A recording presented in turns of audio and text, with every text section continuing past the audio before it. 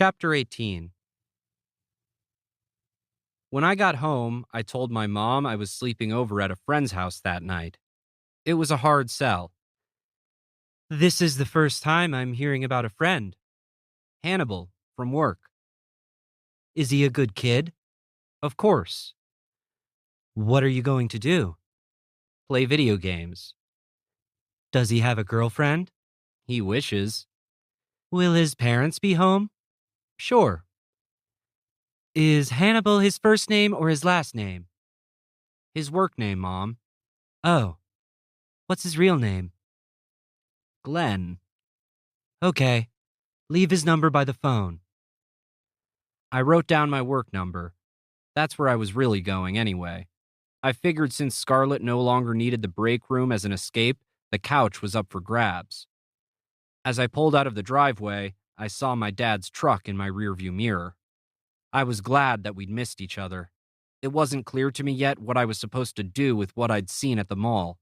Until it was, I didn't want to face him. I guess I was mad? Maybe not for the right reasons, though, because what I felt the angriest about was that I'd had to find out about this other woman, not that there was another woman. If that sounds backward, it probably is, but it's still true. After everything my dad had been through, the bad thing that happened, me after the bad thing that happened, he'd remained solid. Like superhumanly, impenetrably so. He handled all the details of the bad thing, the move to Michigan, and the rebuilding of our lives much better than the rest of us. I'm not saying he didn't emote, because he did, but the bad thing that happened had caused my mom and me to lose our respective shits in different ways, but still, and I could never figure out how my dad had kept himself together like he had. Now it seemed that maybe he hadn't. Maybe the something that was wrong with my dad was that he cheated on my mom. I didn't want to think about it. Fortunately for my brain, Scarlett's parents had asked for some year-end reports, and when I needed a distraction, busy work worked like a charm. Maverick and Poppins were closing, but I told them not to worry about locking up. I took care of it before changing my clothes, brushing my teeth, and settling in for the night. I switched on the TV, but its old antenna couldn't receive any static-free stations, so I just lay there under Scarlett's old covers, watching a fuzzy Jay Leno and becoming increasingly distracted by her lingering scent on the blankets. Scarlett's just upstairs, the voice in my head reminded me. It only had to say it once.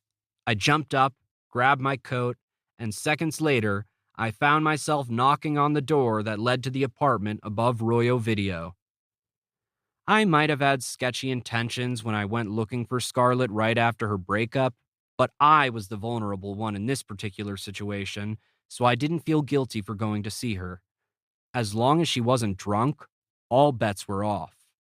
Hooking up with Scarlett was something a normal guy would want to do, and I make no apologies for being normal. "What's going on, Solo?" Scarlett asked when she answered my knock, dressed in a salon apron and not much else. "Sorry to bother you. Do you care if I crash in the break room tonight?" Her eyebrows raised, then lowered. "It's cold outside. Why don't you come up?" This was exactly what I hoped she'd say. I didn't hesitate to follow her. "So what happened?" she asked as we ascended the stairs. "Stuff at home. You know how it is." The stairs opened up into a wide space lit by overhead fluorescent lights, the way you'd expect a former real estate office to look. There were a few abandoned desks that Scarlett was using as a TV stand and a place to pile her clothes. In the corner, there was a mattress on the floor next to the windows overlooking Washington Street. To the left was a linoleum-floored kitchenette with a chair positioned in the middle of it. "Do you want something to drink?" she offered.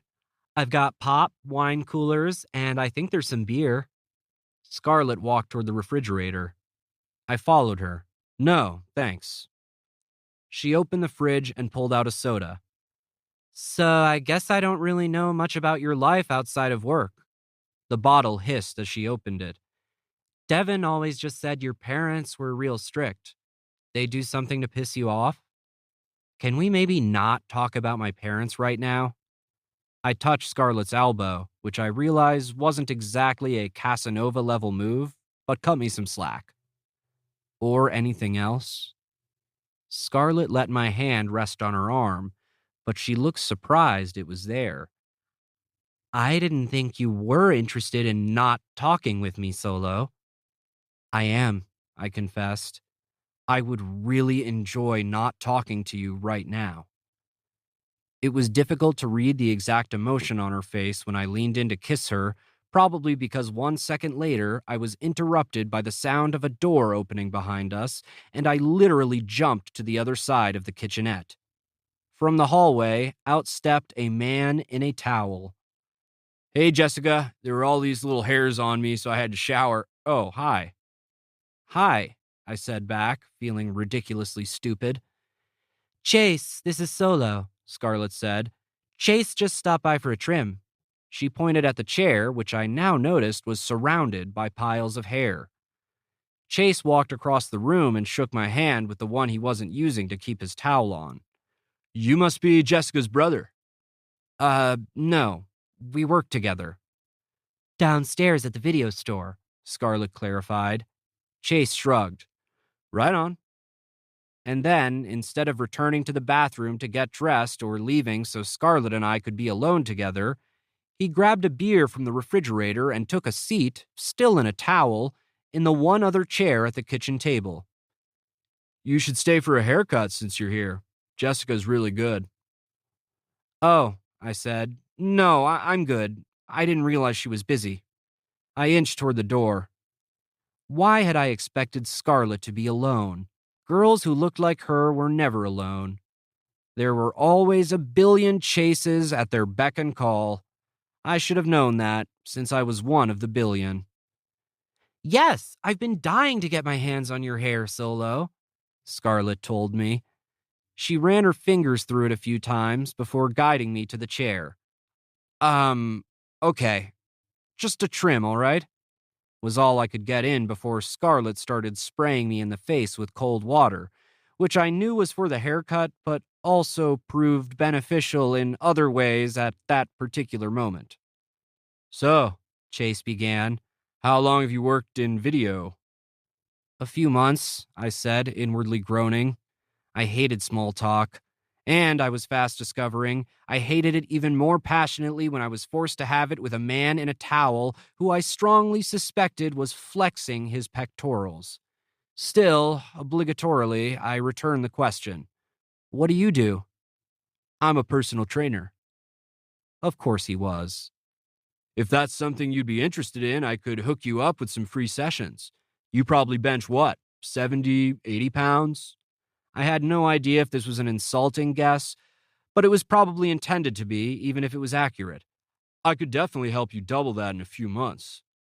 It's something to consider, I pandered. New year, new me. I'm glad you said that, Solo, Scarlett said. Then she handed me a section of hair she'd just removed from my head. The length she'd cut was significant. Wonderful. So this was going to be my punishment for attempting to seduce Scarlett.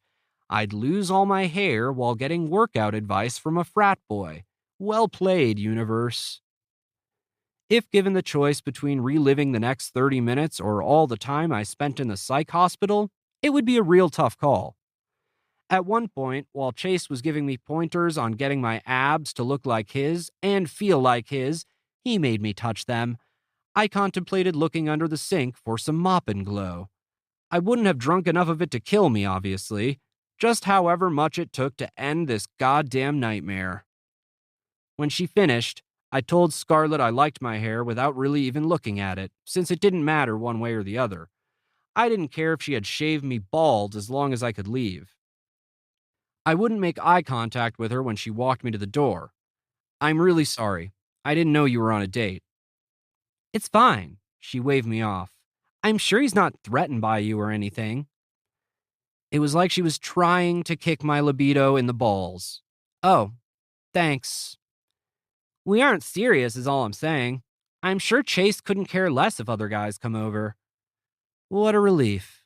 I reached for the doorknob. Wait. She put her hand over mine. I know you had a shitty day. And when I have a shitty day, you always say something super smart that makes a lot of sense. So I want to return the favor. I'm fine, really, I told her. No, I want to inspire you, Scarlett insisted.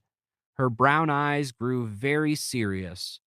It took a few seconds, but then she said, I've got it. The perfect advice. She licked her lips, cleared her throat, and said, Don't chase waterfalls. I stared at her. Is that a metaphor for something? I don't know. She shrugged. TLC said it. You mean in that song about gangs and AIDS and stuff? Yeah. Okay. I guess that was sound advice. As applicable as all the advice I'd stolen from motivational posters in psychiatrists' offices anyway. I shall chase no waterfalls, I promised her. She smiled, satisfied. And with that, I left. It had started to snow since I'd gone upstairs, and I left footprints in the thin layer of white that now covered the parking lot. It was colder, too. Or maybe it just felt that way to me because I'd lost all my hair. It was also quiet the way that winter tended to be. Snow was nature's way of shushing the world, I thought. No crunching leaves, no birds chirping. Everything was soundproofed. And absent. My little area of the world was covered. Hidden. There were no footprints in the snow. No tire tracks. No comings or goings. No signs of anyone trying to track me down because they were worried about me. No one who cared enough to keep me company. I missed Crystal. I wasn't afraid to admit it to myself this time. I really missed her. More than 1% of me. All of me. I reached into my pockets and pulled on my gloves. Why couldn't she have stayed? She never hurt anyone. If anything, she had helped me. She'd helped me through the bad thing that happened more than anything else ever had. I promise you that. I pushed together a pile of snow until it was packed into a ball, and then I started rolling it along the ground. At first, it was pure white, but the more snow it collected from the pavement, the dingier it became. I rolled it until it was too heavy, and then I left it next to the back door and started another. I had a feeling I knew where I could find her. I'd long suspected where she'd gone, where she'd stayed all this time. Maybe waiting for me, maybe not. But it was a long drive. And even if she were there, I didn't know what I'd say to her now. I made the second snowball smaller and the third smaller than that. I stacked them on top of each other to make a snowman. We'd never had snow during my childhood in Virginia, and my childhood had ended by the time I got to Michigan, so technically, this was the first one I'd ever built. I used pebbles for eyes and a mouth, but lacking a carrot, left the face noseless. Then I gave it some stick arms and took off my gloves, they were green, and stuck them on the ends. I stood back to admire my creation. It was the best I could do. I went back inside the store and fell asleep. Chapter 19. Royo Video was scheduled to open late the next day so that the entire staff could get together for a holiday extravaganza. I had my fingers crossed that Scarlett's Secret Santa would buy her a dictionary. I went out to get orange juice early that morning since that was what Poppins had assigned me to contribute to our little party. As I shopped, it occurred to me that maybe I should get something for all my coworkers, not just my Secret Santa, since I was technically their boss and it seemed like a thing good and normal bosses did. My dad's boss, for example, always gave him a ham right before the holidays. This was maybe an appropriate gift for my family, but considering how the Subway club card had gone over, I stayed away from gifts of meat. I ended up going with boxes of Sanders chocolates, then managed to find a peanut allergy-friendly option for the Godfather. The staff had already started arriving by the time I got back from the grocery store. When I walked in, Poppins was spreading out a poinsettia patterned tablecloth on the break room table. She gasped when she saw me. Solo, your hair! Poppins' exclamation made Maverick's and Hannibal's heads jerk toward me, too. You look like Brad Pitt. Whatever. I laughed, but I was secretly flattered. For real, Maverick confirmed. That's how Brad Pitt wore his hair in 12 Monkeys. Even Baby weighed in. You look like an entirely different person. In a good way, I mean. I smiled. Scarlett cut it for me. Never mind. I hate it, she said, but I could tell she didn't mean it. Maybe I'll have Scarlett cut mine too, Hannibal said, flipping his ponytail over his shoulder dramatically. It was nice to see everybody in such a good mood. Everyone else arrived soon after, toting either casserole dishes or trays for our spread along with their gifts. It turned out that I wasn't the only one who'd bought a little something for everyone, which made me feel extra normal. All the employees except for Hannibal and Baby had brought extra presents and passed them out around the table. As we sat eating a potluck breakfast of Hostess donut holes, Maverick's mom's plantains, and fruit kebabs, we opened up the candy canes, homemade holiday brownies, fancy hot chocolate, and pairs of Ray-Ban designer sunglasses, this last one from The Godfather, we'd bought for one another. Are you serious right now? Scarlett asked, trying on her sunglasses. These are really expensive. The Godfather clicked her tongue at the mention of money. Maybe you will show me how much the gesture means to you later, if and when I need you to. She looked each of us in the eyes. Despite the usual amount of intimidation I felt around the Godfather, I found myself enjoying the party, and not just because I'd scored a pair of sweet shades. Maybe this was what Christmas was like for kids with friends, but it certainly wasn't what I was used to. Typically, the highlight of Christmas was opening a card with a check in it from my grandparents. This was better. Well, I'm not sure if Secret Santa is going to measure up to Ray-Bans, but let's get going on the big reveal, Poppins announced excitedly.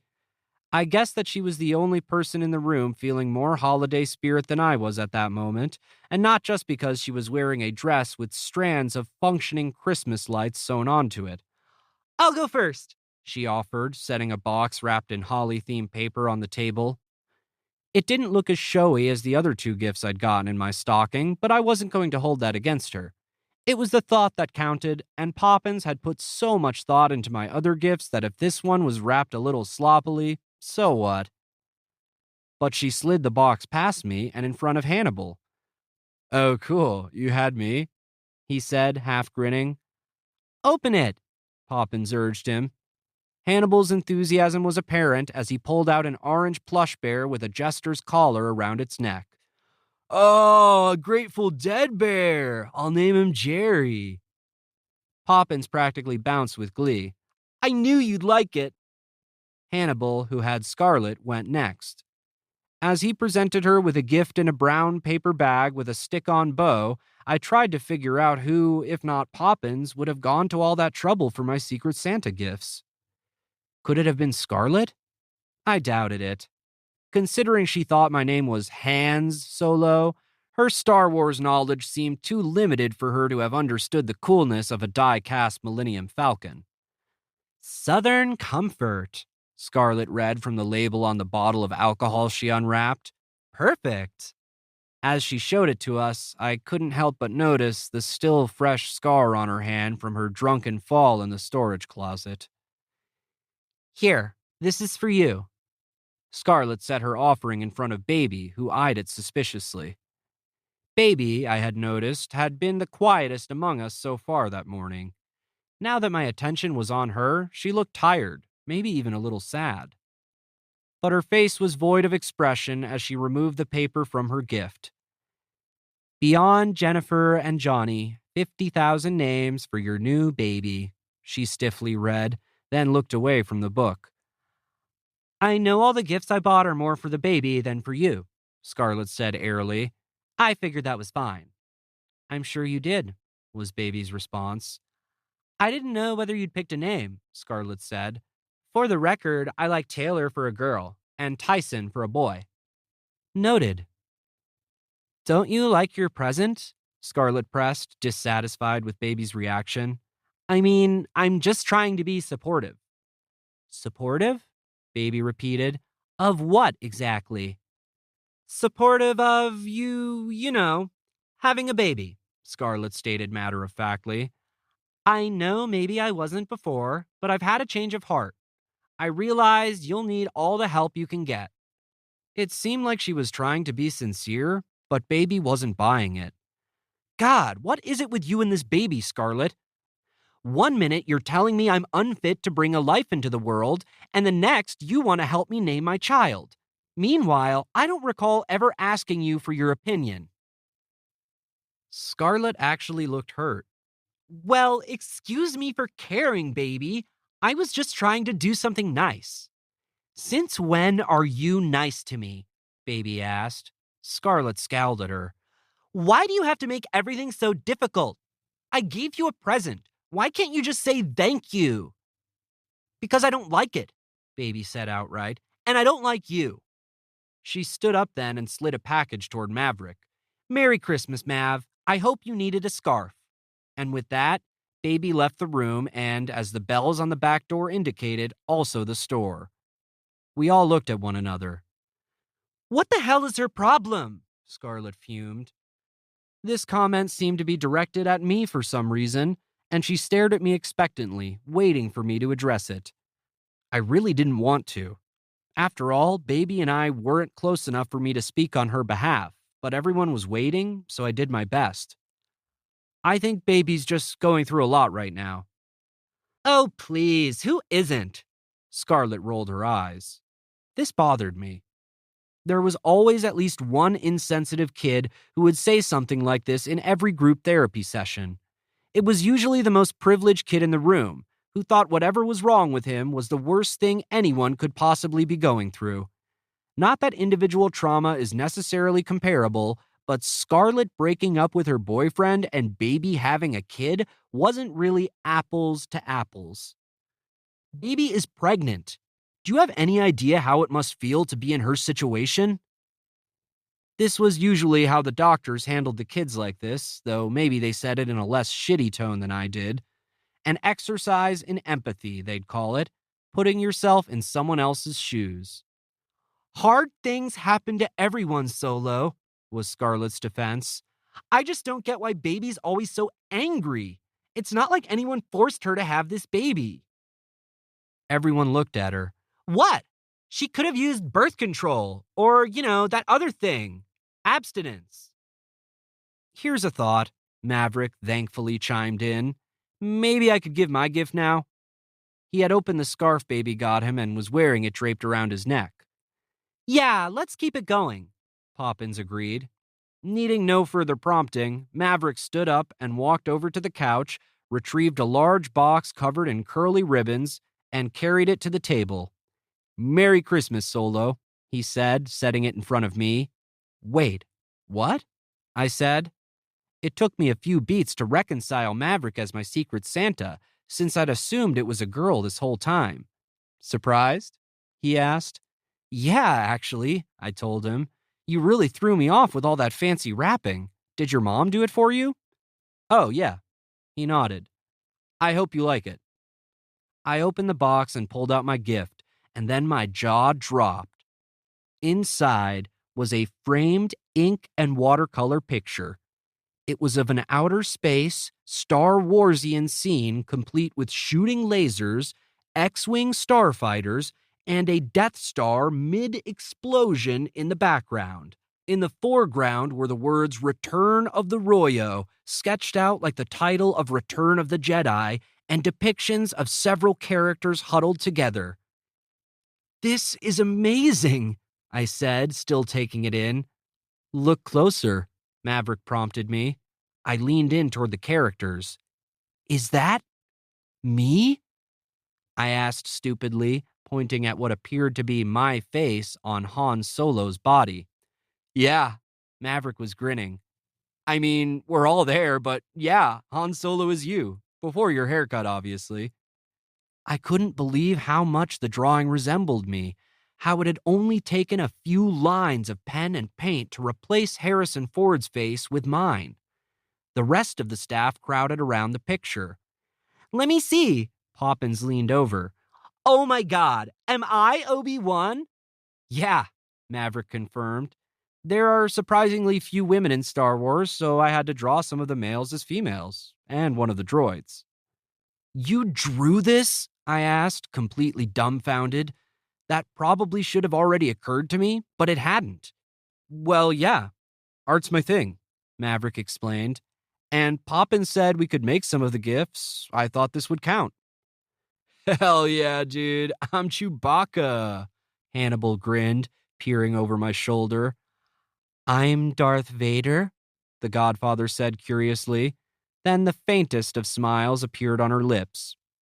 I approve. I guess I'm Princess Leia then, Scarlet assumed, moving around the table to see. No, I think that's you as C3PO. Poppins pointed at a droid with shiny metallic breasts. What? Why? She seemed offended. Who got to be Leia? Baby, I said, looking at the face of the girl with cinnamon bun hair and a crescent smile hanging on the arm of Han Solo. I smiled back at her. Maverick shrugged. Like I said, there weren't a lot of options for the girls. Aw, you made yourself Luke. Poppins pointed at the J. Crew Jedi standing next to Han. He looks just like you. The attention was getting to Maverick, and his face reddened. Thanks for not making me Jabba the Hutt, my friend. Hannibal patted Maverick's shoulder. It would have been easy, I know. I'm not gonna forget that. What do you think, Solo? Maverick asked me eagerly. Do you like it? I was speechless. If I'm being honest, I might have been trying not to cry.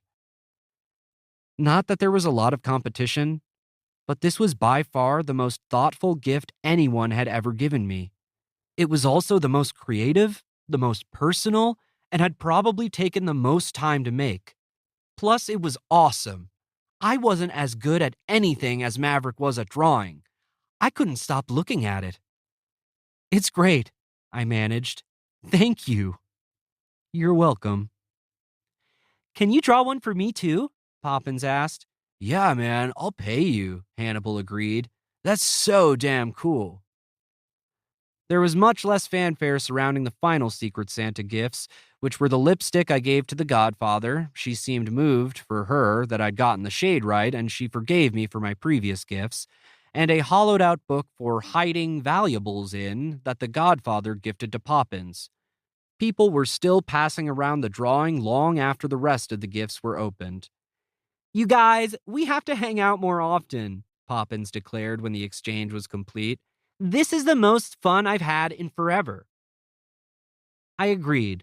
I was ready to completely eat my words on this whole Secret Santa thing. We all stayed a while longer, and then it was time to open the store. Everyone slowly dispersed until it was just me, my drawing, and an unclaimed baby name book left in the break room. I tried not to feel baby's absence, but I couldn't help it. I thought she would have really liked the Star Wars drawing, especially since Maverick had made her Leia and it had pissed Scarlet off. I picked up the name book and started flipping through it. Not that I'd ever tell Baby this, but I thought Scarlet's gift was kind of thoughtful. I certainly didn't think she'd meant anything bad by giving it to her, though honestly I doubted Baby would have liked any gift that came from Scarlet. Baby seemed hell-bent on hating her. If Scarlet deserved it, I didn't know exactly why. I turned to the end section of the book.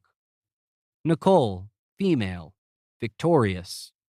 I smiled. Baby had never seemed like a Nicole to me.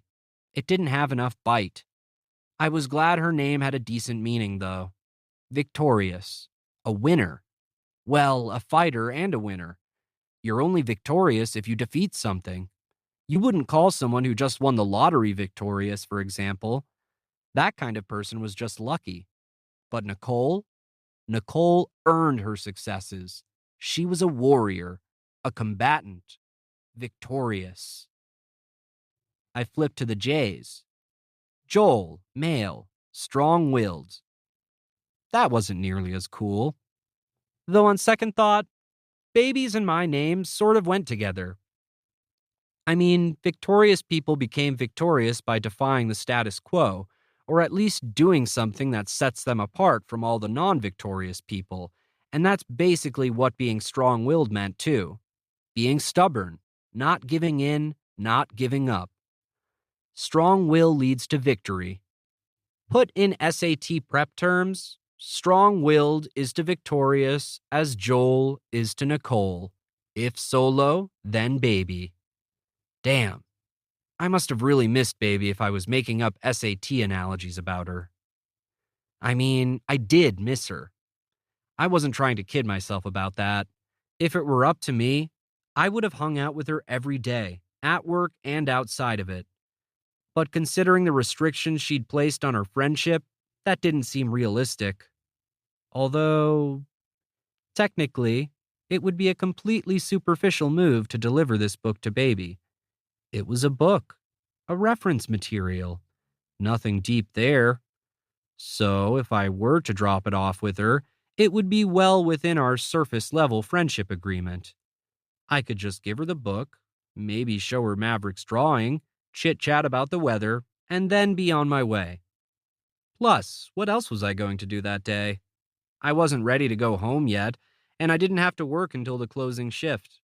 Unless I was going to be a lame boss and hang out at work for 10 hours off the clock, I had to figure out something else to do. I grabbed my keys.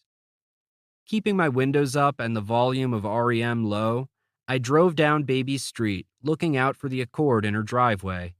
When it wasn't there, I knew only one other place she might be, so that's where I went next. The Headlights parking lot was sparsely populated, but there was a black Accord in it, and it had a Pearl Jam sticker on its back window. I felt pretty victorious when I saw it there. The pinup hostess led me to a table where Baby was sitting alone, poring over a stack of papers and a plate of wings. "Hey," I said from behind her. She turned around and looked at me, surprised. "Hey." I tossed the baby name book on the table. "Do you know what your name means?" I asked her. She kept looking at me. "No." "Victorious." "Oh," was her uninterested response. "That's weird. Seems like that's what Victoria would mean, not Nicole." This was a valid point. Maybe Victoria means that too. I didn't check. We looked at each other. "Is that all you wanted?" "No," I said. "I also wanted to talk to you." She looked at me skeptically. "About what?" "Movies," was my answer. "That is on the approved list of things we can still talk about, right?" "Yeah?" Baby looked confused. "But I'm kind of in the middle of something right now, so can it wait until work?" "I just wanted to know if you caught the film about the girl who got into a fight with her boss at their work Christmas party, because I didn't see the end of it and I was hoping that everything was okay with the girl." Baby folded her arms over her chest and gave me a look. "Really, Solo?" "I'm serious. How did it end? It's really bothering me." She sighed, but eventually played along. "It was a real letdown. I was hoping that the boss was going to get hit by a bus, but she didn't." "What about the girl?" "She went and ate chicken at a tits and ass restaurant." I raised my eyebrows. "Sounds like a European ending." Baby rolled her eyes at me but said, "Siskel and Ebert gave it 2 thumbs up." "That's good to hear," I told her, "because I'm really looking forward to the sequel where the girl and her much cooler guy friend pull off a jewel heist that makes them very wealthy and infamous." Baby wanted to smile at this, I could tell. "You couldn't heist your way out of a paper bag, Solo. Don't underestimate me," I defended myself. "According to your book, I'm strong-willed." She shook her head but then offered me a seat at her table, and I felt victorious yet again. "I know I said I wasn't going to do this anymore," she began. "But can I talk to you about something?" This elated me. "Anything." "For real?" Because as much fun as it is withholding all information about myself because you never tell me shit about your life, I need someone to talk to. I'm someone, I confirmed. You can talk to me. Instead of saying anything, though, Baby just handed me one of her papers. It was an official looking letter from the Office of Enrollment at Sarah Lawrence College. Dear Ms. Palmer, congratulations.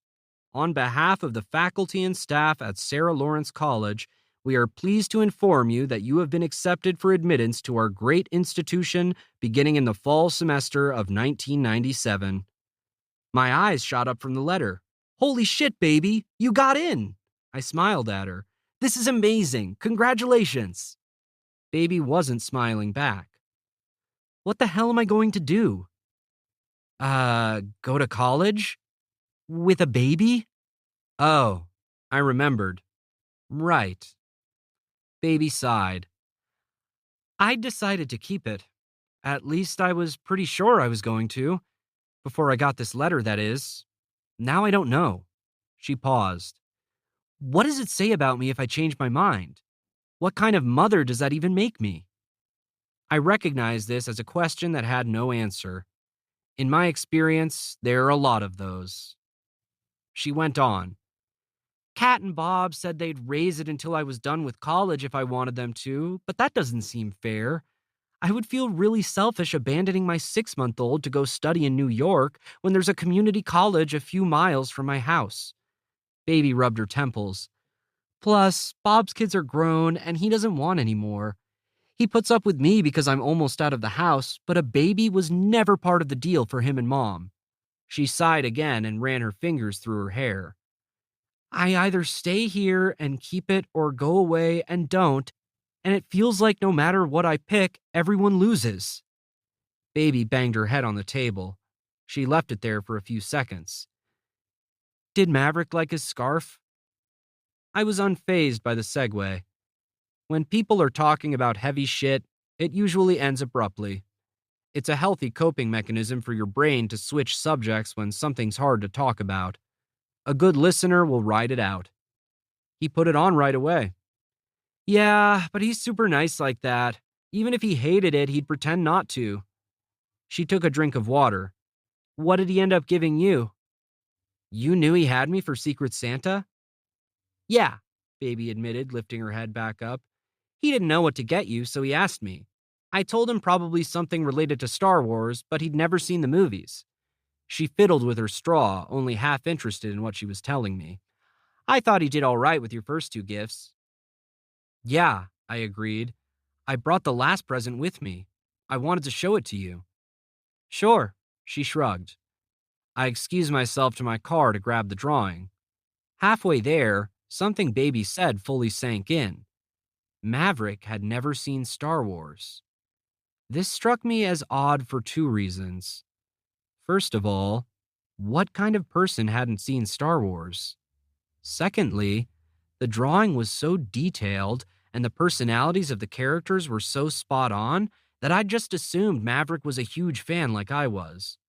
I couldn't think of another way he could have captured everything like he did, or why he would have tried to. I mean, he could have just given me a Subway club card for Secret Santa and been done with it. Weird. When I showed Baby the drawing, she was as blown away as I was. Wow, this is like so good. Like, he could make a career as an artist good, right? I agreed. I mean, especially having never seen the movies, I can't believe how he still nailed everything like he did. Oh, he ended up watching them, Baby said without taking her eyes off the picture. He told me he needed to for your final gift, but I had no idea he was going to make something like this. He did? The weirdness I felt persisted. I can't believe Maverick went to all that trouble just for a Secret Santa gift. I can, Baby said, her eyebrows raised. Ha! I just realized that I'm Princess Leia and Scarlet's fucking C-3PO. Please tell me that made her mad. Why doesn't it surprise you that Maverick did this? I asked, tapping on the picture frame. Baby looked at me and said, Come on, Solo. What? I demanded, apparently missing something she thought was obvious. Does he want a raise or something? I felt myself getting angry at the idea of Secret Santa being used in that way. Why couldn't people just do nice things to be nice? Why did they always want something in return? No, stupid. Baby shook her head at me. I mean, you know, right? Know what? About Mav. What about Mav? That he's. Baby drew out the words to see if I'd finish her sentence for her. Not into girls. What? I almost shouted. No, I don't think so. Baby just shrugged. Did he tell you that? Did he tell you he was gay? I whispered that last part. Saying the word gay in a place like Headlights seemed like a great way to get your ass kicked. Do any gay kids say they're gay? Baby asked me. It'd be like painting a target on your back. Being gay is the one thing people are more judgy about than pregnant teenagers. So you don't know for sure then, I challenged her. You're just being mean. This seemed to offend her. Why would it be mean to say someone is gay if you really think that they are? Because it is mean, I practically yelled. An accusation like that can ruin someone's life, baby. She was slow to respond. Whose life would be ruined if Maverick had a crush on you? His or yours? You don't understand. I heaved a sigh. I absolutely cannot have him liking me. Why not? Baby's eyes narrowed. Do you have something against Puerto Rican guys? What? No! I yelled, then lowered my voice. I don't want any guy to like me like that. She looked disgusted. My God, Solo, I didn't figure you for such a homophobe. You just implied Maverick is in love with me. What guy is going to be happy about that? A gay one. Maverick's awesome. Well, newsflash, I'm not gay, I whispered. So? What are you so upset about, Solo? Maverick's a great guy, and way out of your league in the looks department. You should be flattered at the very least. Well, I'm not, I repeated. Wait, did you think I was gay? Baby shook her head. With the way you drool over Scarlet all the time, I was pretty sure you were straight, just with bad taste. Well, does Maverick think I'm gay? I demanded. I don't want him thinking I'm interested at all. I don't know, Solo, but it's not like if Maverick has a crush on you, it turns you gay. So you can go ahead and calm the hell down about this. But I couldn't.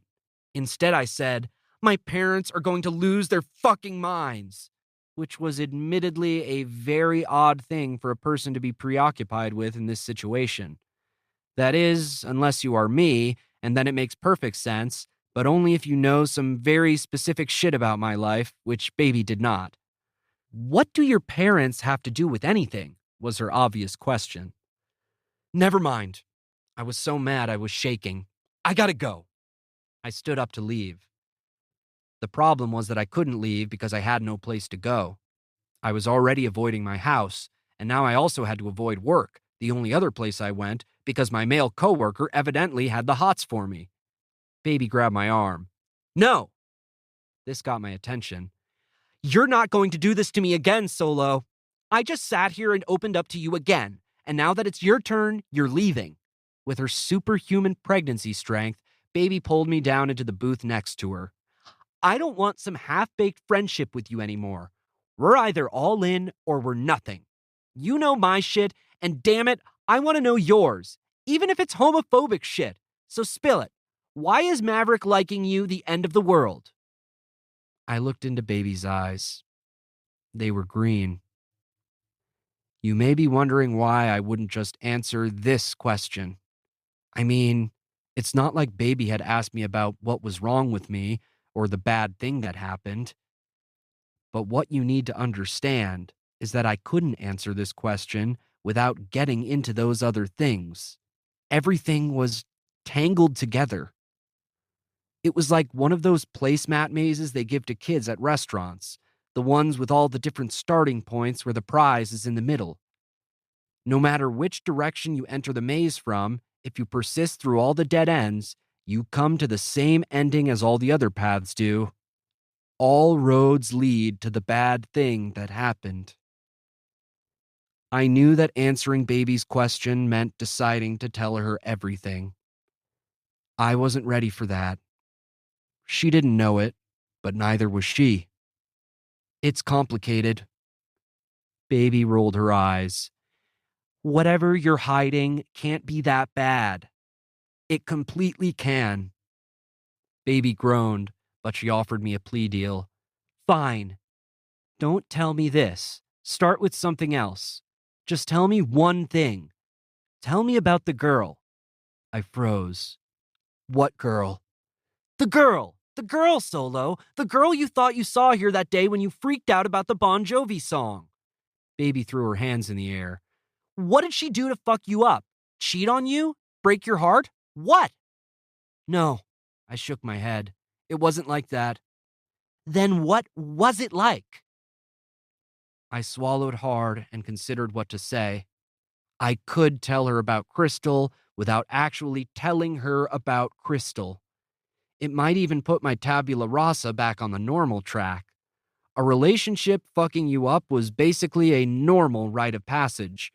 I didn't have to elaborate that mine was with a girl only I could see. Fine, I conceded. There was a girl I cared a lot about, and she abandoned me. She left me when I needed her the most, and it destroyed me. The look on Baby's face changed from rage to sympathy in a flash. Who was she? For a moment, we were locked in a stare down. I wasn't ready to say any more, but my friendship with Baby was on the line, so I decided to tell her.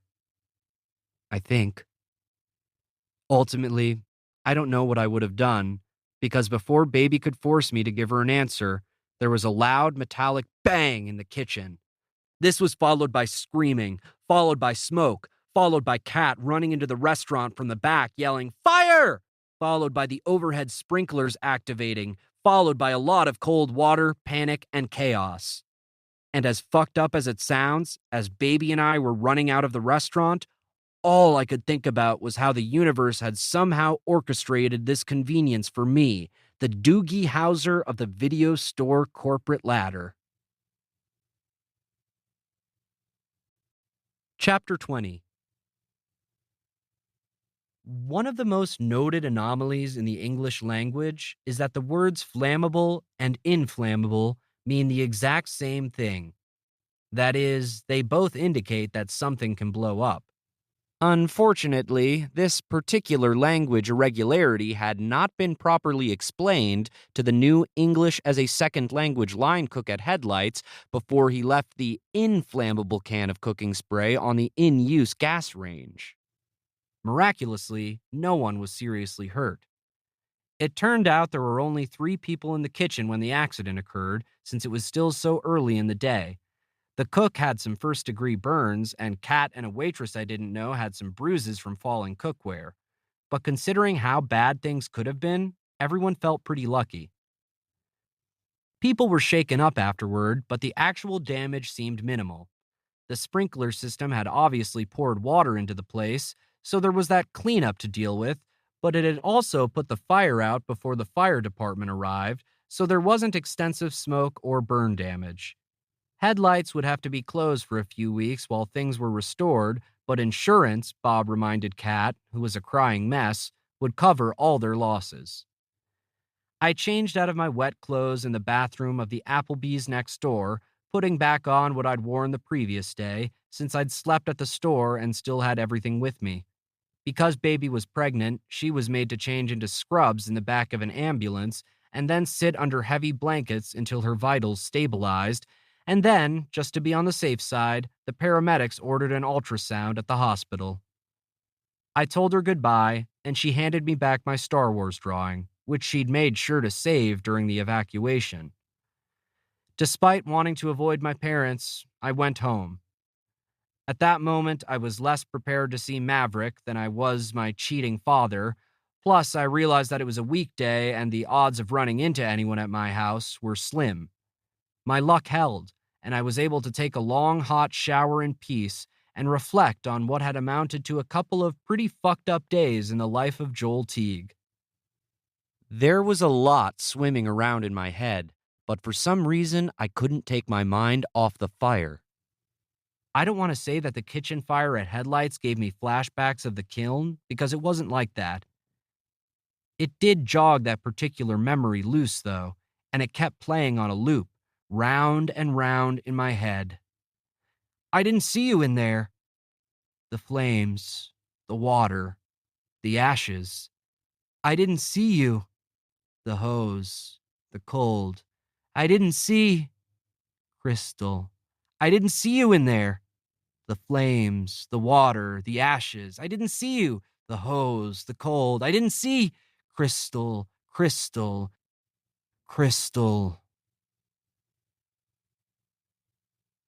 Joel, I don't know how you can stand this hospital food. She stuck a spork into the congealed pasta salad that had maintained the shape of the ice cream scooper with which it was served. I'm not supposed to talk to you, I said, closing my eyes. The doctors say you aren't real, so go away. I opened them a few seconds later. She was still there.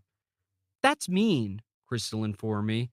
Where exactly am I supposed to go? I don't know, I told her. In the drawer of the bedside table, I found a manual for the posturpedic hospital bed I was lying on. I was reading it to distract myself from her. Back where you came from, I guess. Well, that's impossible. She sighed, stretching out one of her curls and watching it bounce back into place. I thought we were friends, Joel. I want to be your friend, but being your friend means I'm crazy, I explained to her. I don't want to be crazy. Your mom might think you're crazy, but no one else really does, she corrected me. I'm telling you, Joel, she's the one with the real problem. I set down the manual and took her bait. Why? Crystal laughed to herself. She's afraid. The majority of the time someone is the way she is, it's because they're afraid. It had never occurred to me that my mother was afraid of anything. Angry? Yeah. Critical? You betcha. Paranoid? Definitely. But not afraid. Of what, though? The unknown consequences of being wrong, she kind of explained. That's what most people are afraid of. This seemed like it might make sense, but I wasn't sure. Crystal seemed to know a lot of things I didn't. Not me. I'm just afraid of being crazy, I informed her, which is why you have to leave. Oh, come on. I have it on good authority that you are afraid of other things. I gave her a doubtful look. Like what exactly? She came around the side of my bed and leaned against it casually. I can name 3 specific things. What are you talking about? You know, those 3 things. Crystal's green eyes sparkled. I did know, but I didn't believe that she really did, so I called her bluff. I never told you about any 3 things. Oh, you did. 3 Star Wars things, to be precise. Crystal leaned over and whispered in my ear, Wampas and Rancors and Banthas. I felt my cheeks go red. How do you know about that? She took a step back and shrugged. Then she whispered it louder. Wampas and Rancors and Banthas. Seriously, who told you that? I shook my head at her. I haven't been scared of that stuff since I was a kid. She started chanting it a la lions and tigers and bears. Wampas and Rancors and Banthas, oh my! All right, enough. Wampas and Rancors and Banthas, oh my! You're not funny. Crystal apparently thought otherwise because she suddenly yelled, Boo! In my face and began laughing hysterically when I jumped. I threw my sheets back and stood up. That's it! I'm going to tell! I shouted and stomped out of the room. Once I set foot outside the room, however, I was no longer at the hospital. The ground beneath me was sandy, and it was sunny and warm. I was outside. I was at a beach. Wampas and Rancors and Banthas, oh my! I heard Crystal call again, but when I looked back toward my hospital room, it was no longer there, and I didn't see her anywhere. These meds are weird, I thought, but then I realized where I was. Virginia Beach. God, I'd miss this place. Mom? Dad? I called out. Wampas, rancors, banthas, a voice echoed from the ocean. She's doing it again, I yelled across the sand. Crystal's making fun of me about Star Wars. They're just puppets, her voice teased. How can he be afraid of puppets? The beach was full of people, but none of them was Crystal. Miles and miles of towels and umbrellas. Miles and miles of ocean and sand. Because they're monsters, I defended myself. They're supposed to be scary, and they are scary. Suddenly, sticking halfway out of the sand on the shore, I found my missing Han Solo blaster. I ran toward it. That's where I left it. The whole time I thought it was in the basement, it was here. Wampas and rancors and banthas, oh my! Crystal yelled again. I picked up the gun and squeezed the trigger. It made the drill sound. Where are you? Come out so I can blast you. Wherever she was, Crystal burst into giggles. I'd like to see you try it, Han Solo. More giggles. Wampas and rancors and banthas, oh my! I waved my blaster around, aiming it at all the people who weren't Crystal. Come out, wherever you are, Princess Leia. Shh! Another voice hushed me. It was my mom. I've told you, you can't play this game anymore. From behind me, she grabbed my wrist and pulled the blaster from my hand. No more of this. No more Han and Leia. No more Star Wars. No more. We're just playing, Mom, I tried to explain. It's not for real. She sighed. You just don't get it. And with that, she chucked my blaster as far as she could out into the ocean. No! I screamed. I waded out after it until I couldn't touch the ground, and then I started swimming. I wanted my toy back. I wanted to keep playing, but it was gone, and I couldn't. I dunked my head underwater, and that's when I finally found Crystal. Or at least, I found the half of her that hadn't been swallowed up by the ocean floor. An ocean floor that was, to make matters worse, engulfed in flames.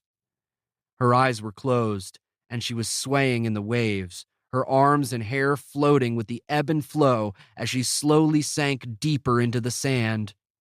Quicksand. Ocean quicksand. I couldn't stop to ask myself if underwater fires and ocean quicksand were real things. I had to act fast. I dove down toward her, pointlessly shouting her name into the water, dodging the flames as they danced around me. I grabbed onto her hair first, but as I pulled, it fell out in my hands. Handful after handful until barely any remained. She looked completely different without her hair, like she wasn't even the same person.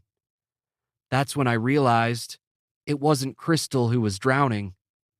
Suddenly, his eyes opened, and he grabbed me by the arm just before he completely disappeared into the sand. Despite my struggle, I couldn't break free of his grip, and within seconds, I had gotten sucked under too. I woke up with a start, lying on my bed, still wrapped in a bath towel, my heart racing, covered in a cold sweat. Chapter 21. I called in sick to work that afternoon, which would have made me a coward if I hadn't actually been sick. The thermometer said 101.5, and who was I to argue with it? I took some Advil and went back to sleep. I woke 13 hours later at around 4 in the morning and showered again, even though all I'd done since the last one was sleep. I waited until 6 to go downstairs, since that wasn't an entirely unreasonable hour to be awake, and because Mom would already be at work at the bakery by then, so I could continue avoiding everyone. Of course, I'd forgotten that it was Christmas Eve, and we surprised each other when I walked into the kitchen. You cut your hair, she greeted me with a kiss on the cheek and a head scratch. It's about time. You were starting to look like a girl. Then she grabbed me by the face and looked more carefully at me. You've got sick eyes, Joel. Did you catch a cold? Yeah, but it's not bad. She went to the fridge and returned with a can of Verner's, a ginger soda with a local reputation for curing all mild illnesses. Think you'll be better enough to go to Aunt Denise's tonight? She pulled a cigarette from her pack and lit it. No, I said, thankful I had a legitimate excuse to bail on the family Christmas celebration. I opened the ginger ale and drank some. That's too bad. She frowned and blew her smoke away from me. I hate for you to be all alone on Christmas Eve. I'll probably just sleep. She sipped her coffee. If you start feeling worse, take yourself to urgent care. I'm making Dad come with me to Christmas shopping today, but we'll check in. Mom took a long drag from her cigarette. Any last-minute requests for Santa? Dad's feeling generous this year. I frowned, remembering the woman at J.C. Penney. I bet he was feeling generous. I don't need anything. Nothing? She pressed. We want this to be a good Christmas. Whatever you get me will be fine. My dad walked in then, still in his robe, and kissed my mom on the top of her head. I think I need to go back to bed, I told my mom, and I went back upstairs. I fell back asleep for a few more hours. Then I got up, played Tekken, ate a Hot Pocket, and finally got dressed. Health-wise, I was feeling a lot better. Otherwise, my head was still pretty full. I went out to my car to get my REM CD, hoping that Michael Stipe might help me clear my mind, but then I saw Maverick's Star Wars drawing. Realizing I had to do something with it, I brought it up to my room. If I was going to keep it, which I still wanted to, honestly, I was going to have to find somewhere to hide it, because Star Wars was forbidden in my house. As you may have noticed, my parents had some issues with it. I'd stashed the Han Solo keychain and the die-cast Millennium Falcon in my glove compartment, but I knew that hiding something this big from my mom would be damn near impossible. Even though I'd been out of the psych hospital for a few years now, Mom still snooped through my room. I tried not to let it bother me. I knew that she couldn't help herself.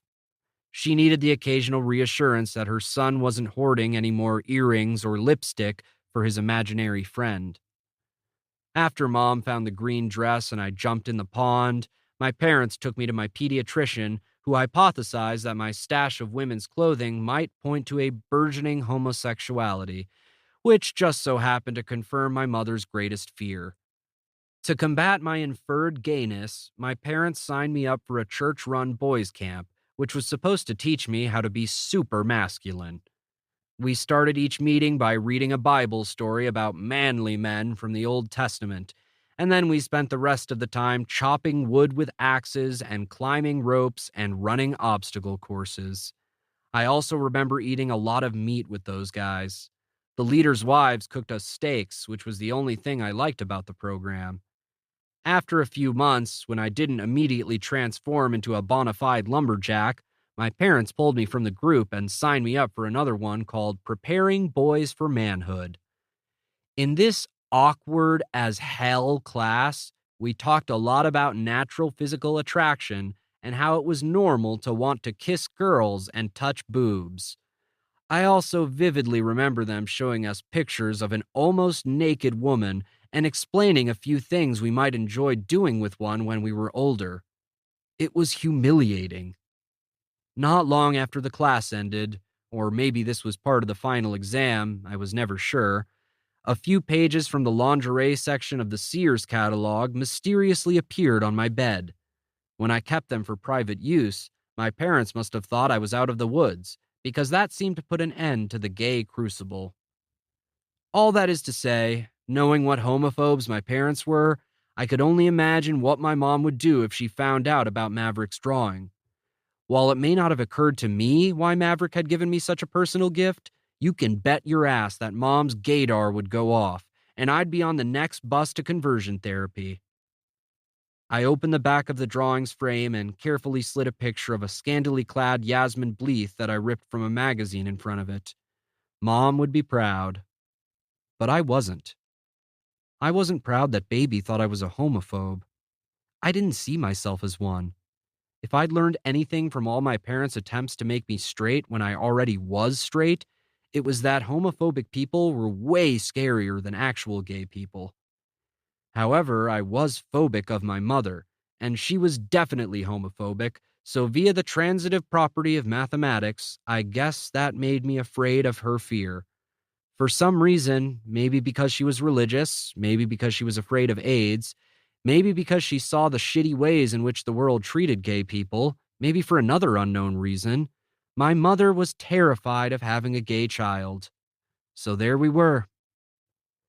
The phone rang while I was flipping channels, looking for something better than talk shows with which to kill the afternoon. I knew before I answered it would be my mom checking in. Hey, Mom. Were you sleeping? Have you eaten anything? No, and yes, I'm feeling better. Good enough to go to Aunt Denise's tonight? Not that much better. All right. We're at Chi-Chi's having Mexican, she told me. Dad rarely agreed to eat ethnic food. He must have been feeling super guilty. Want me to bring you home fried ice cream? It can be for La Navidad. She laughed at her own joke. Mom was in a great mood. She must have had a margarita. Yeah, sure. We saw someone at the mall. One of your old doctors. Dad said it was him at least, but I remember this one having a mustache. Neat, I said, ready to get off the phone. He was in the food court with his wife and teenage daughter, and guess what? She was pregnant, my mom dished. I guess even shrinks can raise screwed up kids. How do you like that? I didn't like it, but it wasn't worth the argument to point out all the ways that one statement was judgmental. So you'll be home soon then? In a bit. I'm going to see how much money I can spend today, she said. Then she let me go. MTV was playing their most requested 100 videos of 1996, and even though I'd already watched the top 5 videos when they had aired a few days before and knew that Alanis Morissette's Ironic would be number 1, I left it on. It was then, as I was mindlessly watching Soundgarden's Blow Up the Outside World, that something my mom had said on the phone set off a domino effect in my head. Mark Schwartz is one of my former doctors who used to have a mustache. During the trick-or-treat, Mark's wife told me that she didn't have any kids. That means the teenage girl Mom saw with them couldn't have been their daughter. Maybe Baby is the pregnant teenager who was with them. I gave this particular thought some attention. Mark called me Joel, not Solo, the night of Scarlett's accident. Maybe Baby figured out that I knew him. The spiraling continued. Mark and Baby were alone in the break room that night while I was cleaning up Scarlett's vomit. Maybe he told her about being a doctor, about what kind of doctor he was. This made me nervous. It made me paranoid. Maybe Baby was tired of waiting for me to tell her what was wrong with me. Maybe our conversation at Headlights was the last straw. Maybe she went to Mark for the truth instead. I didn't want to believe this was true, but once the idea entered my head, I couldn't shake it. Would Baby do something like that? And even if she had, would Mark have told her anything about me? I hope not. But I didn't know. The thing about being paranoid is that the not knowing can drive you crazy. My heart hammered. I turned the television off. I paced. I decided. I grabbed my keys and walked out the door. Chapter 22. I drove up and down the rows of parked cars in the mall lot, looking for the Accord. When I didn't find it there, I drove to Baby's house, hoping she was home. My head was pounding as I drove, and I realized too late that I should have taken more medicine for my cold. But knowing that all the Advil in the world wouldn't stop my paranoid thoughts, I kept going until I got to Baby's. Thankfully, her car was in the driveway. "What are you doing here?" was how she greeted me. "And where's your coat? It's fucking freezing." She pulled me inside. I hadn't noticed that I was cold, or that I couldn't see straight. Baby and everything around her looked fuzzy. "Were you with Mark Schwartz today?" I demanded. "Please just tell me you weren't, and I'll leave." I couldn't focus on her face to read her expression, but she sounded sort of shocked when she said, "What?" Just then I heard Kat's voice. "Nicole, who was that at the door?" "I just need to know what you guys were talking about," I pleaded, my voice shaking. "It's Joel, Mom," Baby called. "There's something wrong with him." "No, there's not, I swear," I promised her. "Is that what Mark told you? There used to be something wrong with me, okay? But there's not anymore." The lights in the hallway seemed so bright that I had to squint, but I could make out a bench near the door. I practically fell onto it. Kat came around the corner just then. "Joel, I felt her hand touch my forehead. Honey, are you sick? I think I'm going blind, was my honest answer. I'd heard of people going blind with rage, but never with paranoia. I was a modern marvel. What the fuck? Was Baby's reaction. It would have been mine, too. Is he high, Nicole? Kat asked sternly. Is this boy about to overdose right here in my foyer? How would I know that? Baby asked. I don't do drugs, I tried to tell them, but my tongue seemed to have gone numb. Let's get him to the sofa, Kat directed. Each of them took one of my arms and guided me into their living room. Joel, sweetie, do you have a headache? Kat asked for some reason. I nodded. Okay, she said, and then her voice seemed farther away. Back in a sec. I am so confused right now, Baby said as she gently pushed me back into the couch and swung my legs up so that I was fully stretched out.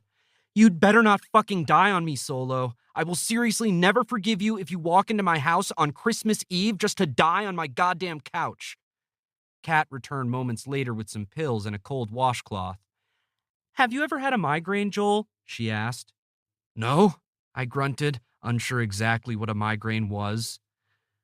Well, after all the stress of the fire yesterday, I had one last night. I know they're coming when my vision gets all blurry, she explained. Are you under a lot of stress? Yes, I told her, and it felt like an understatement. I think you'll be fine in a bit. Most of the time, migraines are intense, but they don't last long. Can you rest here for a while? I honestly felt so shitty that it didn't seem like I had a choice. Yeah. Kat gave me a blanket, a cold compress, and an empty trash can in case I got nauseated, which she warned me could happen with migraines. Then they turned off all the lights, and it was so quiet and dark and warm that I fell asleep in no time. I awoke with a start a while later, unsure at first where I was. My memory felt distant and foggy. You snore, a voice from the darkness told me. Baby? Everything slowly came back to me. A dim lamp switched on, illuminating Baby sitting in a chair. You also drool. I'm sorry, I apologized, trying to sit up. A dull ache still pulsed in my head. It was only an echo of the pain I'd felt earlier, but it still made me wince. You're going to have a headache hangover, she explained to me. Mom gets them after a migraine. Caffeine helps. Thanks for the tip.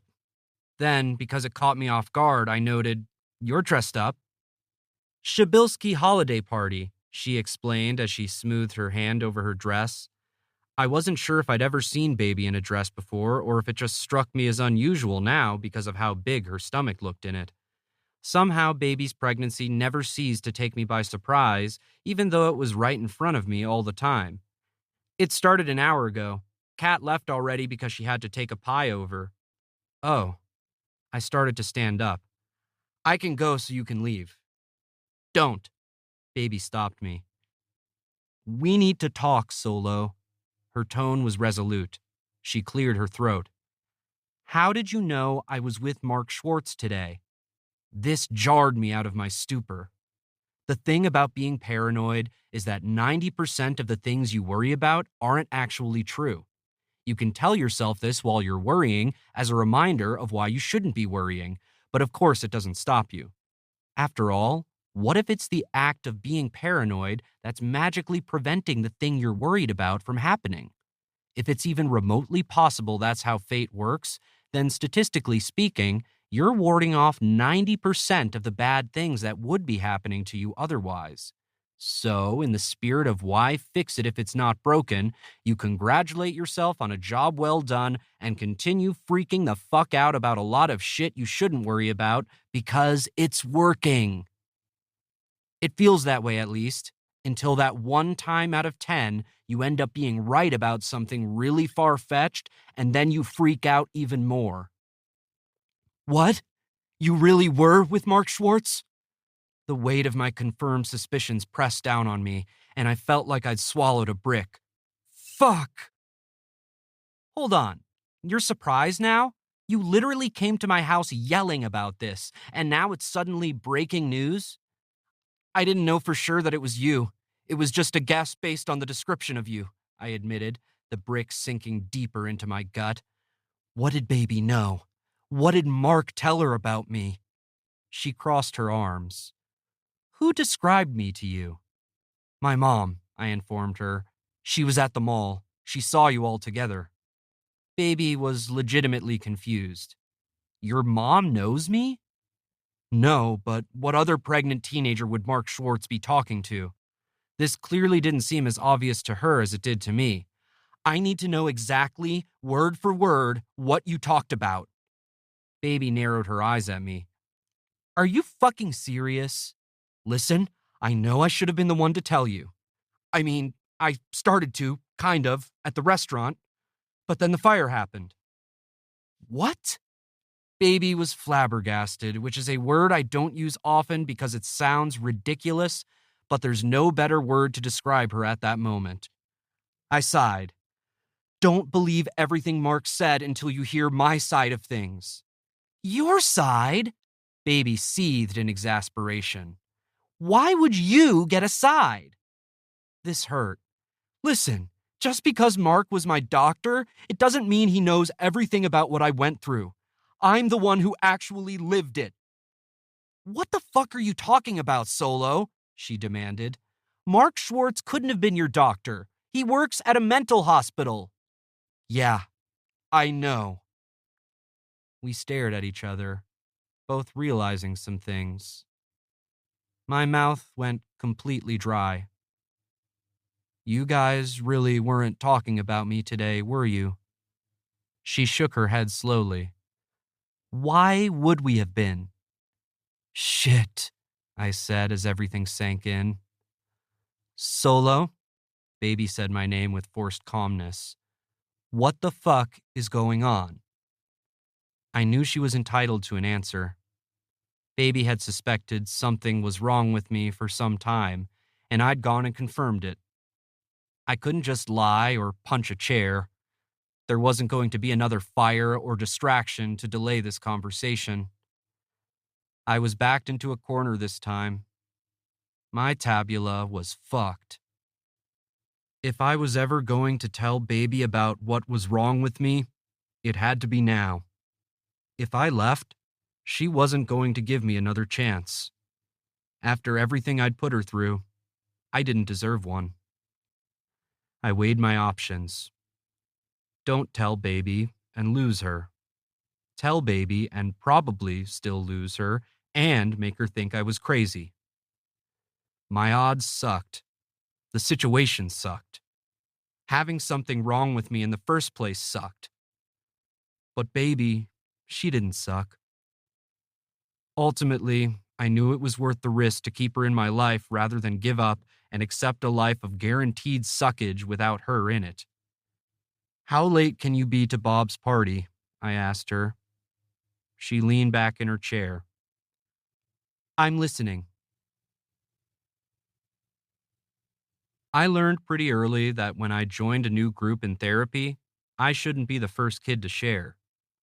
Kind of like bands had opening acts, I usually let 2 or 3 other people go before I introduced myself to the masses, since my story almost always ended up being the headliner. Unfortunately for Baby, there were no other former mental patients around to warm her up. I started with the kiln. It wasn't the beginning, but the true origin of what was wrong with me dated back to the bad thing that happened, and there was no way I was about to go there. It was not only torturous to talk about, the bad thing was also agonizing to hear about, and there was no benefit to putting either of us through that amount of pain. From the kiln forward, I told Baby pretty much everything you already know. Finding Crystal in my closet, her coming to Michigan, how my mom discovered her things, the Bon Jovi concert, the hospital stays. I even threw in Mop and Glow Valerie because Mark Schwartz made a cameo in that story. I talked for a long time and was interrupted only once when Baby's mom called to check in, a break I extended by calling Aunt Denise's to check in with my parents. Baby didn't ask me any questions throughout the entire saga, but instead listened silently as I stared out the window like I was talking to a person on the other side of the glass instead of her. There was snow on the ground outside, and one by one, baby's neighbors flipped on their Christmas lights. Reds, golds, blues, greens. I watched cars coming and going down the street, probably full of families with kids in itchy sweaters going to their grandparents' houses for dinner and photographs by the tree, just like my family had once upon a time. I ended my confession by telling Baby about the last time I saw Crystal, which I know I haven't even told you. Be patient. When I finished talking, I was exhausted. Having never told anyone normal all this stuff before, I had no expectations for Baby's reaction. It was irrational to hope she wouldn't think I was crazy. I mean, I was crazy. So the best I could hope for was that Baby would think my particular brand of insanity was somewhere in the quirky, interesting range and not the get the fuck away from me forever range. When I finally had the balls to look at her, I was even less sure of how Baby felt. I couldn't really sum up her expression in one word. Flabbergasted didn't cover it this time. But imagine someone handed you the Klopman diamond, proof that aliens existed, and the cure for cancer. You'd probably think to yourself, I know this is all important, but I don't know what the fuck I'm supposed to do with any of it. That was pretty much how Baby looked. I got it. It was a lot to take in.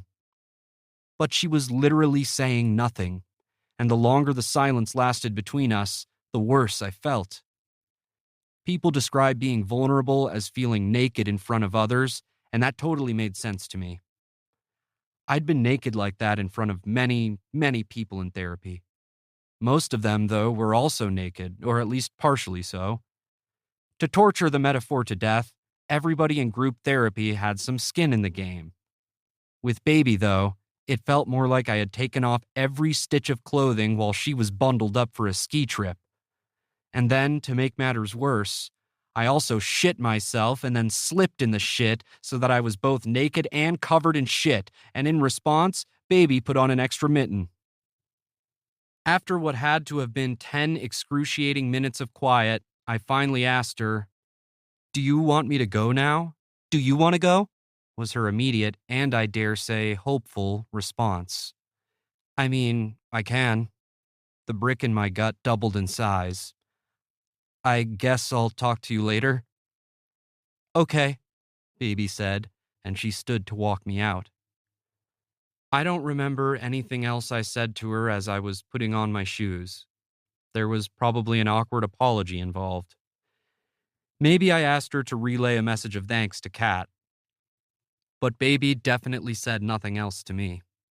I absolutely remember her silence. That silence was still ringing in my ears hours later as I lay in my bed, dissecting the evening over and over. All this time, I'd been paranoid that if I ever told someone what was wrong with me, they would want nothing more to do with me. Statistically speaking, that should have been enough to prevent that fear from coming true, but it hadn't been. Just like everything else about me, my logic was fucked up too.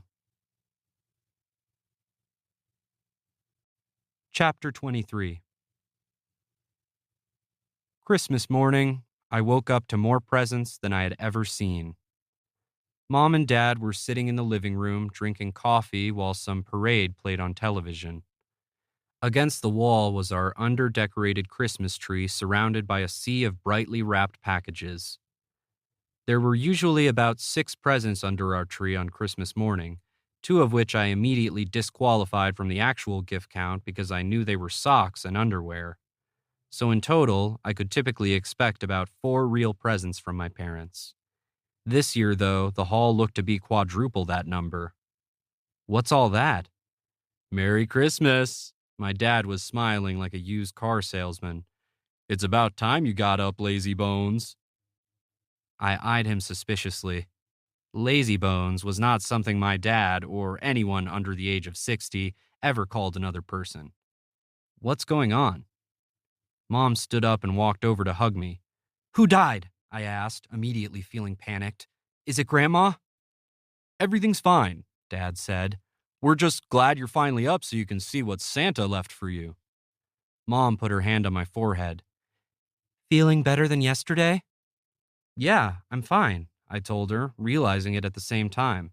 It seemed I'd sufficiently slept off both my fever and my headache hangover. At the thought of my migraine, though, all the events from Baby's house rushed back to me, and the brick rematerialized in my gut. Mostly, at least.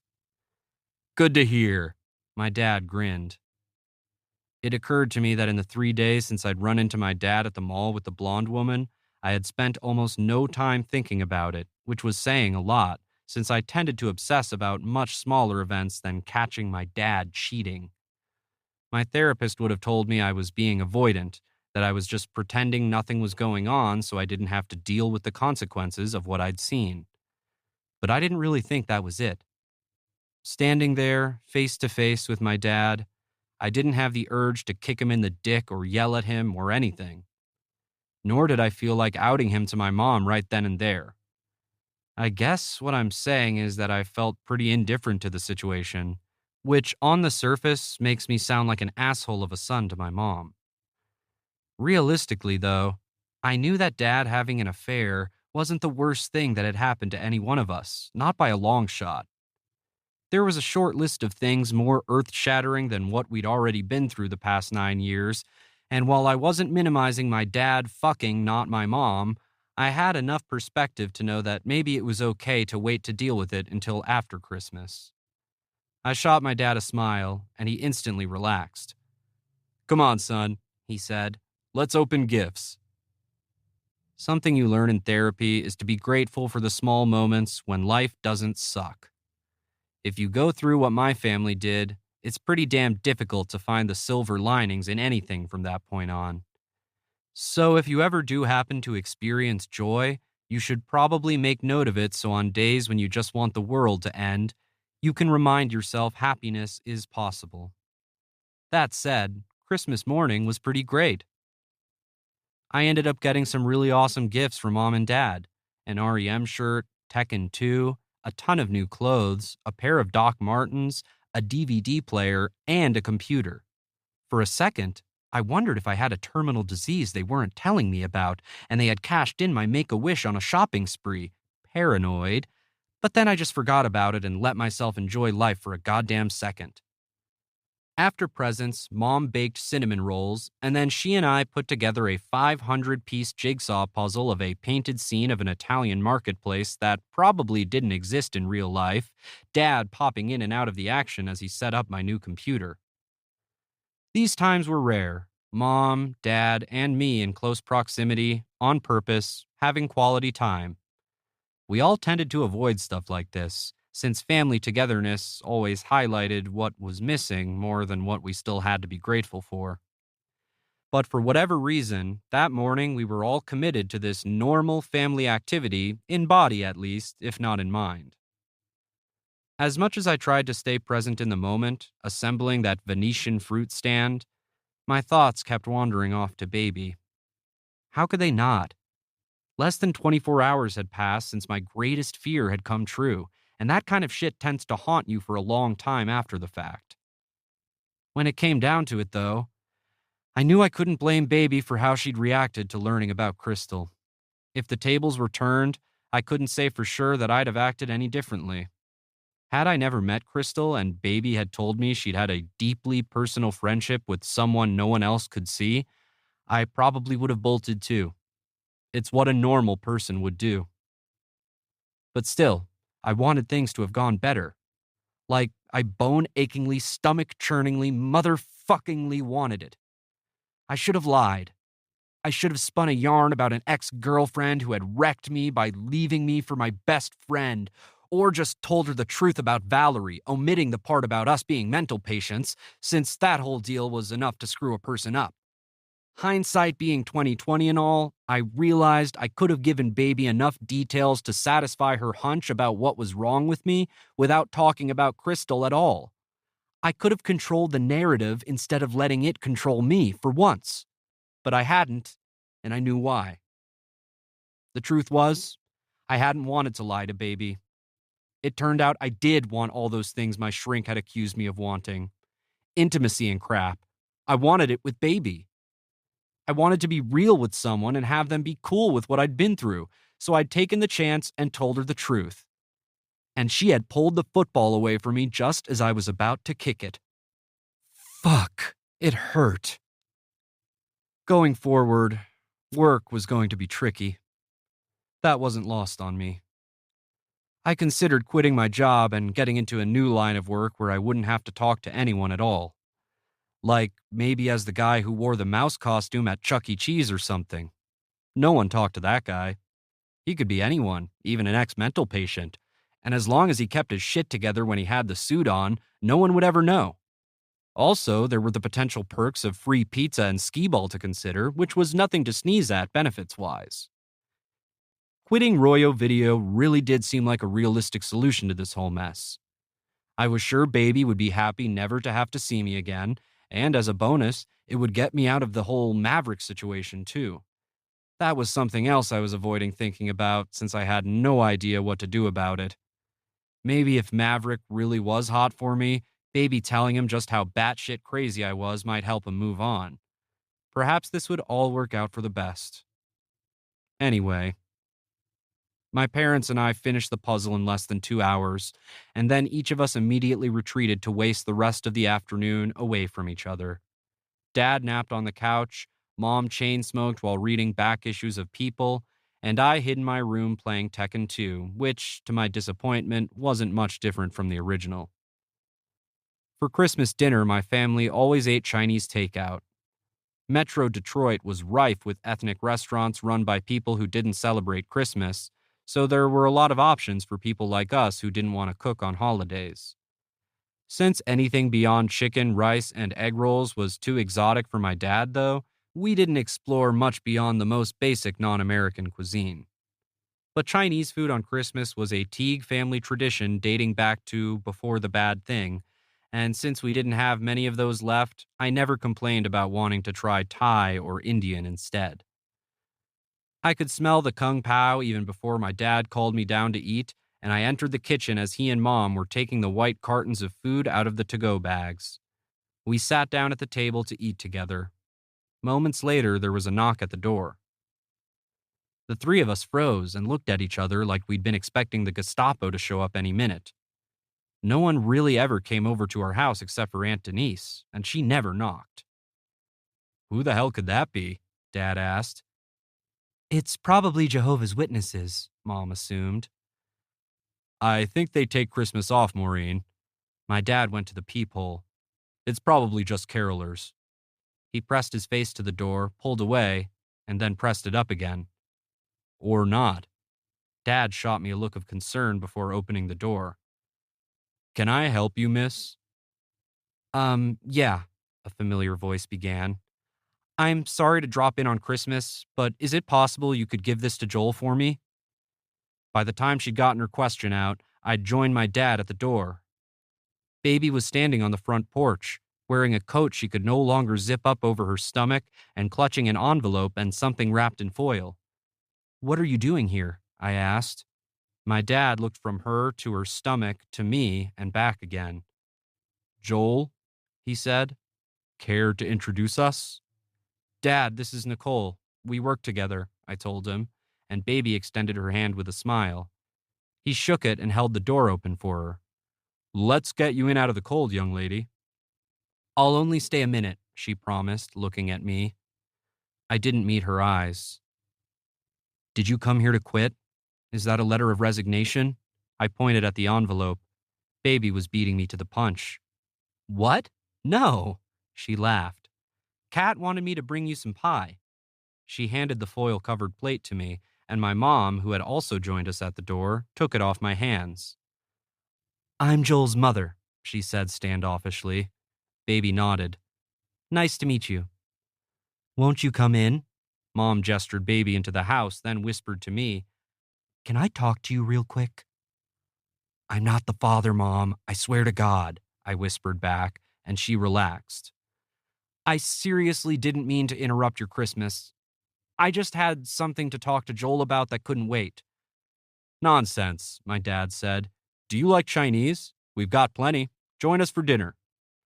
Baby looked at me, unsure of what to say. And because I didn't know why she'd come, I didn't know what to tell her. Is Kat expecting you home for dinner? I decided to ask. No, she's over at the restaurant with Bob surveying the damage, she informed me. It's a mess. What happened? Mom asked Baby. She had bat-like hearing when she wanted to. There was a fire at the restaurant my mom works at, Baby said, glancing at me. Didn't Joel tell you? No, my parents said in unison. Are you talking about the kitchen fire that happened over at Headlights? My dad asked. Yeah, I confirmed, not wanting to know, but guessing how he already knew about it. My mom's the manager there.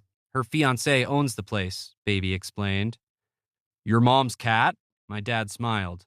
Good for her and Bob. Mom and I both frowned. How often do you go there, Craig? Mom looked a little disgusted. Dad pretended not to hear her. Anyway, Mom won't be back until late, Baby continued, looking at me.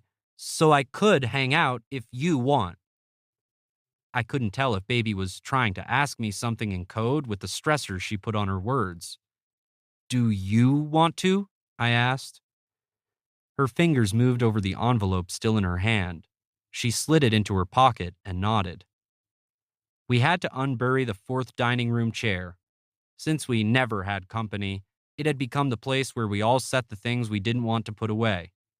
Dad grabbed an extra place setting, and Baby sat down next to me. So how long have you worked at the video store? Mom asked Baby, handing her the container of rice. 3 years, Baby answered, since I was 15. You're 18? I asked her, surprised. For some reason, I'd always assumed I was older than her. Yeah, since October. I knew you then, I reminded her. You never said anything about your birthday.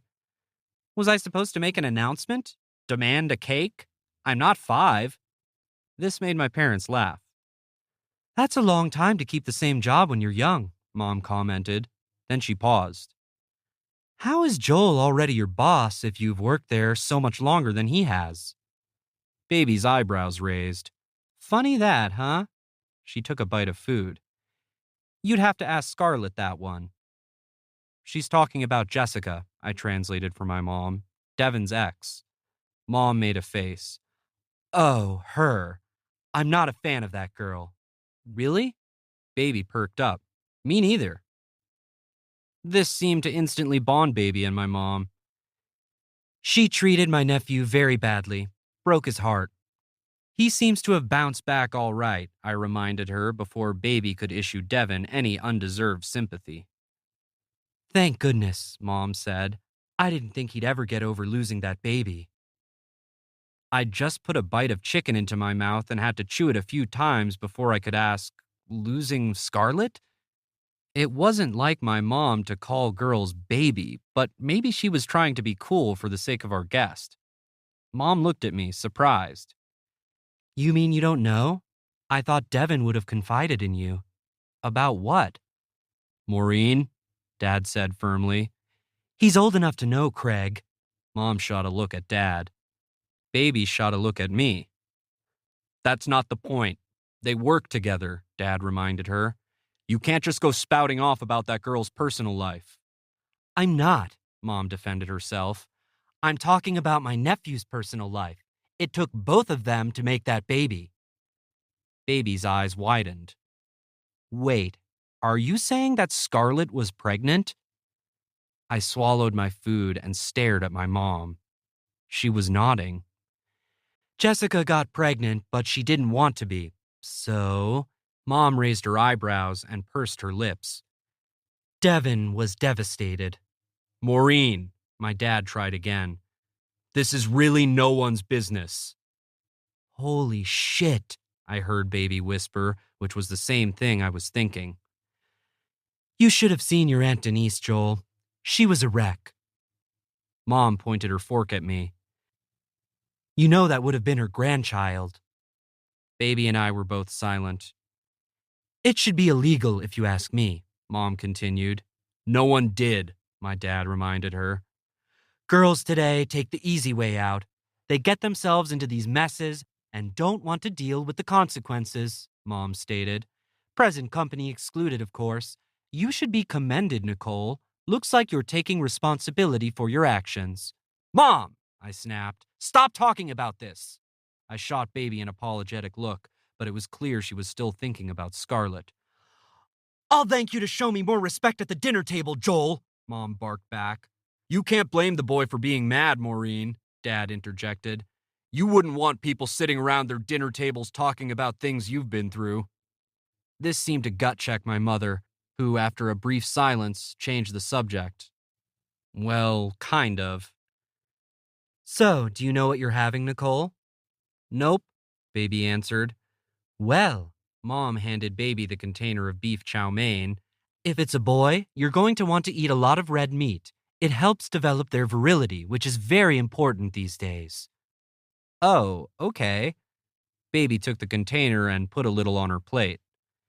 You must think it's a girl then, Mom smiled, pointing to the small amount Baby had taken. Lots of pink in your future. Sugar and spice and everything nice. Seriously, Maureen. Dad sighed. What's gotten into you? What? I was only thinking of the baby, and baby boys need certain things if they're going to be healthy. She glared at my dad.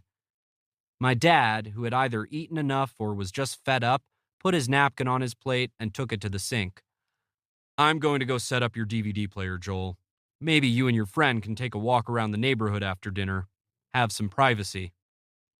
Once Dad was out of earshot, Mom kept going. Have you done any reading on pregnancy? She asked Baby. The latest research shows that there is a link between a mother's diet and a child's tendencies. Baby swallowed a bite of food. I haven't read that. She took a drink. And then, since Baby was always polite to adults, she asked, what kinds of tendencies? Looking at me out of the corner of her eye, Mom said, You know, girls being tomboys, boys being effeminate. Diet affects those things. Oh, Baby made a face. I've literally never heard anything like that. That's because it's not true, I told her, glaring at my mom. I carried my plate to the sink. It is true, Mom reiterated. Something to think about if you want to raise healthy children. I'm only telling you what I wish I'd known when I was younger. I stomped over to Baby. Are you done? I asked her, indicating her food. Sure, she said, but then she took 3 more quick bites.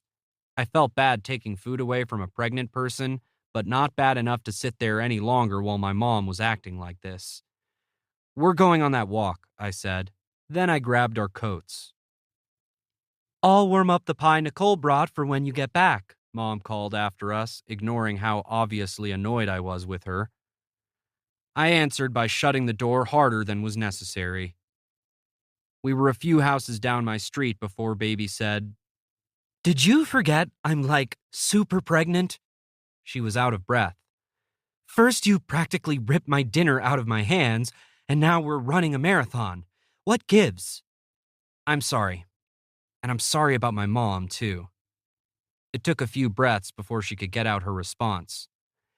It's not your fault, but I am starting to understand why you freaked out about Maverick. It's like the woman has gay panic. You don't know the half of it. I'm sure. Baby pointed at the boulevard where there were some covered picnic tables, and we went over to them. We sat there for a few minutes without saying anything, but it was clear Baby was trying to work up the nerve to tell me that she didn't want to see me again. Because I'm a rip-off-the-Band-Aid all-at-once kind of guy, I made things easy for her. Just so you know, I'm going to put my 2 weeks' notice in tomorrow. Baby's face fell. You're quitting? Why? I leveled with her. Come on. Clearly, we're not going to be able to work together anymore, and you've worked there a lot longer than I have, so it's only fair that I should be the one who goes. Why can't we work together anymore? Baby demanded. I looked at her. Don't act like you're cool with what I told you last night, because I know you aren't. If I just leave, we can pretend last night never happened. Is that what you want? She asked me. Then, before I could answer, she clarified, That's not what I want. It's not? No. Oh.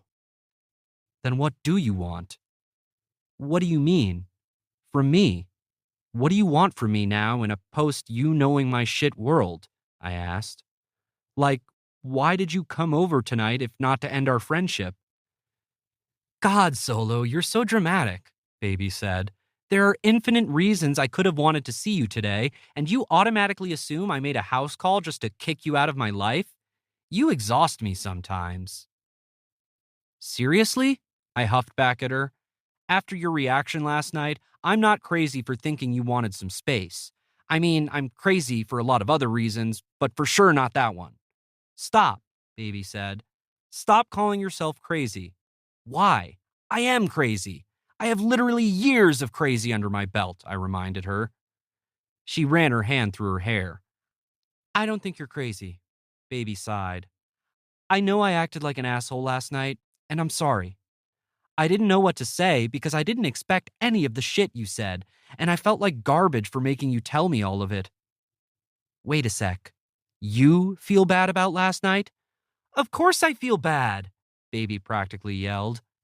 I mean, all this time I thought you were keeping regular teenage shit from me. Like you wouldn't trust me with basic ex-girlfriend or dysfunctional family stuff. Meanwhile, you knew so much about me, and I felt completely in the dark about you. Oh, I said, the brick inside me starting to dissolve. Baby frowned. I mean, it's not like I know how I should have responded last night, but probably anything would have been better than saying nothing. I don't know, I said, feeling notably lighter inside. Throwing holy water and trying to exorcise the demon in me would definitely have been worse. Did someone actually do that to you? Are you kidding? I said. It was among the very first treatments my parents tried. This was true, but it wasn't a very interesting story, which is why I haven't mentioned it. Basically, Mom brought me to a priest, he dabbed me with water and said some things in Latin, I think. And then we left and I met up with Crystal in my closet. Baby's eyes widened. See? I have so many questions, but I don't know what I'm allowed to ask or what's too insensitive or whether I even have a right to know anything at all. I had not expected this. It hadn't occurred to me that Baby might want to know more about what was wrong with me after getting the first taste. You can ask me whatever you want, I guess. I rested my arms on the picnic table. I just can't believe you want to know things. For years, my parents have been paying people to listen to me talk about this stuff.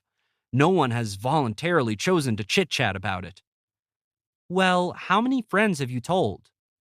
Just you. That's why, Baby asserted.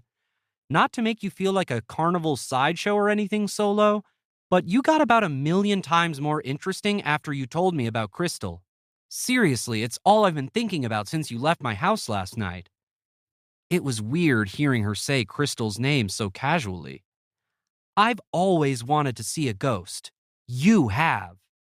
I half smiled. You think Crystal is a ghost? Don't you? What else would she be? A mental disorder, according to multiple shrinks. Nah, I'm going with ghost, Baby decided. I mean, granted, I'm leaning heavily on what I know of ghosts from movies, but cinematically speaking, it's the most likely explanation. I don't know. A lot of the therapy kids had drawn this conclusion about Crystal. But how was I supposed to know if she was a ghost? The kind of people who saw ghosts and the kind with mental problems overlapped a lot. Come on, Solo. There are dozens of movies about ghosts. You don't think any of them were inspired by real events? I mean, I personally always hoped that Field of Dreams was a true story. Or maybe, the movie Ghost. Or Heart and Souls with Robert Downey Jr. Any of those movies could be accurate for all I know. I've seen none of those movies. Baby closed her eyes and shook her head. You will, she decided. You're going to have to watch a lot of movies if we're going to get to the bottom of Crystal. She ran her hand through her hair again. Which we are. After years of therapy and dozens of doctors trying to figure out Crystal, you think you're going to do it by watching movies? We are going to do it. Baby smiled. So you still want to hang out with me? I verified. You aren't freaked out about Crystal? Or me? Or any of this? I'm really not. She waited about a minute, then said, I believe everything you said last night. You'd have to be crazy to make that shit up. And like I said, I don't think you're crazy. Baby shrugged. Besides, you've probably noticed that I don't like most people. So I'm not going to bail on the best friend I've got just because he's complicated. When she said this, my heart literally skipped a beat, and I don't fucking care if that sounds dramatic. When you're a guy like me and someone says those words to you, you're lucky if you don't drop dead of shock right on the spot. You're my best friend too. Saying those words back to Baby felt almost as good as hearing her say them to me. The moment lingered, but then Baby interrupted it. We can get matching BFF necklaces at the mall later. Joel and Nicole, best friends forever. Baby and Solo, she corrected me. I smiled. Baby shivered. I should probably get going. I'm freezing. I didn't blame her for not wanting to stay for pie, considering the impression my mother had made on her. Nor was I surprised that we didn't talk about the revelation about Scarlet. Maybe we would later. All I knew then was that it felt like I was living in a completely different reality than I had been 24 hours before, and in a good way for once. I walked Baby to her car. Before I forget, here's this. She placed the envelope from earlier into my hand. What is it? She opened her car door. Remember how, after the fire, the paramedics made me get an ultrasound? I nodded. Everything was fine, but while they were poking around in there, they found out the baby's sex. I had them write it down. She indicated the envelope. I want you to have it. Okay. Why? Baby shook her head. I didn't look at it. I don't want to know. She shrugged one shoulder. But I want you to. Really? I want you to know everything, she said, and then she got in her car. Merry Christmas, Solo. Baby shut the door and started the engine. I smiled. Merry Christmas, baby. The snow creaked under her tires as she drove away, and I watched until the Accord disappeared around the corner. Then I opened the envelope. Girl, I wouldn't tell a soul. Chapter 24. The next few weeks were the best ones of my life. This is likely not breaking news to you, but life is way better when you have someone to share it with, especially someone who knows what's wrong with you and likes you anyway. After Christmas, Baby and I were together a lot, at work and otherwise. If this were a movie, it would be the point in the story where they played a montage of the two of us laughing at Royo Video, watching movies together, and hanging out at Buddy's Pizza, normal people stuff. Sure, Crystal came up sometimes, but she wasn't the focus of our friendship. It turned out that not having to hide something that big about myself from Baby made it seem like less of a big deal in general. The montage would be set to a peppy REM song, obviously. Probably Shiny Happy People or Radio Free Europe. It would be filled with crescent smiles and me being everything I could have been, and you'd get a fucking tear in your eye watching it, because look how far Joel has come. Well, you might get a tear in your eye. I assume you've been rooting for me all along, but people aren't always happy for others when things start going their way. Sometimes they get suspicious instead, as was the case with just about everyone we worked with. You and Baby are fucking, aren't you? Hannibal asked me while the two of us were assembling a promotional display for the John Travolta movie Phenomenon. No, I assured him as I folded cardboard tabs into their corresponding slots. We're just friends. Come on, my friend. Is the kid yours? No, I said more firmly. We are just friends. Hannibal handed me another section of the display. Uh-huh, he said. Right. Was this the kind of thing normal people lied about? Not having sex with someone? Seriously, dude, why would I lie about this? He shrugged and made the I don't know noise. Because you're her boss? Does that matter here? This isn't corporate America. Nah, probably not. He rubbed his chin thoughtfully. Maybe the real reason you're keeping it on the down low is so Scarlett doesn't find out. Why would that matter? Come on, dude. Baby and Scarlett hate each other. If one girl found out you were screwing the other one, you'd probably lose your shot at ever fucking her, too. I followed this logic. So you think that I've somehow convinced Baby to sleep with me and not tell anyone, just so I have the possibility of also someday sleeping with Scarlett? We are talking about Scarlett, was Hannibal's response. A guy would go to great lengths to keep that option open. Well, still, that's not what's happening. Later, I would address similar accusations from Poppins, Maverick, and Scarlett. You guys are like Zach and Kelly from Saved by the Bell, Poppins asserted. Just admit it. What does that even mean? I asked. You know, on again, off again, but totally in love, Poppins explained. No, that's not us, I assured them. We're more like the other two people on that show. Jesse and Slater? Poppins asked. Sure. They were also a couple. Oh, what about that nerdy guy? Wasn't he just friends with someone? You mean Screech and Lisa? Poppins shook her head. Screech was super in love with her. It was a major plot point. Evidently, I knew very little about this show. Then how about... My mind went blank. I don't know.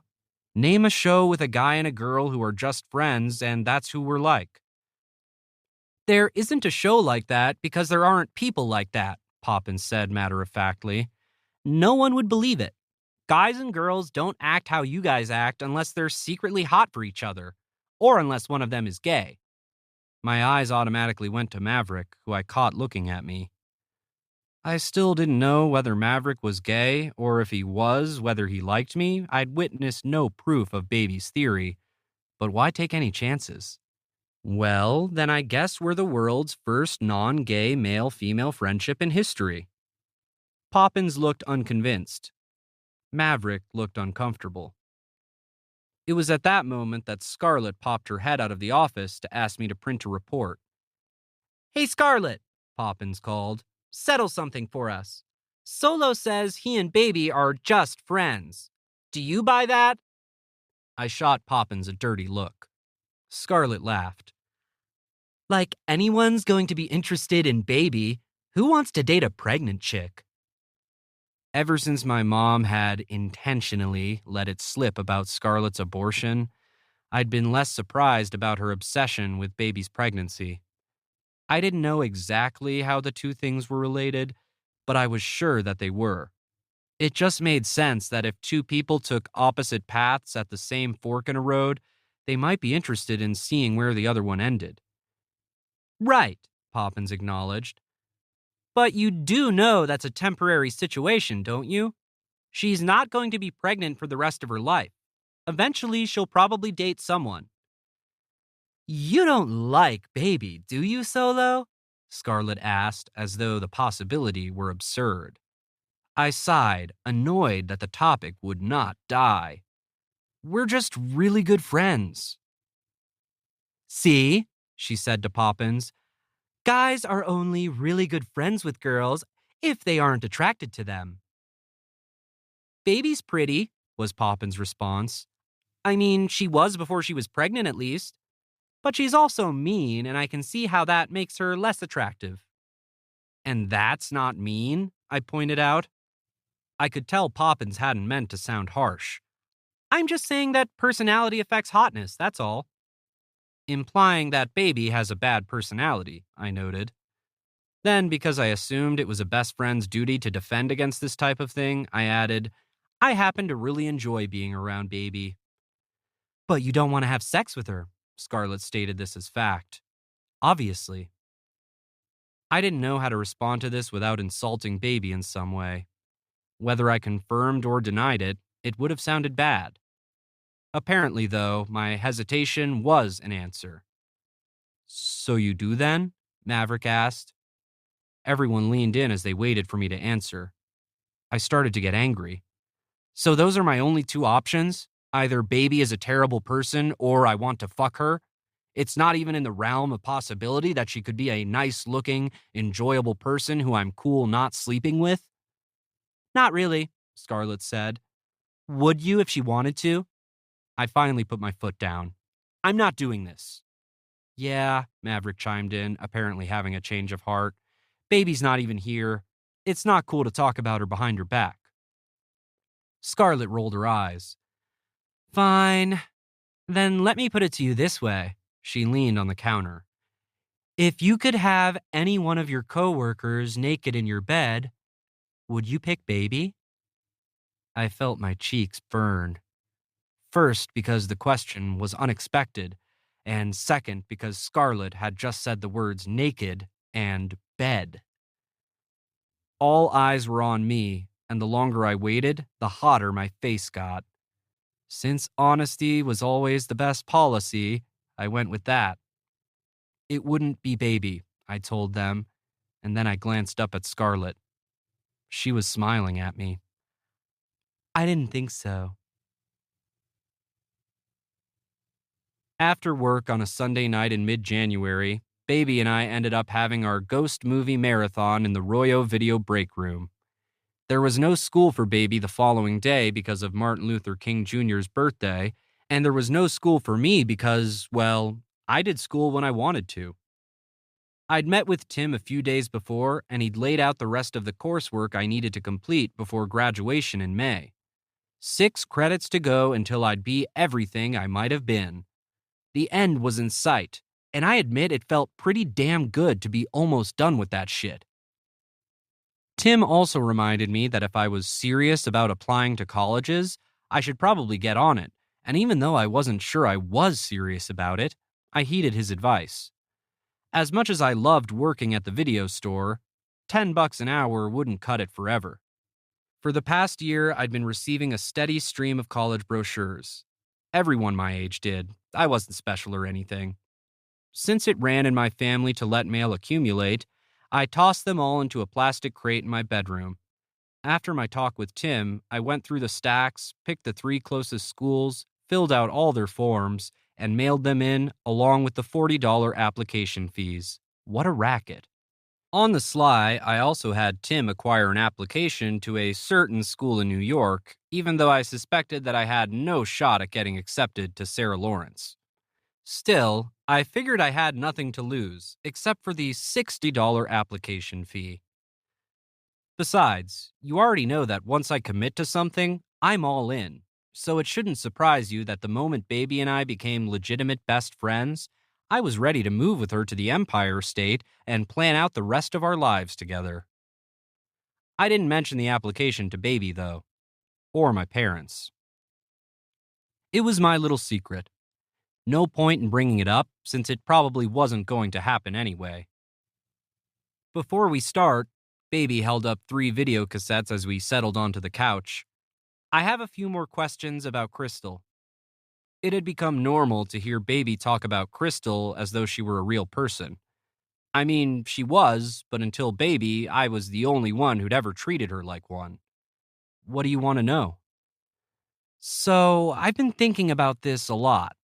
For Crystal to be a ghost, which as far as I'm concerned is still the only logical explanation, she would have to be the ghost of someone, Baby explained. So the question is, who? I looked at her. Am I supposed to know the answer to that? Think about it, she said as she chewed thoughtfully on a Twizzler. When you lived in Virginia, did you ever hear about anyone like Crystal dying? Like an unsolved murder or something? Or a girl gone missing type story? Any urban legends? I shook my head. No, but I was a kid. I'm not sure I would have heard about that stuff, you know? Yeah. She made a face. It's too bad you didn't meet Crystal in Michigan, where public records about things like this would be easier to access. Next time, I'll try to meet a local ghost so it's more convenient for you. Baby hit me with her licorice. I'm being serious. If we could figure out who Crystal was, we might understand why she chose you to avenge her death. Crystal never seemed to need avenging, I clarified. We mostly just hung out together. I never got the impression she was seeking revenge on anyone. Baby seemed dissatisfied with this. It's driving me crazy not being able to figure her out. Exactly. Oh, she said, running her fingers through her hair. Right. After Field of Dreams and Ghost, Baby and I weren't really any closer to the truth about Crystal than we were when the night had started, but I liked both movies, and as always, it was fun to talk about them with her. I assume I would have said the same thing about Heart and Souls, but it was almost 3 in the morning when we started it, and we both ended up falling asleep. We probably would have slept there until morning when the openers got to work. It would have been a scandal, no doubt, even though we were both fully clothed and at opposite ends of the sofa. But that didn't end up happening because the phone rang long before that and woke us both up out of our dead sleeps. In my half-awake haze, I tried to locate the cordless but couldn't. Why are you answering it? It's the middle of the night, Baby mumbled groggily. It might be my mom, I reasoned. Tell Maureen I said hello, Baby said and shut her eyes again, and that she sucks for waking me up. I went into the store to answer the desk phone. Royo Video, this is Solo, I said with a yawn. Solo? A voice on the line asked. It wasn't my mom. Yeah, who's this? Come upstairs. Scarlett? I was suddenly awake. What's wrong? Are you okay? From the break room, I heard Baby yell, Damn it, now I have to pee, and stomp off to the bathroom. Are you with Baby? What? Yes, we fell asleep watching movies, I said. Then I looked at my watch. It's 5:15 in the morning. Why are you awake? I was out. I just got home, she said. I'm alone and don't want to be. Come upstairs. Out with Chase? I asked for some reason. Does it matter? I want you here. Why? Seriously, Solo? She spoke louder. I'm asking you if you want to come upstairs, right now, for sex.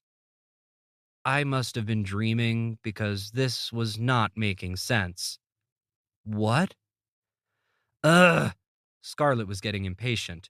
Come on, don't act like you're not interested. We both know you were talking about me the other day when I asked who from work you wanted to sleep with. Now's your chance. Get up here. I started a sentence without knowing what I was going to say. I'm giving you 5 minutes before I lock the door. Don't disappoint me. The line went dead. You know how in cartoons they sometimes indicate a character leaving a scene really fast by drawing their outline in dust, which slowly dissipates to reveal said character is long gone? That cloud of dust should have been all Baby saw of me when she came back from the bathroom. But as it was, the shock of Scarlett's invitation prevented me from moving at all. What was that all about? Baby nodded at the phone and yawned. It was Scarlett, I said, without thinking about whether it was a good idea to tell her. The same applied to what I said next. She wants me to come upstairs for sex. Baby was suddenly wide awake. Are you joking? No. Was she? I really don't think so. She said I had 5 minutes to get up there or I'd lose my chance. Baby and I stared at each other. Are you going? I don't know. You don't know, she parroted. Yeah, that's what I said. I don't know. Wait, how could you not know? There was an edge to Baby's tone. It's up to you, so you have to know whether or not it's going to happen. Well, she just kind of sprang it on me, so I haven't had much time to think about it. But you're considering doing it? You would actually fuck Scarlett? Maybe. I didn't think you liked her for real. I don't. That's not the point. It isn't? She demanded. You'd sleep with someone you don't even like? I could hear the seconds of my 5-minute window ticking away. It wouldn't be the first time. You know that. I'm not holding anything you did in a mental hospital against you, Solo. People do weird sex shit in prison all the time because they have no other options. But things are different now. Do you see any other girls offering to sleep with me at the moment? Because I don't. So that's it? You'll just sleep with anyone who will let you? Feelings don't matter at all as long as the girl is hot and ready? Baby looked disgusted. I'm learning a lot about you right now, Solo, and I don't like any of it. I didn't know you cared so much about who I slept with, baby. Tick tock, tick tock. Shit, why are you making such a big deal out of this? I'm not even sure I'm going to do it. This was a lie. I was pretty sure. Because I don't want you to sleep with Scarlett, Baby answered me point blank. Why do you care? Have you ever heard the expression, just because you can doesn't mean you should? Yeah, I said. So why shouldn't I? Because she's awful, and you'll probably get crabs, was Baby's defense. And I don't know, shouldn't sex mean something? The race against time was on, and I didn't stop to think through what I said next. Did it mean something when you slept with Indy? Baby's face looked pained, like it was a low blow to bring him up. I guessed maybe I didn't know that whole story.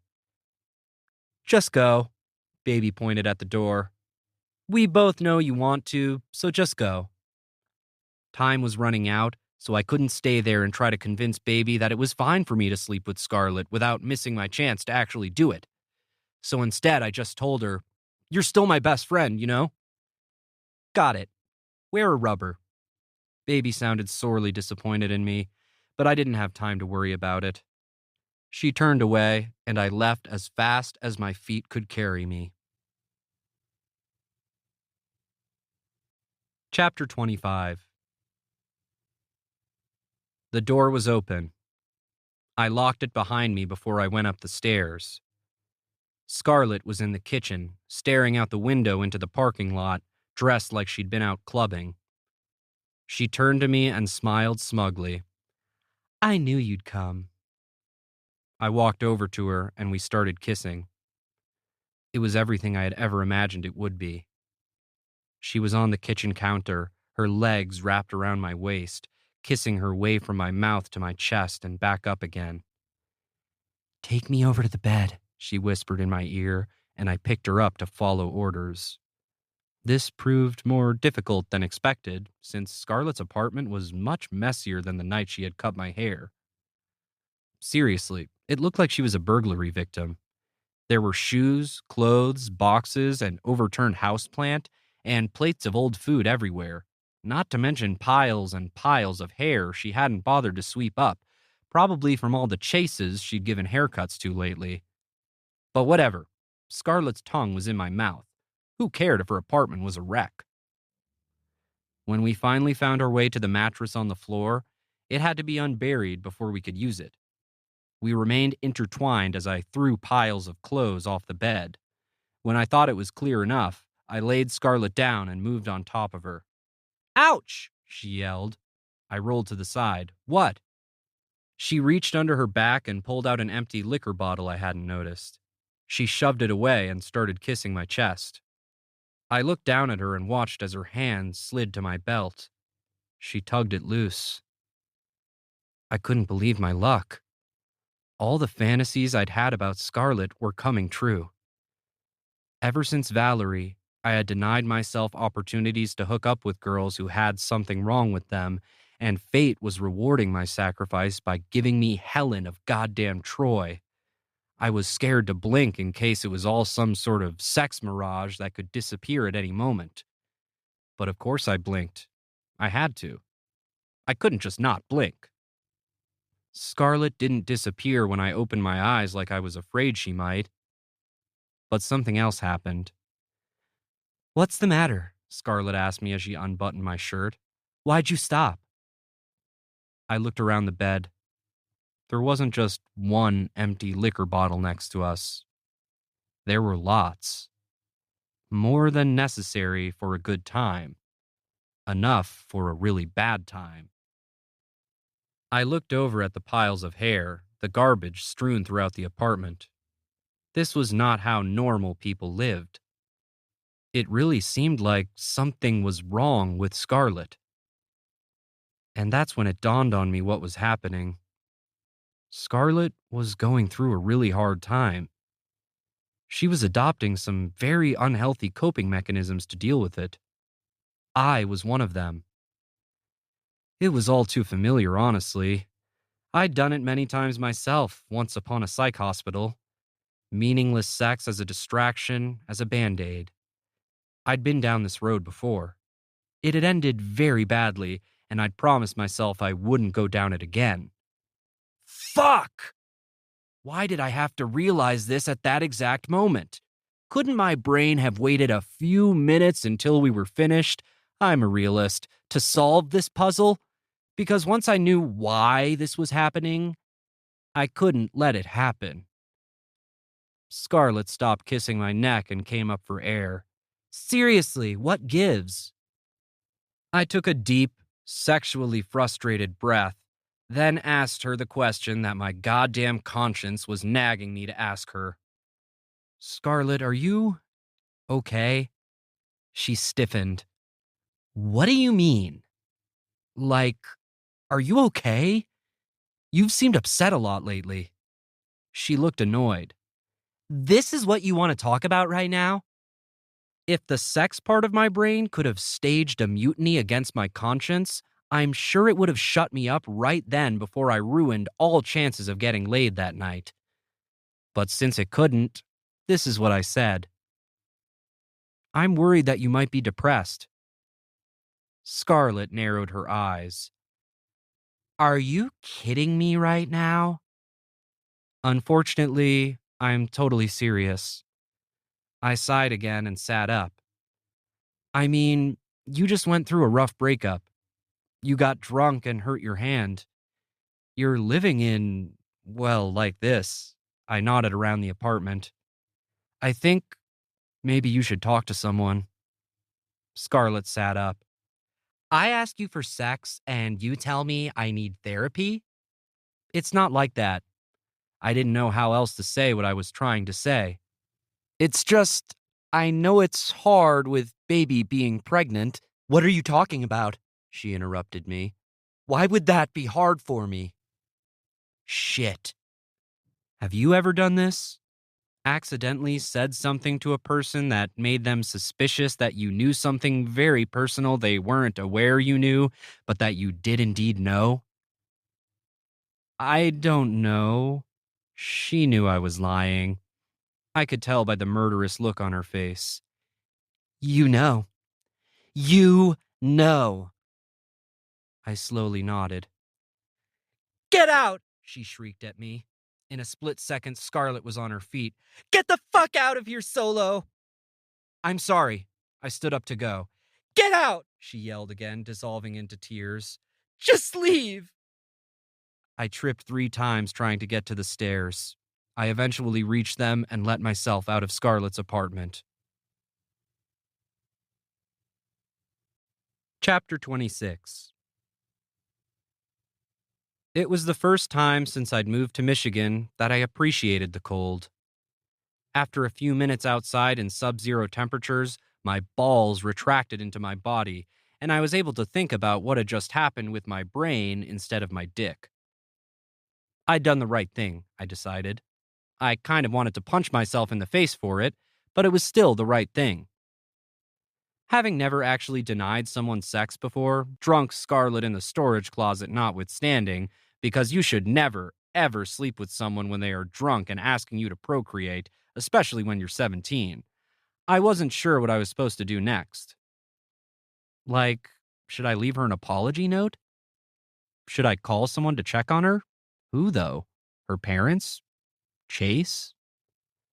Maybe drop an IOU for when she was doing better so we could try this whole thing again? I was getting cold now and couldn't make a decision. I reached into my pocket for my car keys when it hit me that in my haste for sex, I'd left them on the coffee table in the break room. Also in the break room, my coat. Shit. A quick glance at the cars in the parking lot told me Baby had hung around after I ditched her, so I went to the back door of the store and knocked. And knocked. And knocked. Finally, a very annoyed Baby came waddling down the hallway, her pregnant stomach preceding her. She stopped at the door but didn't open it. "You were gone a whole 8 minutes." Her voice, but not her tone, was muted through the door. "Scarlett's one lucky lady."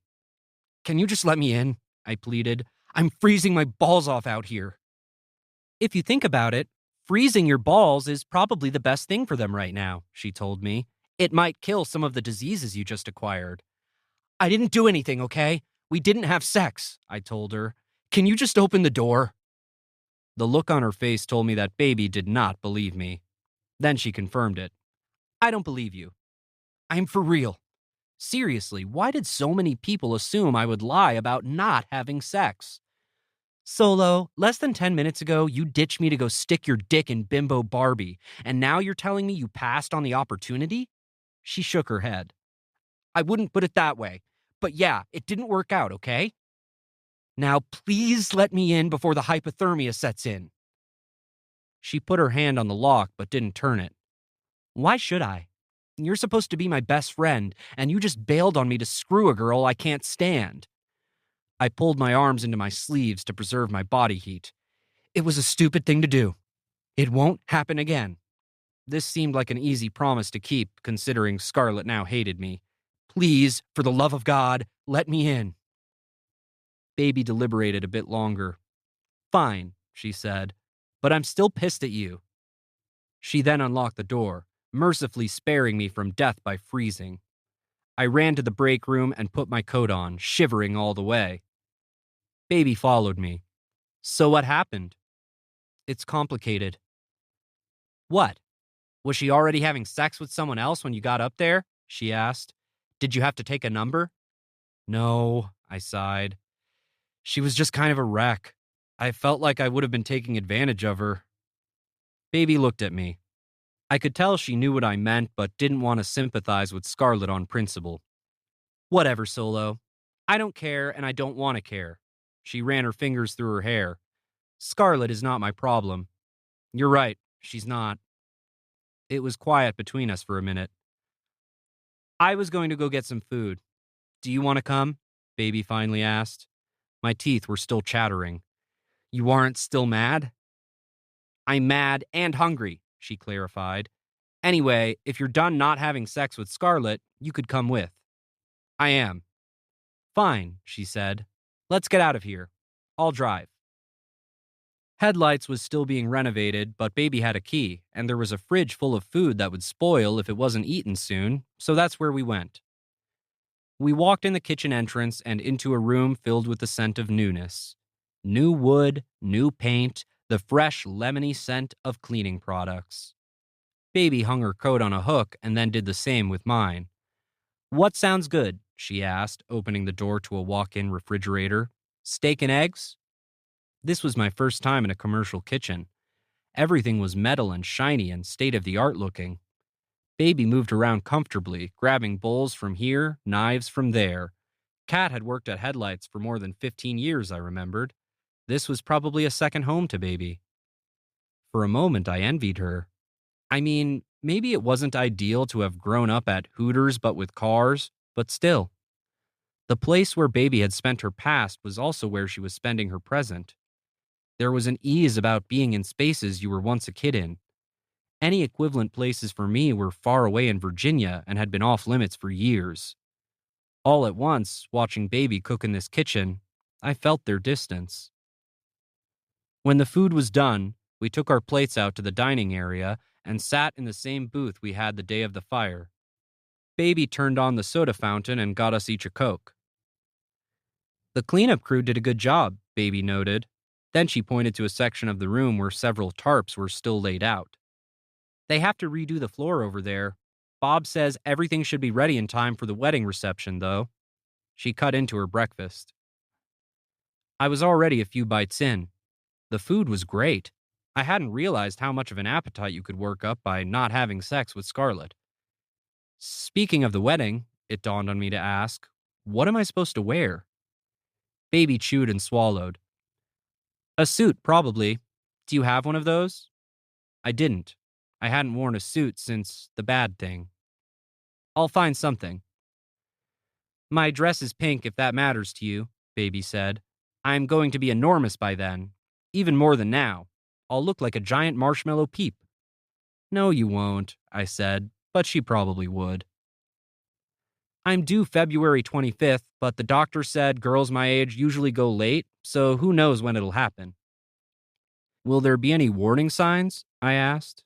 It hadn't occurred to me before that I might be with Baby when she went into labor, and I wanted to know what to be on the lookout for. She shrugged. I'm assuming the god-awful amount of pain will be all the clue I need that the person inside of me is trying to break out. That sounds absolutely terrifying, I said before considering whether I should. Baby glared at me. I appreciate the encouragement. A lull in the conversation followed. I wanted to say something reassuring to Baby about childbirth, but as I'd never seen a motivational poster on the subject, I was at a loss. Why do you think she did it? Was how Baby broke the silence.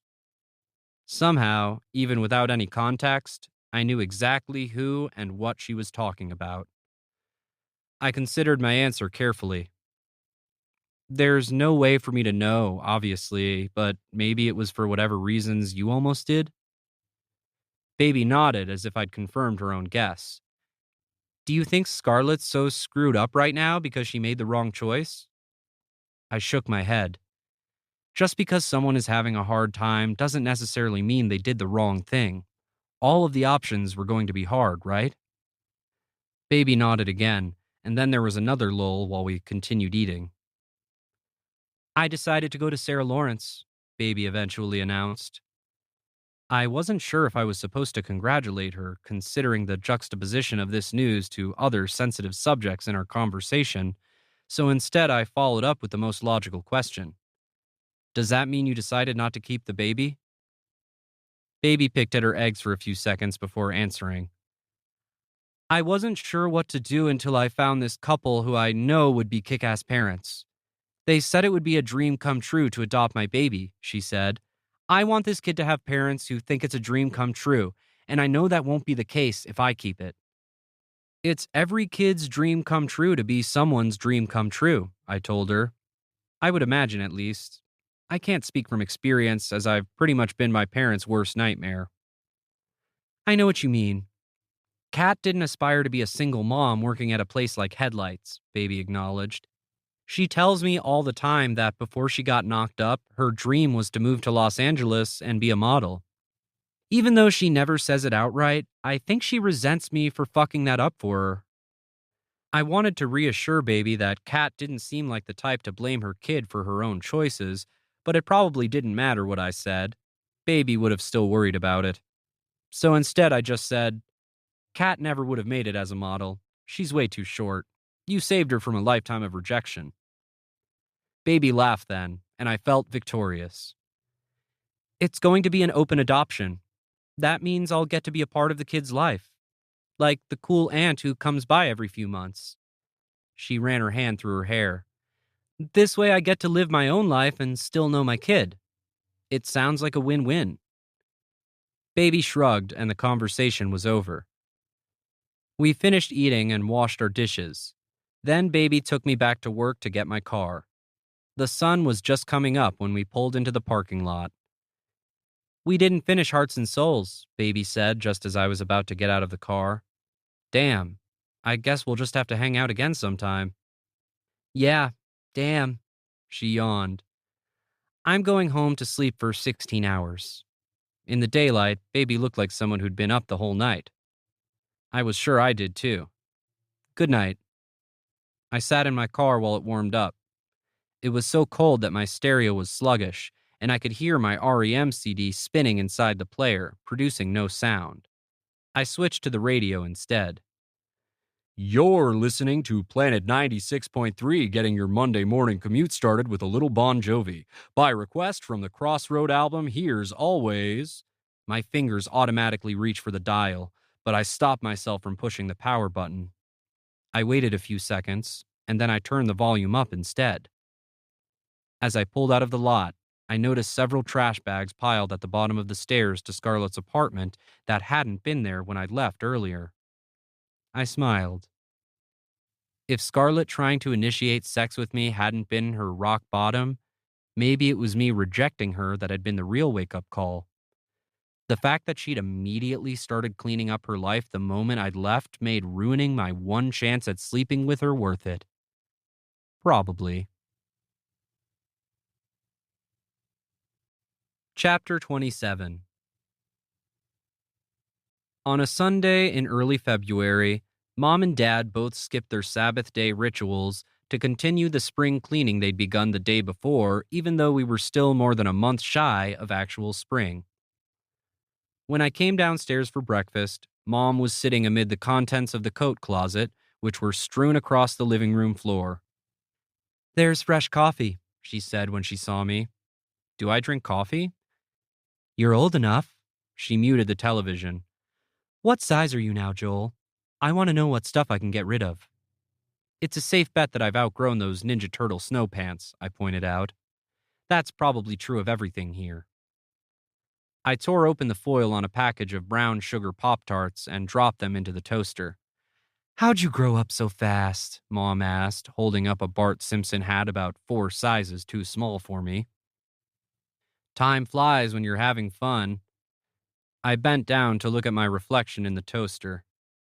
I still hadn't completely gotten the hang of having shorter hair and the gel it required to achieve its Brad Pittness. If it had fit, I might have worn the Bart Simpson hat just to cover up my hair. Mom came into the kitchen. "Anything special I should save if I come across it?" "I'd like to hold on to the Matisse, but it's cool to sell the Renoir. It's not his best work." "You little shit." Mom smiled at me before lighting a cigarette. "I'm serious." I thought for a second. "I'd like to keep the He-Man stuff if you're talking about throwing out old toys. They might be worth something." "Are those the army guys?" "No, that's G.I. Joe. He-Man guys are the bigger ones with muscles. Dad'll know." She jotted this description down verbatim on the back of a Farmer Jack receipt. "Anything else?" My breakfast popped up from the toaster. "Oh, yeah." I thought carefully about how I should word my next request. "I remember having this toy gun. It was black with a yellow drill thing inside it.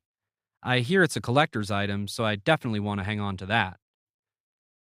Mom abbreviated that description when she wrote it down. She didn't seem to realize I was talking about the Star Wars blaster she'd forbidden me from playing with as a kid. "What else?" "Oh, I need a suit." She took a drag from her cigarette and looked up at me. "A suit? You want to keep your old bathing suits?" "No, unrelated to the cleaning. I just remembered I need a suit. The formal kind." "For what?" "For baby's mom's wedding. I mean, Nicole's mom." "Like a tuxedo?" "I don't think so. I'm not in the wedding. I'm just Nicole's date, so I have to dress up." "Date?" Mom's eyebrows rose. "Guest," I corrected myself. There were footsteps on the basement stairs then, and my dad emerged from the doorway holding a box. "Oh, hey, Joel." He was clearly surprised to see me. "I thought you'd already left for work." "I'm about to." It had been more than a month since I'd caught my dad with another woman, and we'd both managed not to bring up the subject since. At this point, it was like the mail at the Virginia house. His affair was just there. Not dealing with it had become just the way things were between us. I was strangely okay with this. "Joel needs a suit for a wedding he's going to," Mom told Dad, which started a somewhat awkward exchange between them. "Is that something you want to buy with him?" He set down his box. "Not if it's something you want to do." Mom put out her cigarette and reached for another one. "I thought it sounded like a father-son thing." "I'd love to take him." Dad hesitated before adding, "If it's okay with you." "If that's what you want." I eyed them both. "Why are you guys being weird?" We're not. Mom lit her second cigarette. How about we all go? That way no one's left out. Sounds good. Dad fake smiled. Great. We'll go tonight. We can go out for dinner too. It'll be a special evening, Mom decided. Perfect. I'll be there. Dad picked up his box and walked outside with it. I followed him out of the house, but neither of us said anything more. It was a slow, uneventful Sunday shift at the video store, but I was working with Baby, so I was happy there was a lot of downtime.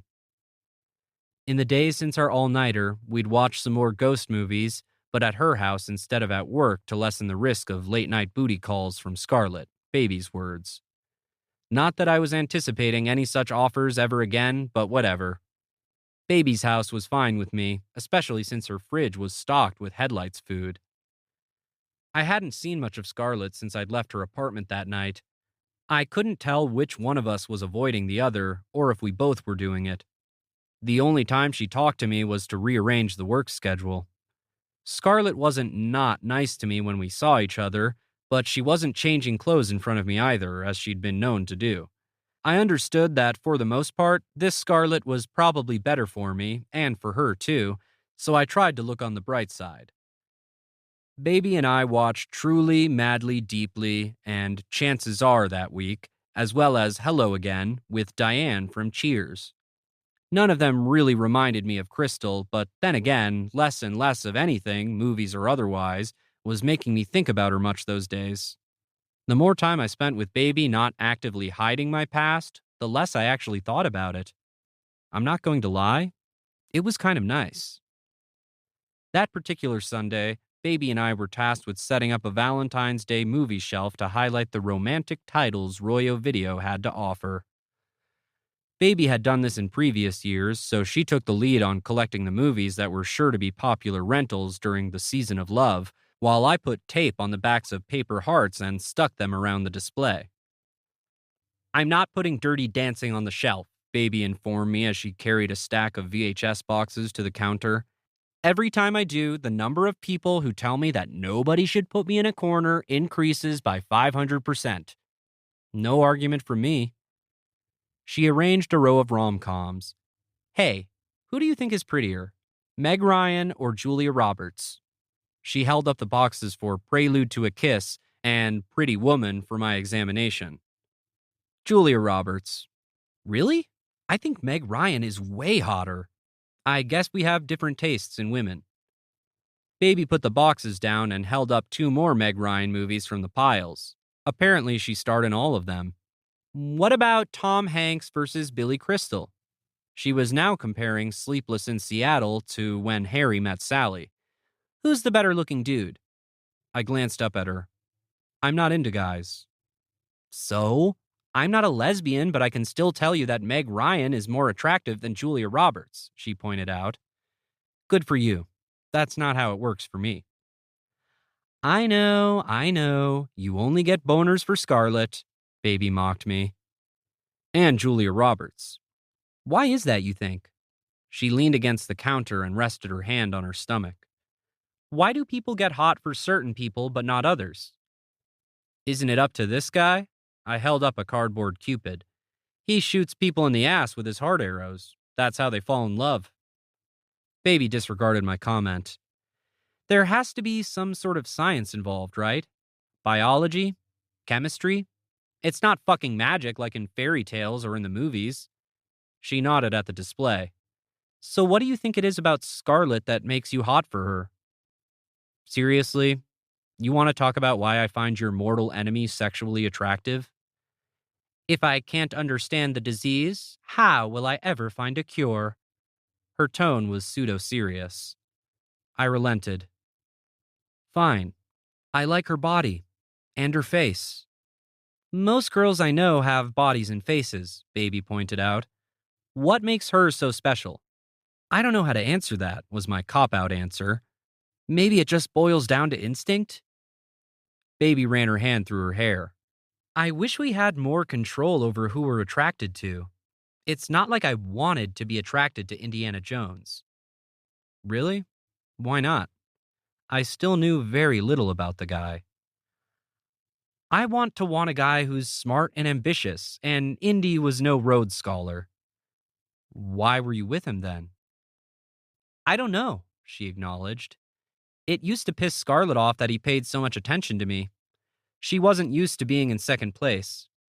Even though she was with your cousin, she still flirted with every dude who came in here, and she couldn't fucking handle that Indy wouldn't give her the time of day. Baby got quiet then, like she was trying to find some words. Sometimes I think that's why I slept with him. I think I did it just to spite Scarlett. I wanted to have something that she couldn't have. This felt like a confession. So you didn't even like Indy? I liked that he liked me, Baby admitted.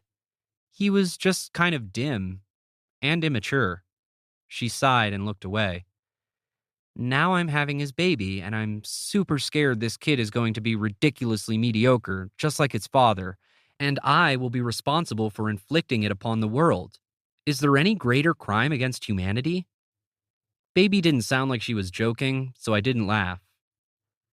I think you're forgetting that this kid is going to be half you. So, it can't be all bad.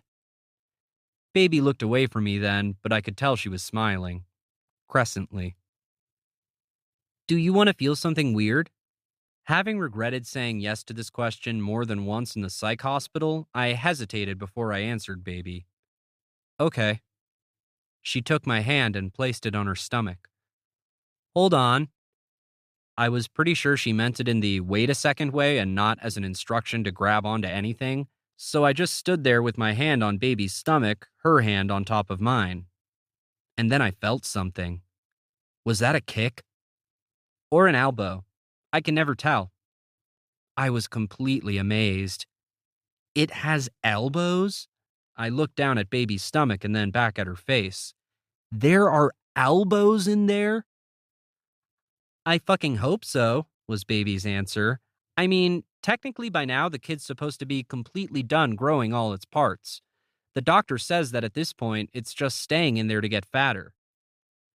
I felt another thump against my hand and my eyes got wide.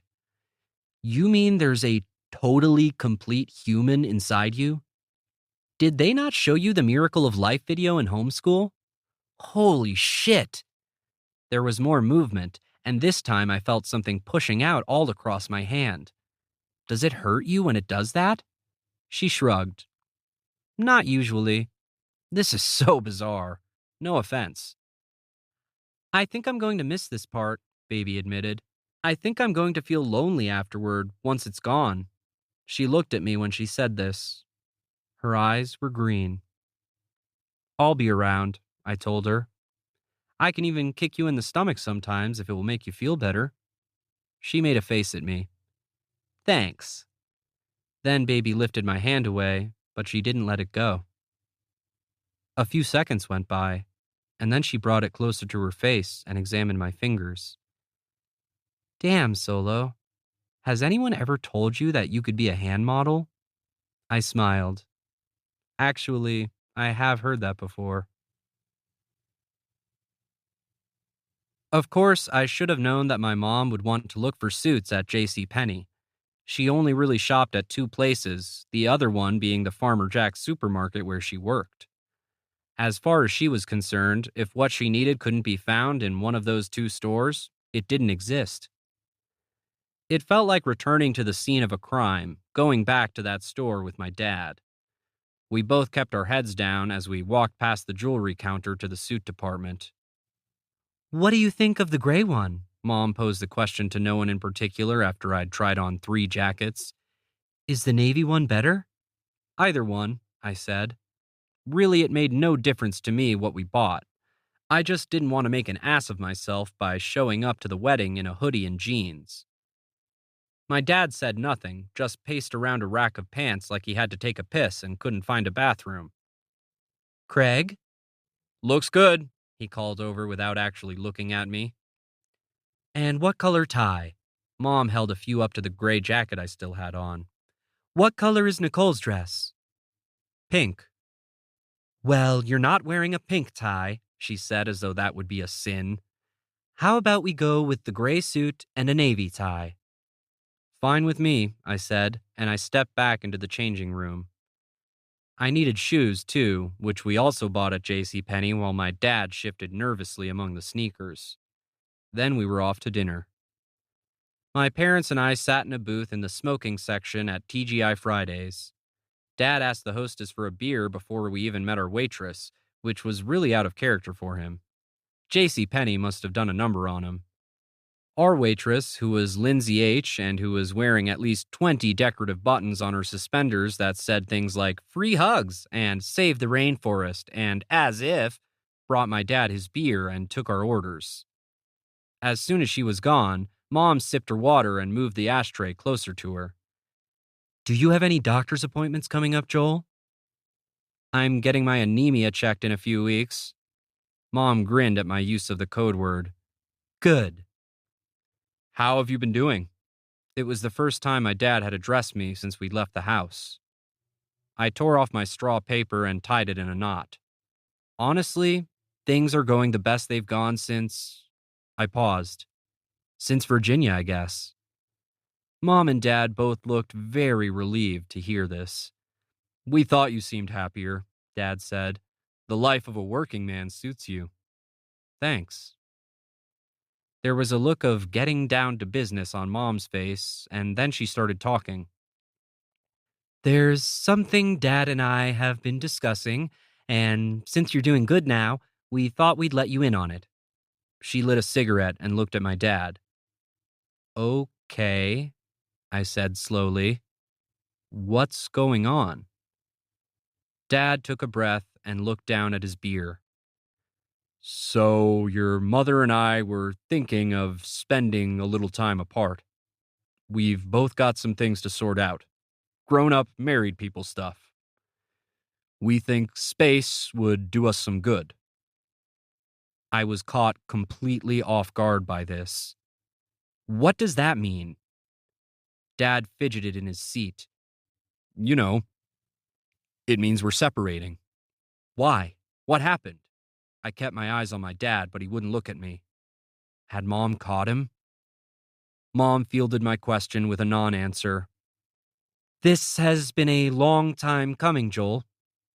I was really confused. It did not seem like a long time coming to me. It seemed about as abrupt as a car wreck. How long is this going to last? Like a week? 2 weeks? It's going to be long-term, Joel. Dad finally met my eyes. Mom's going to stay with Aunt Denise and Uncle Jim at first. Then, once I get my own place, she'll come back to the house. So, you're breaking up for good? Like, you're getting divorced? Mom sighed. We are moving in that direction, yes. But we're still going to be friends, Joel. Life won't be much different for you. That's why we waited this long to make a change. We wanted to tell you when you had both feet on the ground. I was flabbergasted. Exactly how long did you wait to tell me? How long have you been thinking about doing this? My parents exchanged a guilty look before Dad answered. It's actually something we decided a long time ago. I've just been staying in the guest room in lieu of moving out. We wanted to keep things normal for you until we thought you could handle a change. Normal? I practically yelled. There's nothing normal about not telling your kid his parents broke up. How long has this been going on? No one would look at me. 3 years, Mom said. What the fuck? I was now so far beyond flabbergasted that the light from flabbergasted would have taken 100 years to reach me. You've been broken up for 3 fucking years and didn't tell me? Lindsay H., sensing she was interrupting something, said nothing as she delivered Mom's coffee and my cherry Coke. We really tried to make it work, Joel, my dad continued when she'd gone. It was important to both of us not to make anything official while you were going through a rough time. Oh, well, how thoughtful. That makes lying to me for 3 years completely okay. Thanks for sparing my feelings. He sighed. I'm not lying when I say that I love your mother, Joel. I'll always love her. And you. We'll both always love you exactly the same as we always have. We stuck it out as long as we could, Joel, Mom broke in to add. The odds weren't in our favor. Statistically speaking, we made it longer than most couples who've gone through what we have, Dad admitted. Oh, okay, so it's my fault? I said what he wouldn't. That was it. I was ready to throw a bunch of inflammable cans of cooking spray on the stove and burn the mother TGI fucking restaurant to the ground. My dad shook his head adamantly. No, Joel. This has nothing to do with you. This is not in any way your fault. The vast majority of marriages can't survive something like the bad thing that happened. At some point, we had to stop pretending that ours had. At some point 3 years ago, you mean. Mom finished her cigarette and pursed her lips. Can you really blame us for keeping it a secret, Joel? You just said this is the best you've felt in years, and you're still flying off the handle about it. I stared at her, dumbfounded. The woman had lied to me for 1,000 days about something monumentally important, and then when she finally decided to tell me about it, she did it in a goddamn TGI Fridays? But me being upset was flying off the handle? Maureen, let the boy react, for crying out loud, Dad said. He has the right to be mad about this. Shit, I'm mad on his behalf. We should have told him. Mom turned her hostility toward my dad now. We were going to, remember? But then his mental patient girlfriend drank Mr. Clean and almost died. And after what that did to him, neither one of us wanted to be the bearer of bad news. It wasn't just me. It was Mop and Glow, and she wasn't my fucking girlfriend, I yelled. Because if you're going to throw someone's psych hospital highlight reel in his face, you should at least get the details right. Keep your voice down, Mom whisper scolded me. A heavy silence followed. I'm sorry I didn't tell you sooner, Joel, Dad finally said. I hated keeping it from you. I just honestly didn't know if you could take it. His voice broke. I never meant to hurt you. It was surprising that my dad's apology made a dent in my anger given how justifiably pissed off I was, but somehow it did. I mean, it's not like I wasn't mad at all after he said that. The wound was still fresh, but at least Dad was giving me a Band-Aid. All my life, when I'd been mad at my parents for things they'd done to me, forcing me to go to masculinity classes, sending me to a psych hospital, etc., they'd managed to convince me that I'd left them no choice. The burden of proof was always on me to validate my anger, and since they were both judge and jury, I could never do it. But my dad had just done something neither of them ever had before. He had admitted fault. This made it easier to listen to what else he had to say.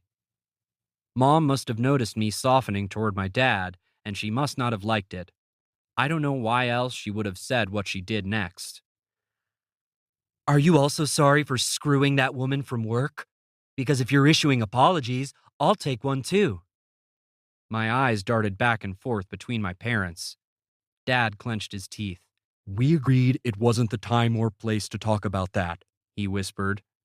Well, since you feel so bad about not telling our son the truth about what's going on, I figured maybe you'd changed your mind. You and I have been living separate lives for years, Maureen, was my dad's excuse, reason, explanation, justification. I don't know which one he intended it to be, but since I already knew about the affair, the only surprising thing was that my mom did too. I'm still your wife, was her trump card. It's still cheating. He didn't say anything, but my dad's shoulders slumped and he looked miserable. Mom folded her arms across her chest and simpered. She'd always been a no-holds-barred fighter, and Dad always quit arguments early to lick his wounds. This time, though, it felt like Mom had shot her weapon at me to spite my dad. She clearly didn't know I already knew about the affair. It was like she wanted me to fly off the handle now, but only so she could blame Dad for it. I didn't give her the satisfaction. Instead, I said, I want to live with Dad. My dad's head jerked up in shock. Mom looked completely betrayed. And for some reason, in that moment, I felt victorious. Just then, Lindsay H. walked by and set a basket of potato skins on our table, along with 4 appetizer plates. She must have miscounted us, though I don't know why. It was obvious that the Teagues were only a party of 3. We had been for a very long time. Chapter 28. Though I wasn't sure it marked the official start of her temporary move out, that night Mom went to Aunt Denise's. As far as I knew, she hadn't come back by the time I left for work the next morning. Dad spent most of the night in the basement, the ruse of spring cleaning now blown.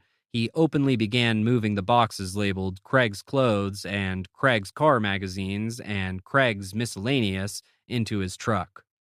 Their future destination was as yet unknown to me. I tried calling Baby, but it was a school night and she was asleep already.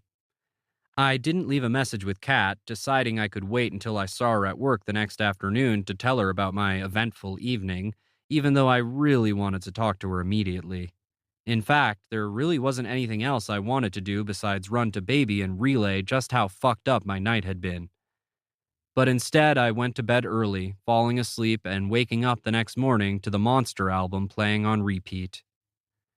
I got to work just before 8 in the morning, 2 hours before the store even opened. I decided I would spend those hours meticulously cleaning out all the cabinets and shelves behind the counter. I needed it more than they did. By 10, I'd rid the store of old movie screeners and broken VHS tapes, filed away a lot of stray paperwork, and removed every visible speck of dust I'd encountered. Then I put everything back inside the cabinets in an orderly fashion and congratulated myself on another menial job well done. It felt good to accomplish something, no matter how unnecessary. Plus, it kept my mind off of things, which was more to the point. I was so angry about my parents splitting up, who could blame me? And I was not very good at being mad. You may not realize this, but being good at being mad is a skill you have to refine. I'd learned in therapy that anger can and should be productive, a motivator to confront injustice and ensure that conflicts get resolved. Such was not the case for me, though. Anger bested me more often than not. I was bad at anger the way some people can't hold their liquor. When I was super pissed, I got irrational and incoherent. I raised my voice. I sometimes started awkwardly crying. And now you could add I've been known to punch a chair to that list too. The less time I had on my hands to think about my parents lying to me, the better, is what I'm saying. And I still had 7 hours to kill before Baby's shift started, and I'd finally have someone to talk to about this shit. It's not like I was expecting Baby to fix everything. I knew she couldn't. In fact, she probably wouldn't have any advice for me at all. She would probably just look at me and say something like, "Your parents split up 3 years ago and have just been pretending everything's fine? That's super fucked up, Solo. No wonder you were in a mental hospital if those are the people who are raising you." And I would agree with her. Really, it was just nice to have someone to tell my shitty news to who wasn't getting paid by the hour to hear it. I mean, technically, if I told her at work, Baby would be getting paid to listen, but you know what I'm saying. This was something Baby would want to know no matter where I told her because we were friends, and that was reason enough for me to look forward to talking to her. That, and it's always nice to have someone validate that something you're going through is fucked up. It helps you feel a little less crazy, which for a guy like me is supremely helpful. I opened the store and decided to put in a movie to pass the time while I ran the weekend sales report. Monday day shifts were among the slowest of the week, and I wanted to do whatever it took to speed things up. After poking around the new releases wall without anything grabbing my attention, I wandered into the older titles. I bypassed the romance and horror sections. I stopped in comedies, but eventually moved on from them too. My brain was restless and uninterested in everything. Maybe I'd feel better if I punched a few chairs. It occurred to me that an action movie might be the way to go. After all, it could be cathartic to watch a bunch of bad guys get the shit kicked out of them by a Jackie Chan type. Justice for all served up by some odds-defying, reluctant hero. That's what a day like this called for. I'd just picked up the VHS box for Jean-Claude Van Damme's Lionheart when I glanced at the shelf below it. 3 movies practically jumped off the shelf at me. Star Wars, The Empire Strikes Back, Return of the Jedi. For real, I shivered. Even though Star Wars was my favorite movie, I hadn't watched it in 10 years. There were reasons, of course, some far deeper than my mom's embargo on the whole franchise. As much as I loved it, though, I can't say I'd really wanted to watch the movies much in the last decade. I hadn't been ready to, honestly. But I thought maybe now was the right time. Before I could talk myself out of it, I grabbed the movie off the rental shelf and stuck it in the VCR behind the counter. A few seconds later, these words appeared on the TV. A long time ago, in a galaxy far, far away. Circa 1984, video cassette recorders cost around $500. Not $500 by today's standards, $584, which is way, way more. We Teagues were not in the upper echelon of Fairfax Virginians, economically speaking, but still we got our first VCR that Christmas, and along with it, our first VHS tape. Star Wars. I was a little kid, and there was nothing wrong with me. I remember how everything felt special that Christmas. My parents had such reverence for the VCR, having saved for months to buy it. After Dad got it hooked up, Mom ran a cloth over it to remove his fingerprints. Then we lined up on the couch, turned the lights off, and powered up our 25-inch Zenith TV set. We ate Jiffy Pop popcorn out of red and white boxes Mom had saved from the movie theater, and I watched Star Wars for the first of what would be hundreds of times. From then on, the movie was always playing at our house. Soon, Star Wars seeped into our psyches. It became a second language to us. We called each other nerf herders and made like we were using the Force on one another. We punctuated all sorts of requests with, "You're my only hope." "Help me set the table, Joel. You're my only hope." "You need to take the garbage out. You're my only hope." "Please hand me the newspaper. You're my only hope." For months, the first thing anyone said to me when I came down for breakfast in the morning was, "Aren't you a little short for a stormtrooper?" And whenever one of us was being a smartass, Mom inevitably said, "Laugh it up, fuzzball." Within 2 years, we'd added The Empire Strikes Back and Return of the Jedi to our home library, and our vocabularies expanded to include, "Luke, I am your father," especially whenever any of us walked by a box fan. From there on out, whenever one of us told another, "I love you," it was always met with an, "I know," just like we were Han and Leia. I get that this might seem corny to you, and honestly, that's fine. Your family's inside jokes would probably sound weird to me too. That's the whole point. You only appreciate shit like that when you're a part of it, when you're included, when you belong. The Star Wars movies were a thing for us Teagues. They were a major ingredient of my childhood. Inextricable from it, really. I can't separate one from the other as much as my mom insisted I start doing so after the bad thing that happened. I wanted to give the movies my full attention at work that day. Luke and Obi-Wan and Vader, Han and Leia. I wanted to remember the story I loved so much. The Jedi, the princess, the loner. But the movies were triggering too much. Too many memories. I was a zombie the whole day. I know I waited on some customers, put away movies, ran a few reports, but I couldn't tell you about any of it. I was at work in body only. By the time Luke and Leia were having their moment on the moon of Endor halfway through Return of the Jedi, I was completely lost, my mind traveling back and forth at light speed between Fairfax, Virginia, and a galaxy far, far away. Which was probably why I didn't hear Maverick punch in for the start of his shift that afternoon. I don't really understand this scene. He'd made it all the way to the counter without me noticing him. "Shit!" I jumped when he spoke. "My bad. I didn't mean to surprise you." Maverick said.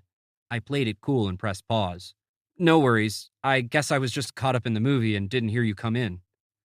He nodded and turned his attention to the TV. Since you're the Star Wars expert around here, clear something up for me? Maverick pointed to the screen, which was frozen on a shot of Luke and Leia. Those two are related, right? They're brother and sister. Maverick made a confused face. Then isn't it weird that they basically made out in the first movie? Yeah, a lot of people have a problem with that. I turned off the TV. Maverick walked around the counter and grabbed his lanyard. It looks different back here, he noted. Clean different. I straightened up, I said, distracted. My head was still foggy from a day of too much reminiscing. He raised his eyebrows. Everything all right? Yeah, why? I was told you're a stress cleaner. The cleaner the store, the more you've got going on. I huffed out a laugh. Who told you that? Baby. I smiled. I liked that Baby knew this about me. What else did she say? Nothing else like that. It was just something she warned me to watch out for back when I started working here. She said you brood while you clean, so if the store's suddenly spotless, I should look out. She's not wrong, I admitted. Maverick picked up the fishbowl, then set it back down again once he saw there were no tags to put away. So what's up then? He asked, leaning casually against the counter, tucking his thumbs into his front pockets. You okay? Since he already knew something was going on, it felt like a lie to tell him nothing. There's just some shit going on with my parents, I said, hoping he'd drop the subject. No such luck, though. Yeah? Like what? His interest felt genuine. They're splitting up. I tried to sound nonchalant, but because it was such a serious revelation, the conversation didn't end like I wanted it to. Oh, shit, man. I'm sorry. You gonna be all right? Yeah, I'm cool, was my unconvincing response. Maverick looked at me skeptically, sympathetically. I felt antsy now. My nerves were exposed. If I couldn't find a way to back out of the conversation, pretty soon I'd start word vomiting all over Maverick about everything. I could feel it coming. You don't have to be cool, Solo, he said, which, damn it, was the right thing to say. It made me wonder if Maverick was a therapy kid, too. This is a big deal.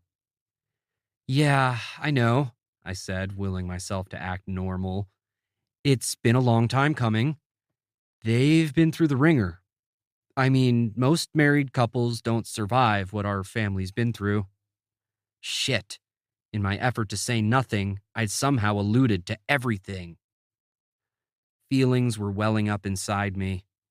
TGI Fridays and Star Wars and everything else were coming to a head all at once, and my vision started to blur. This time it wasn't a migraine, though. It was worse than that. It was because I was going to cry. I was tearing up, right there at work, in front of Maverick. Of course he noticed. Hey, Solo, he said gently. It's okay. I nodded, managing to swallow a sob I was sure was going to escape. I tilted my head back to drain the still unreleased tears back into my eye sockets. It was a close call, but I'd somehow stopped myself from losing my shit. Maverick reached out and touched my shoulder, steadying me. Hey, man, you're going to be all right. I just nodded. Thanks. We stood there for a few seconds before I realized that Maverick hadn't taken his hand off of me. I looked at it, then back at Maverick. There was a flash of fear in his eyes before he let go of me and jammed his hands into his pockets. I'm sorry, he said. I stood there, frozen and speechless. Moments later, the back door opened and the time card machine stamped. Hey guys, Baby said. It's so fucking cold out there right now. She opened the cabinet to grab her lanyard. I swear to God, the first chance I get, I'm moving somewhere it doesn't snow. If I wanted to live in these Siberian conditions, I'd live in Russia. Maverick and I were still stuck in a stare down. What's going on? Baby asked, sensing the tension. She was standing next to me.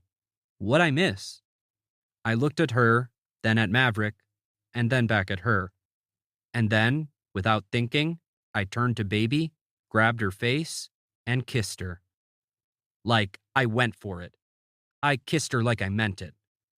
Like I had something to prove.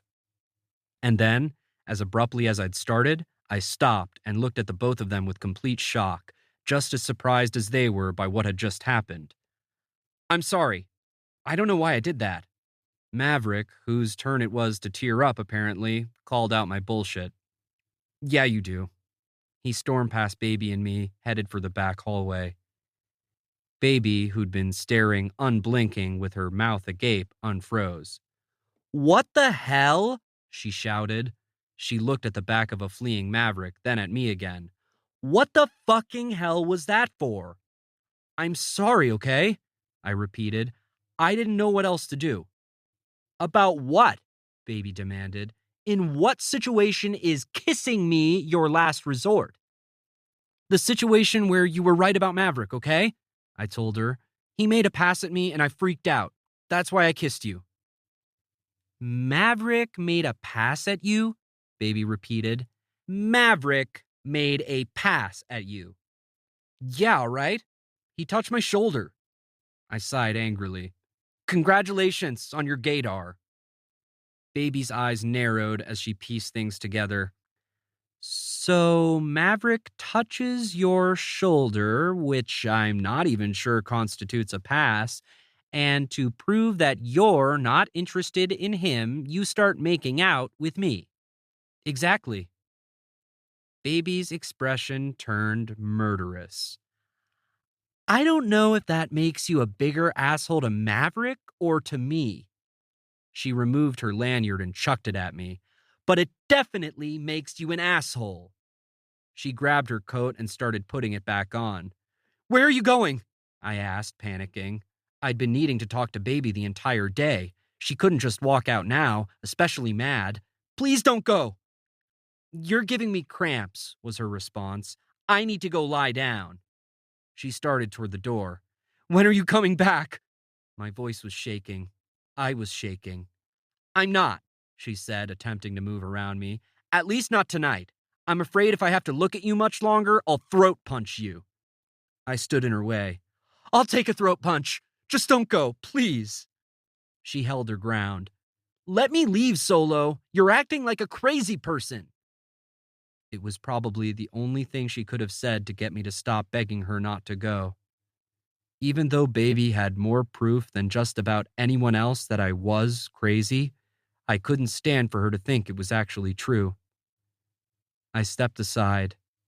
She pushed past me and stormed out the back door. And then, once again, I was by myself in the store. God damn it, did I feel alone.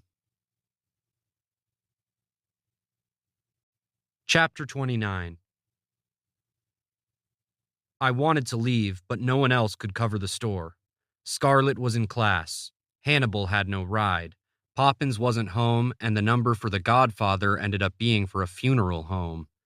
That meant I was stuck at work until the store closed at 10, which was 14 hours after I'd arrived and several hours past sanity, according to my watch.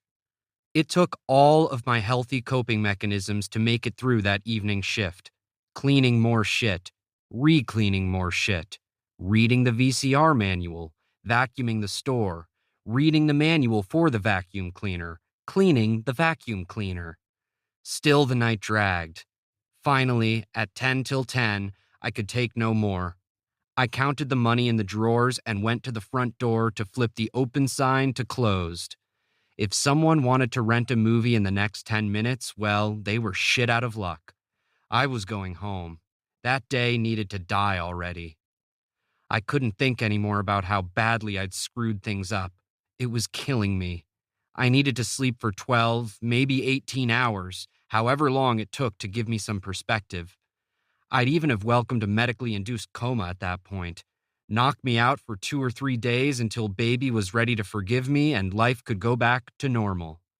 Of course, normal would still mean dealing with my parents and whatever the hell was happening with Maverick, but give me a break. I couldn't worry about everything at the same goddamn time. When I killed the lights inside the store, all at once I could see through the windows and out into the streets of downtown Royal Oak. The chaos inside me was not mirrored on the other side of the glass. The world was dark and peaceful beyond the doors of the video store. The stars hadn't had any problem coming out just because my day was colossally shitty. And it was oddly refreshing that there was a great big world out there beyond Royo Video and all of Han Solo's problems. I was locking the door when I noticed a girl sitting in the coffee shop across the street, looking out her window in my general direction. Her eyes felt fixed on me. I wondered if she'd been watching me, watching everything. For a fleeting, naively optimistic moment, I got my hopes up that it was baby over there. I pressed my face closer to the glass to get a better look, but then my breath fogged it up. The odds were slim to none, I knew, but on the off chance it was baby over there nursing a cup of coffee and keeping an eye on me, I wanted her to know I'd noticed. As I opened the door, the girl in the coffee shop stood up, slipped on her coat, and headed for that door. She stepped outside under a street light where I was able to get a better look at her. It wasn't baby. This girl was taller, had curly hair, and, perhaps the biggest giveaway, was not pregnant.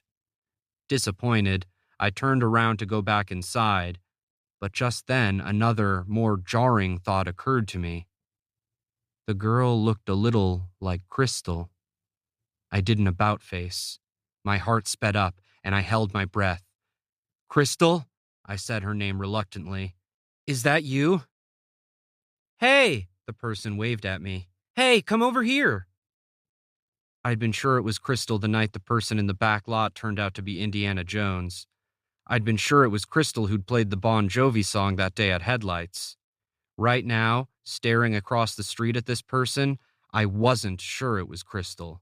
But then again, I wasn't sure it wasn't either. "Crystal?" I asked, more loudly this time. "I'll just come to you instead," was her response. The more I considered it, the more possible it felt that it was Crystal. If there was ever a time for her to reappear in my life, now was as good as any. That day in particular was the most desperate and the most crazy I'd felt in years. Crystal may have been waiting for such a time when I was headed straight for rock bottom to show back up. "Come on over," I yelled at the girl, and then I braced myself for Crystal's return. I was lying in a bed at Weller Clawson. Valerie had OD'd 2 days before, though it's probably not an overdose if there's no actual suggested dosage because it's fucking Mop and Glow. And as I was being interrogated about all she'd accused me of in her suicide note, I had completely lost my shit and ended up needing to be restrained and sedated. I don't know how long I was like that, because when you're in the state I was in, time feels like it's flying by and also like it has stopped. But at some point, my meds were scaled back, and when Dr. Schwartz came into my room to tell me that Valerie was going to pull through, I was able to understand him. I remember feeling relieved, but also like I wouldn't be upset if a bus accidentally ran her over. I hated that girl. Everything she'd accused me of was bullshit.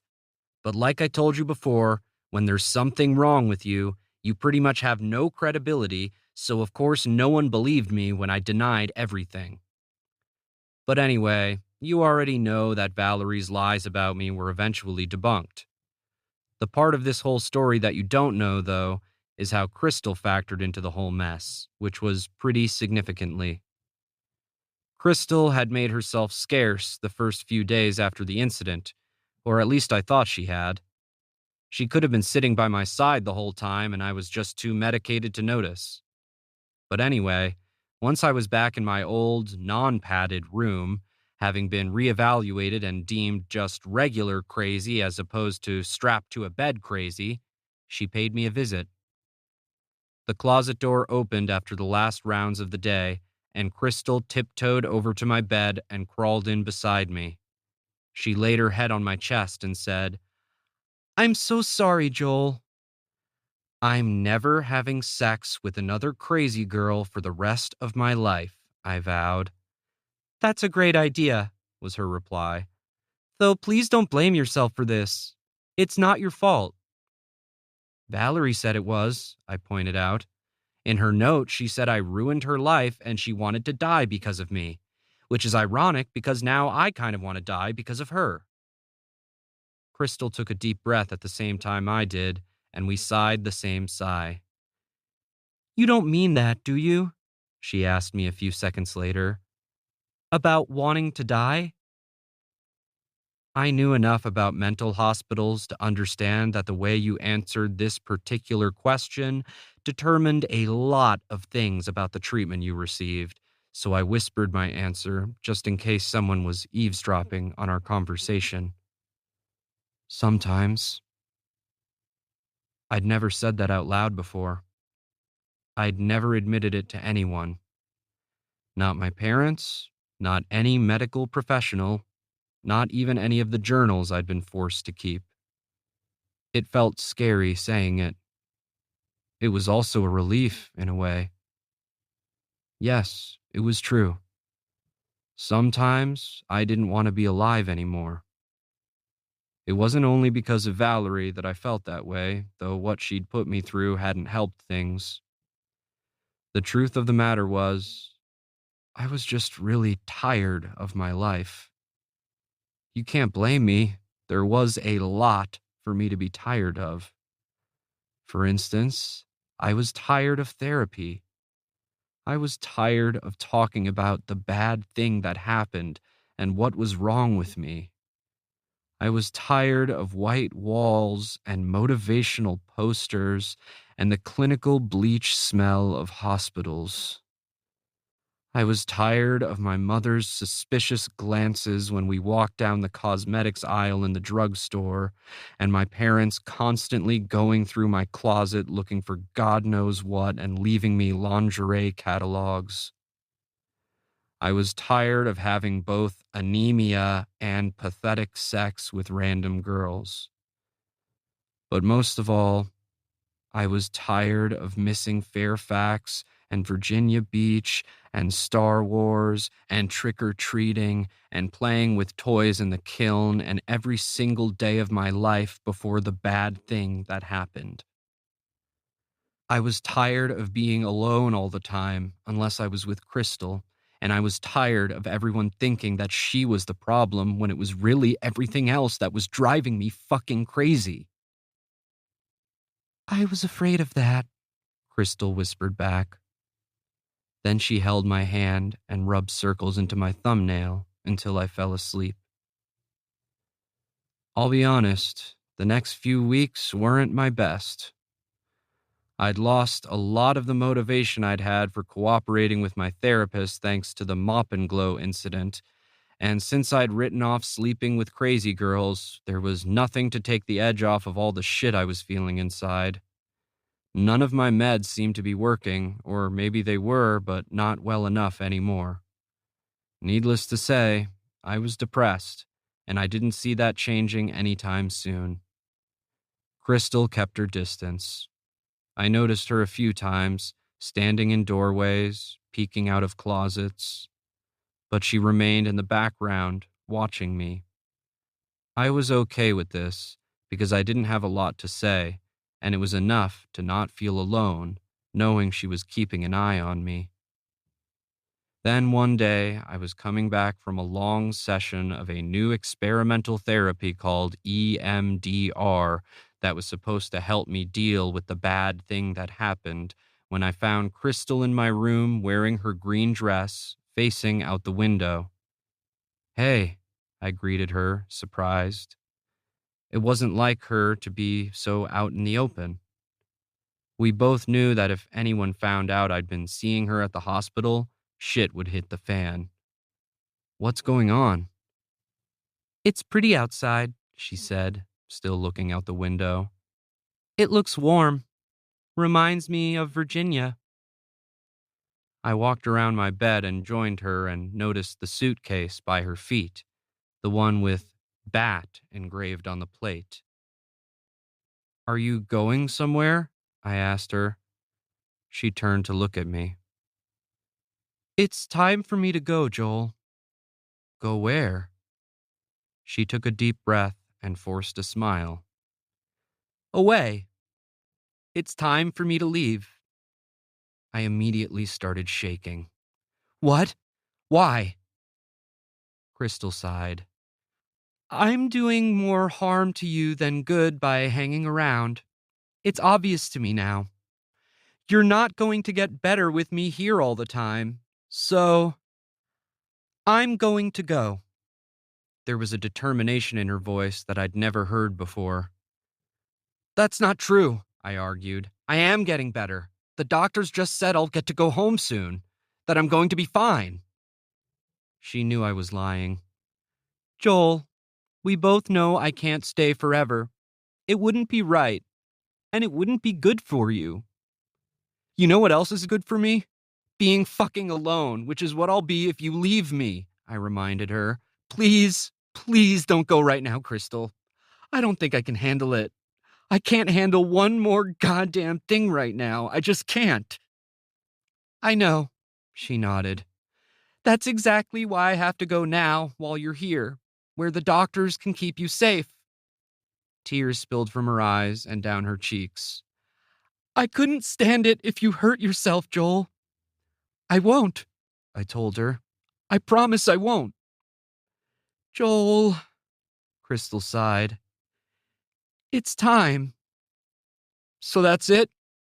I don't have a say in this? You're just abandoning me? I started to cry.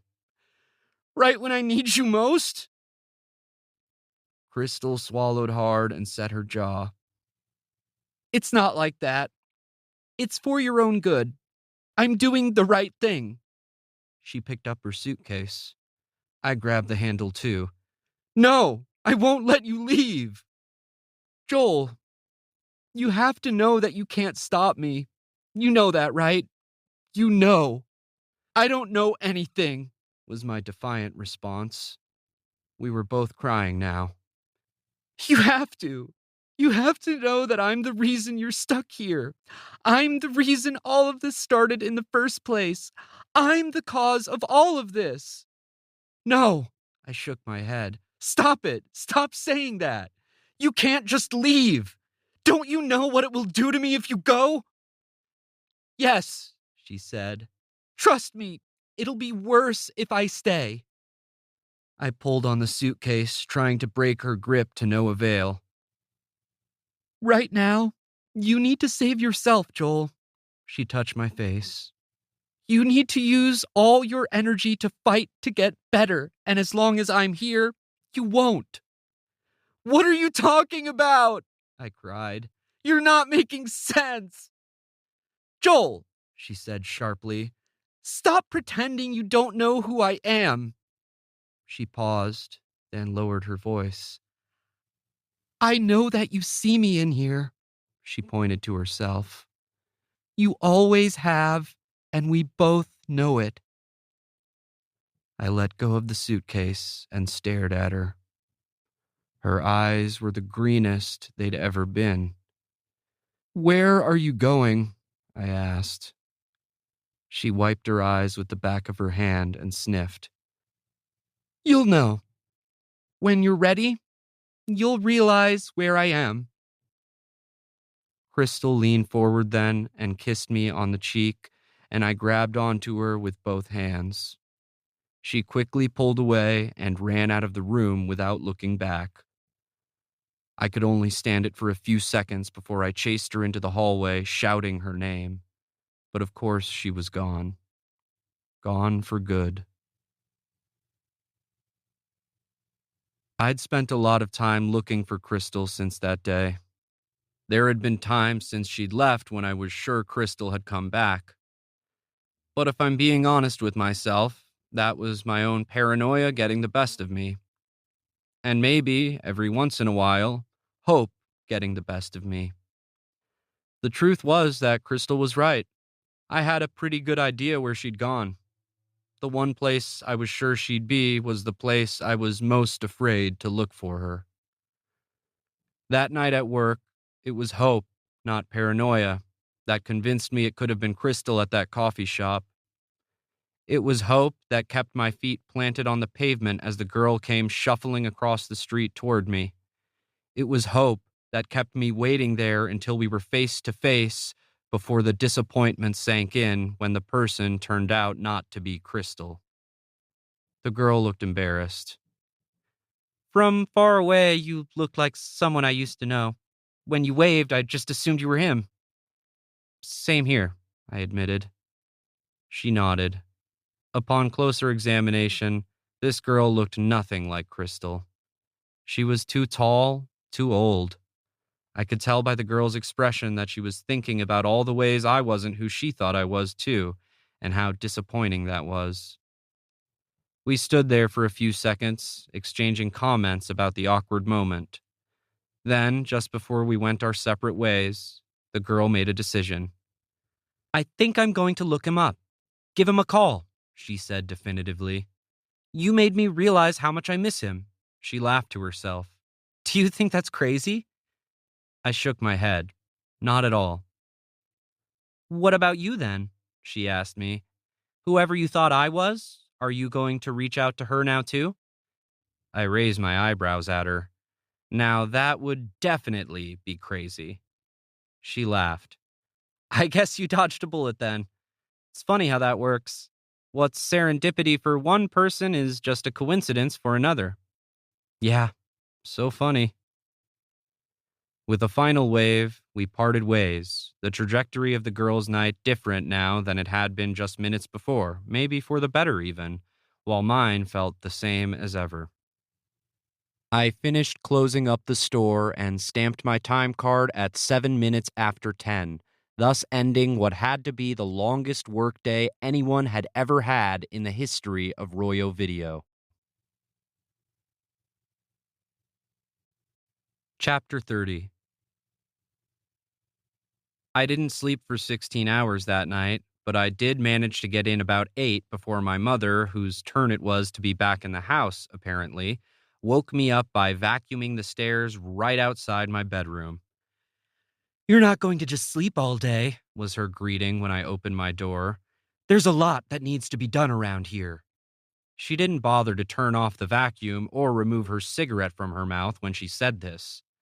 Since I was fluent in passive aggressive from living with her my whole life, I knew this meant she was still pissed at me. I didn't argue that 7 a.m. was hardly all day or point out that she was dropping ashes all over the carpet she'd just cleaned or bring up the fact that she had never run the vacuum that early in the morning, and why the hell couldn't she just talk to me about why she was mad instead of being a jerk about things? Instead, I took a shower and got dressed, hoping she'd have left for work by the time I went downstairs. No such luck, though, because it turned out that Mom had taken the whole week off of work to get her affairs in order before she and Dad met with their lawyers on Friday. I guess now that the cat was out of the bag, there was no use in dragging things out. Friday is Valentine's Day, Mom informed me as I ate a Pop-Tart. The lawyer will probably want holiday pay. I think this was her attempt to be funny. When I didn't laugh, she cleared my place at the table, even though I wasn't finished eating, and told me to go clean her tchotchke shelf. I swallowed what was in my mouth and said, "Yes, ma'am." The chore of cleaning Mom's knickknacks was probably intended as a punishment. The woman had dozens of figurines she insisted be cleaned with a toothbrush and pine sol because she liked the way it smelled. But I was secretly grateful for the job, since I wasn't scheduled to work that day, and there was nothing else to do but wait by the phone in case Baby called me. Mom's mention of Valentine's Day reminded me that the Bobcat wedding was on Friday. That only gave me 3 days to square things away with Baby, and I wasn't sure if that was enough time to pay for the sin I'd committed. Even though I'd only slept 8 hours, I'd gained some perspective about everything that had happened the day before.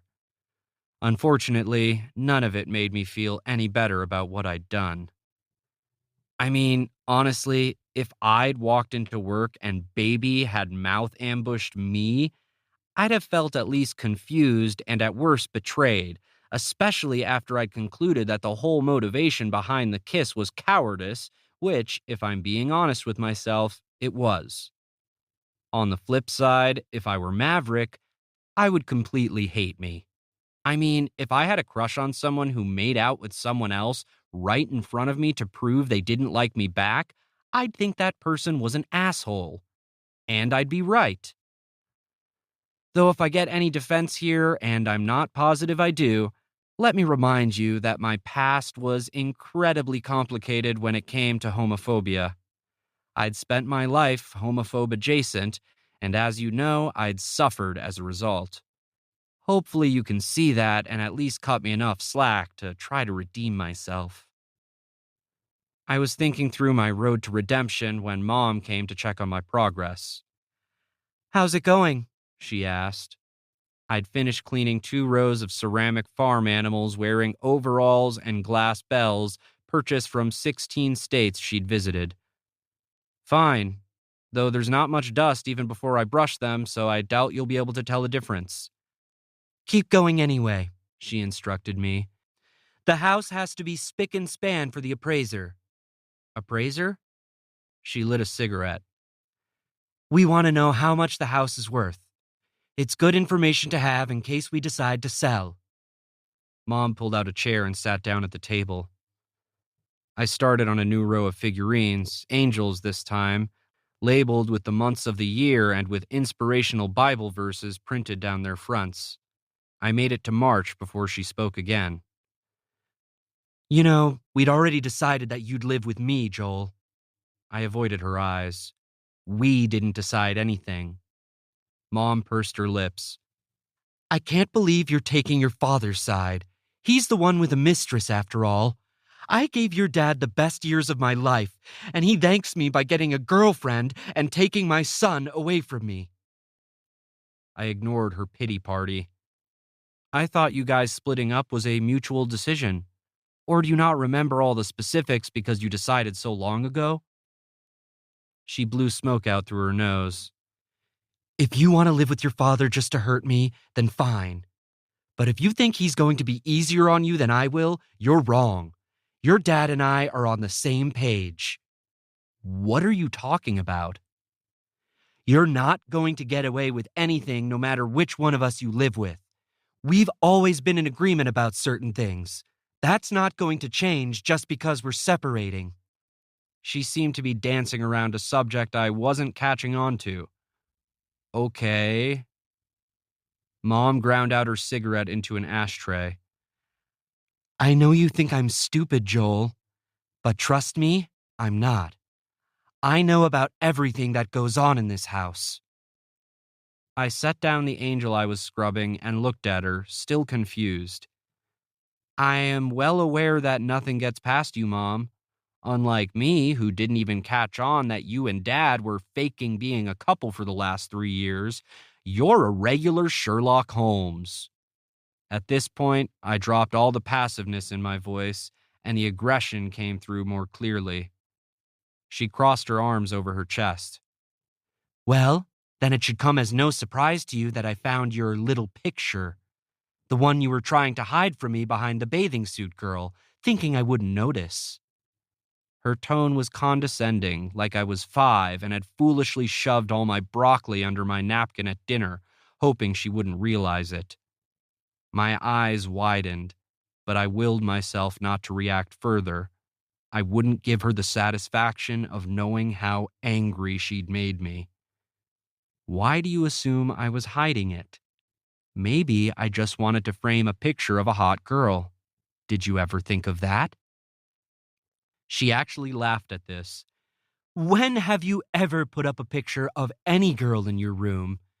As soon as I saw the frame, I knew there must be something behind it that you didn't want me to see. So naturally you looked." I dropped my ruse since she'd so easily seen through it, "because evidently I deserve no privacy whatsoever." "I was right, wasn't I?" I sighed. "So what? I have a Star Wars drawing.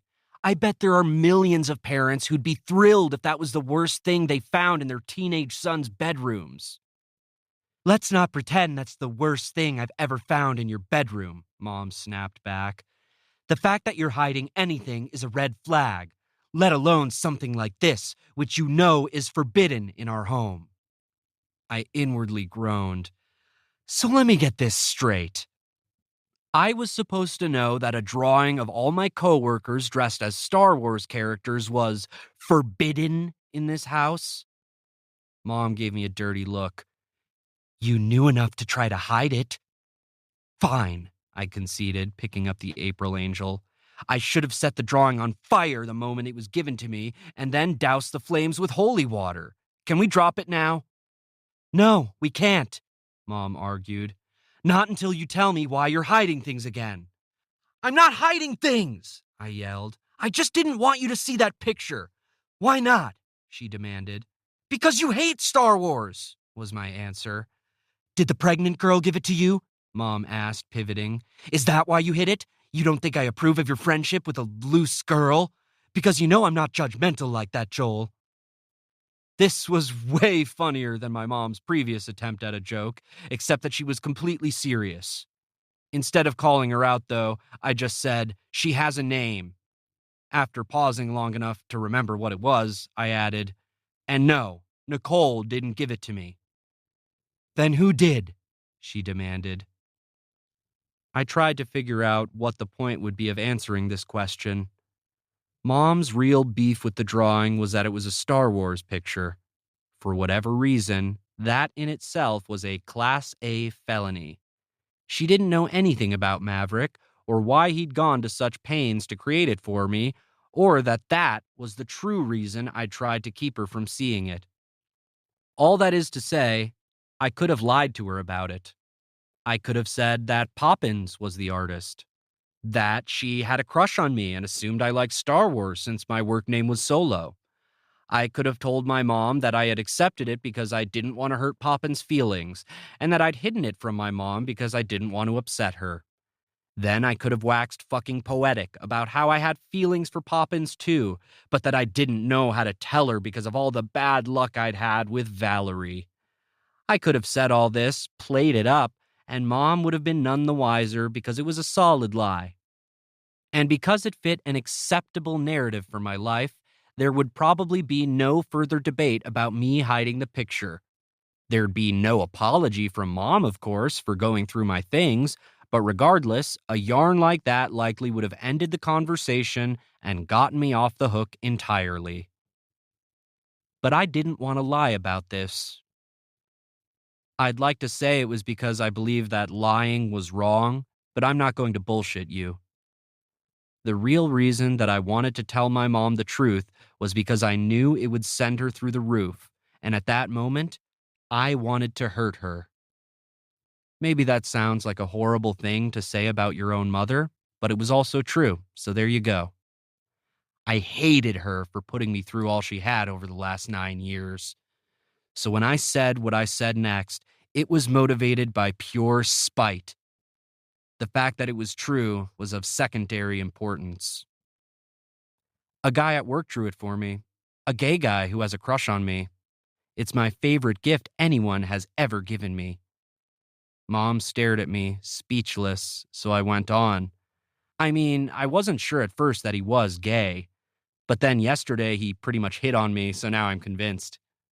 I finished polishing the angel in my hand and set it down. He looks like a J. Crew model.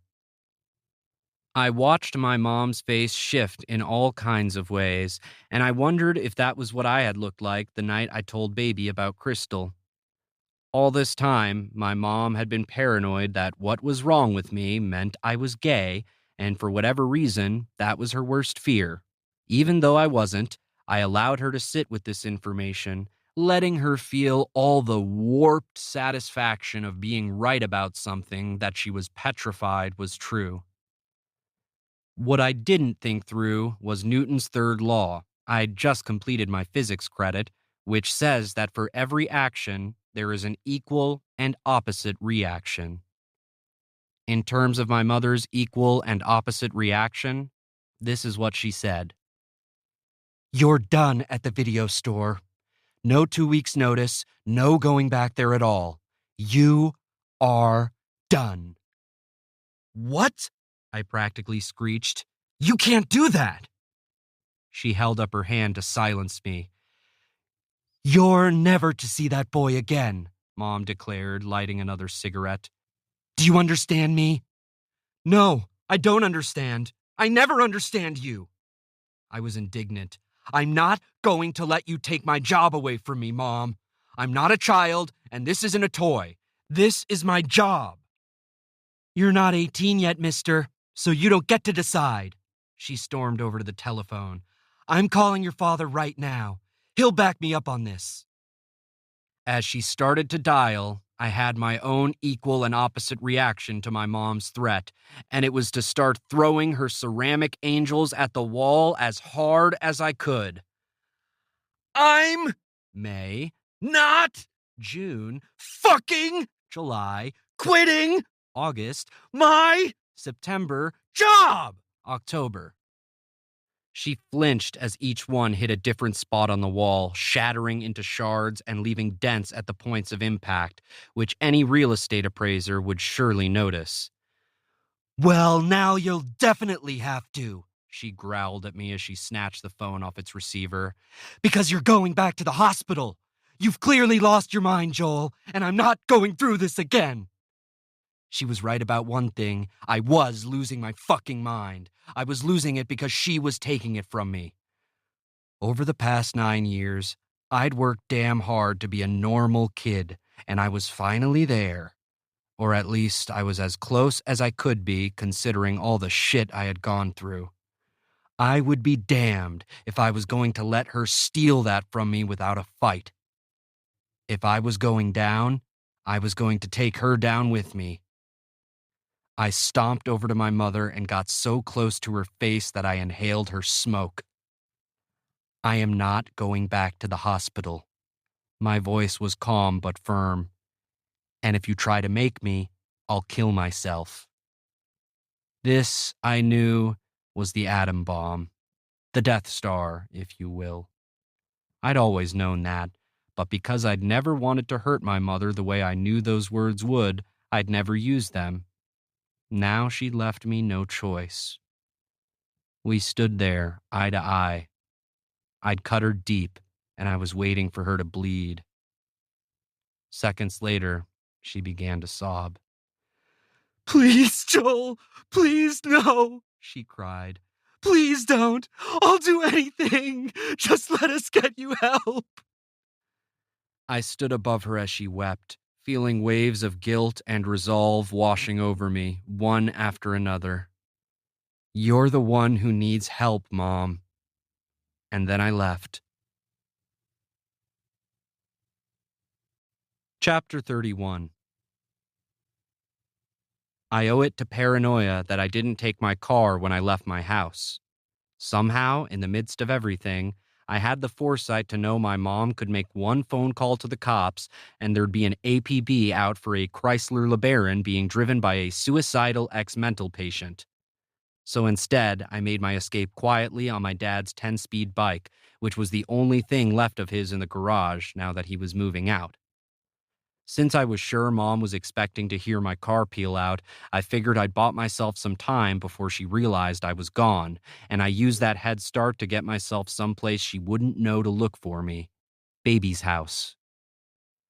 I didn't know if Baby would be able to press pause on her hatred long enough to hear me out, but given that I had no other options, I was willing to take my chances. I mean, maybe once Baby finally knew about my parents, she might even give me a break for fucking up like I had. Or who knew? Maybe she'd still want to kick me square in the junk. I honestly didn't care. I was going there anyway. The ride to Baby's house was long and cold on a bicycle in February, and thanks to the 3 inches of snow we'd gotten overnight and no one shoveling their sidewalks, it was also slow. Luckily, my anger helped me summon the strength to keep going despite it all. Of course, I was furious at my mom, but as I worked the pedals through the slush, I could feel some old stale rage boiling up too. You see, when something like the bad thing happens to a person, it's like getting infected with an incurable disease. No matter how you try to treat the symptoms when they arise, with therapy, With medicine, with time, the virus never leaves your system entirely. It might not kill you, but it's part of you forever, sometimes lying dormant, sometimes flaring up. The fight with my mom had awoken the illness inside me, compounding the fury I was already feeling, which was probably why when I finally made it to baby's house and no one was home, because it was a Tuesday, because it was the middle of the day, because she was a high school student, I just about lost my entire shit right there in her driveway.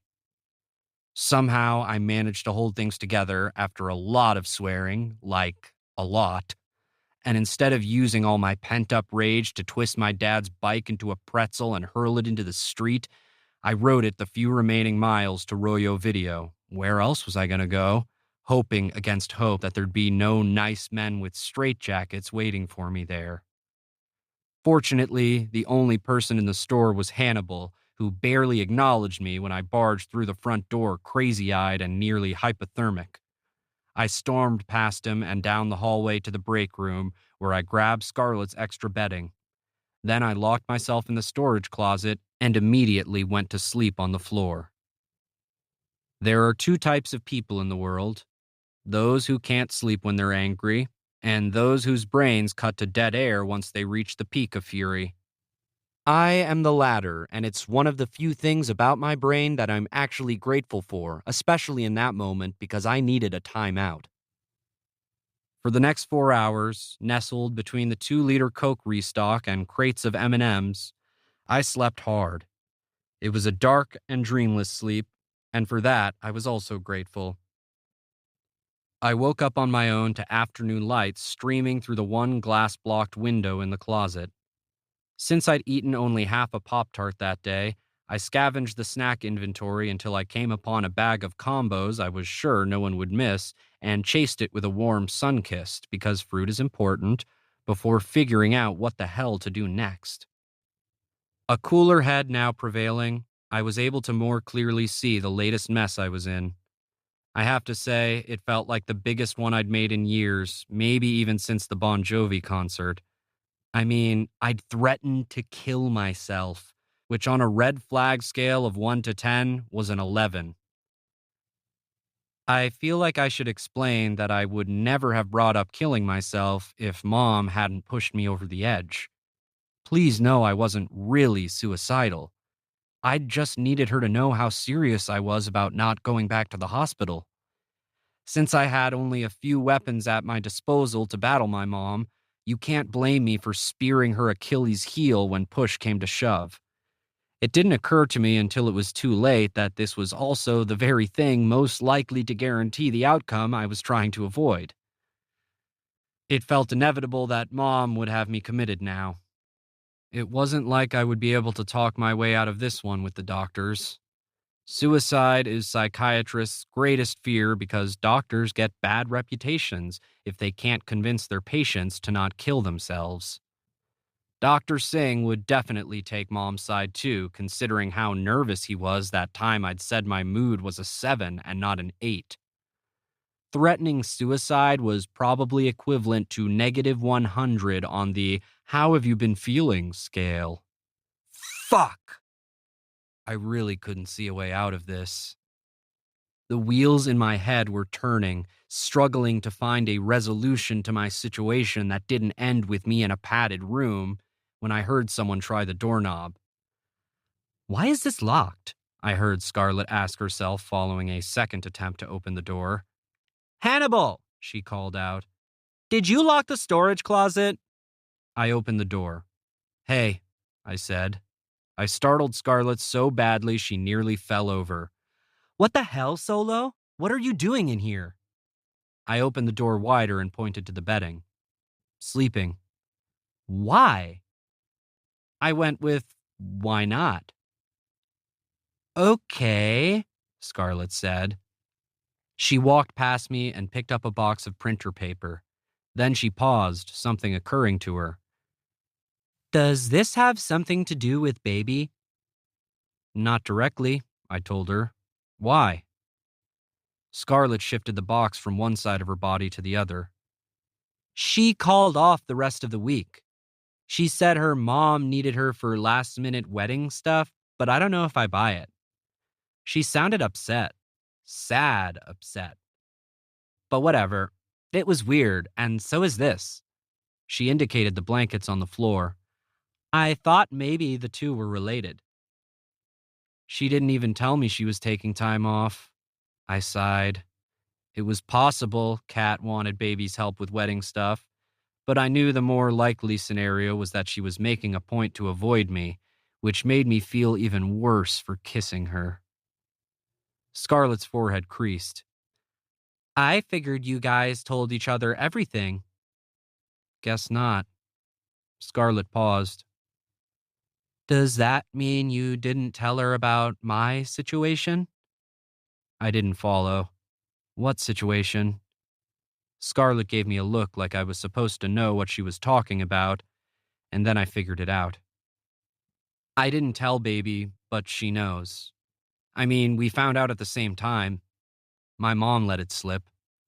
Scarlett paled the way a person tends to do when they learn someone knows shit about them that was supposed to be a secret. Damn it, Aunt Maureen, she muttered under her breath.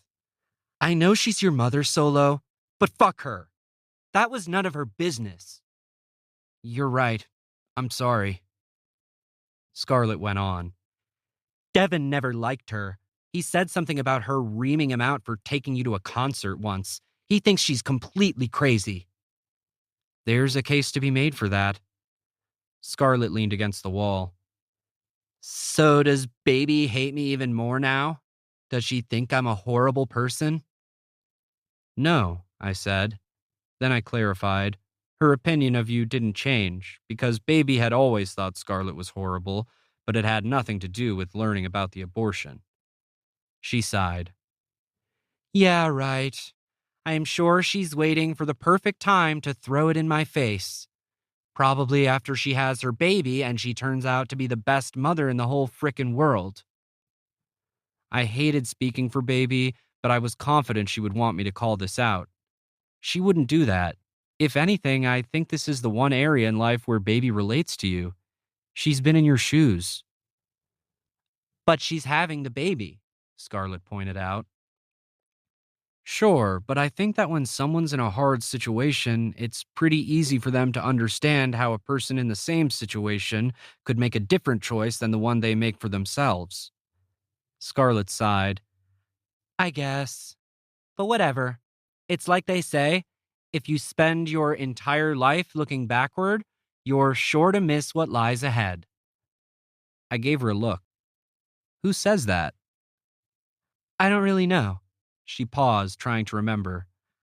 I think I read that somewhere. Something clicked then. Scarlett was quoting a motivational poster. I could picture it clearly. It was a photo of a guy going the wrong way on an escalator. I could also picture exactly where I'd seen it before. Mark Schwartz's outpatient office. It was hanging in the lobby, or at least it had been 2 years ago when I'd met with his partners for my follow-up appointments after I was released from Weller-Clawson. Sure, Scarlett could have seen it somewhere else. It's not like Mark Schwartz owned the exclusive rights to the picture or anything. But still, that kind of artwork only hangs in certain kinds of places. Places where people with childhood anemia go. I was really happy for Scarlett. And proud of her, too. It makes total sense. She carried the box of paper to the doorway. I cleaned up the apartment, she informed me. You don't have to worry about tripping over anything the next time you come over for a trim. She indicated my hair. Don't wait too long or you'll get shaggy. I won't, I promised, and then she left. Chapter 32. Poppins and the Godfather were covering the evening shift, and neither of them asked what I was doing hanging around the store when I wasn't scheduled to be there.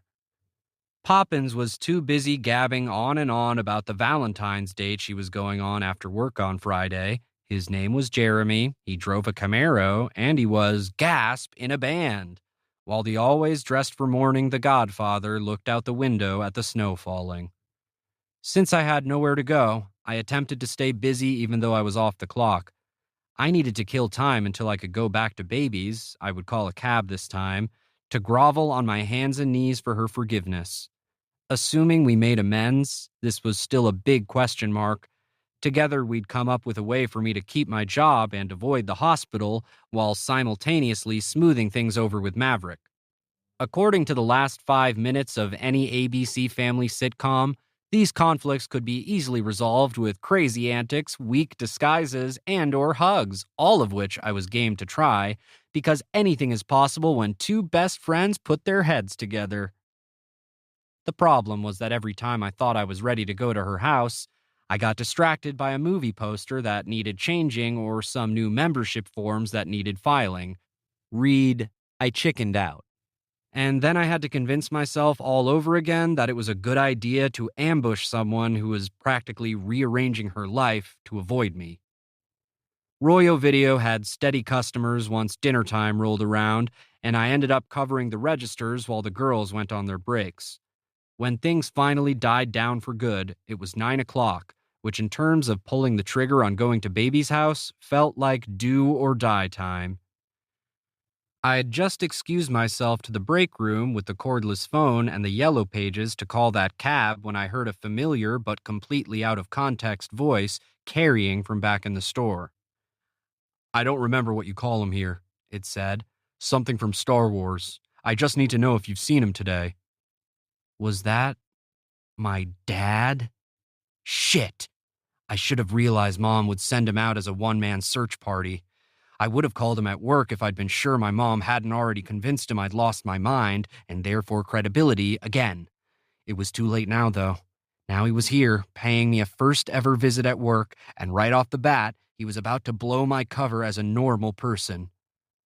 I rushed back into the store to see my father waving around a picture of me he kept in his wallet. "He's been missing since this morning," Dad explained to a confused Poppins and the Godfather. "Was he supposed to work today? Did he show up here at all?"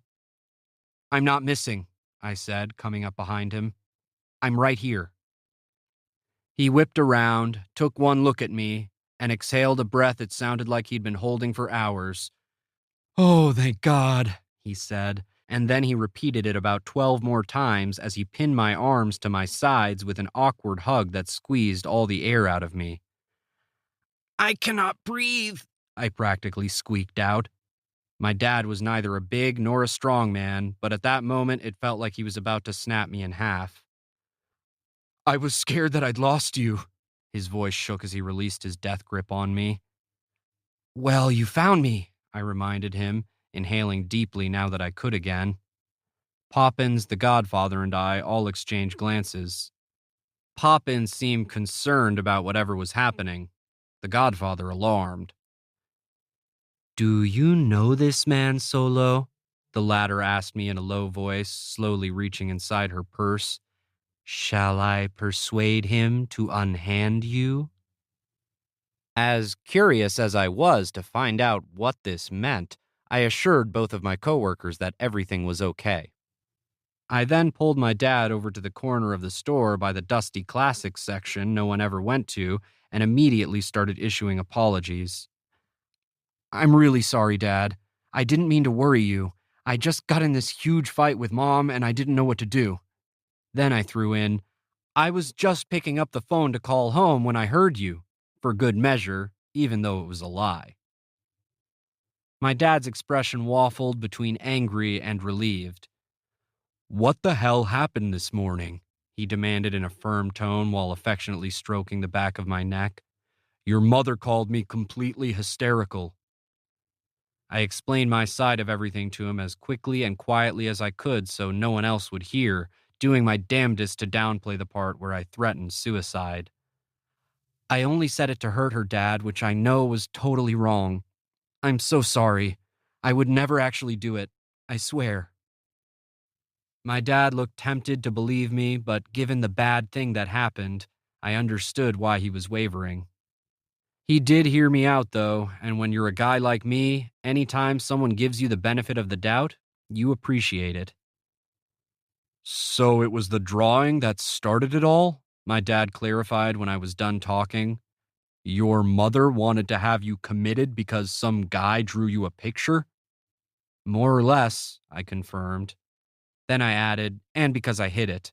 Because it seemed fairer to my mom, even if realistically she probably would have freaked out just as much if I'd handed it over to her the moment I got it.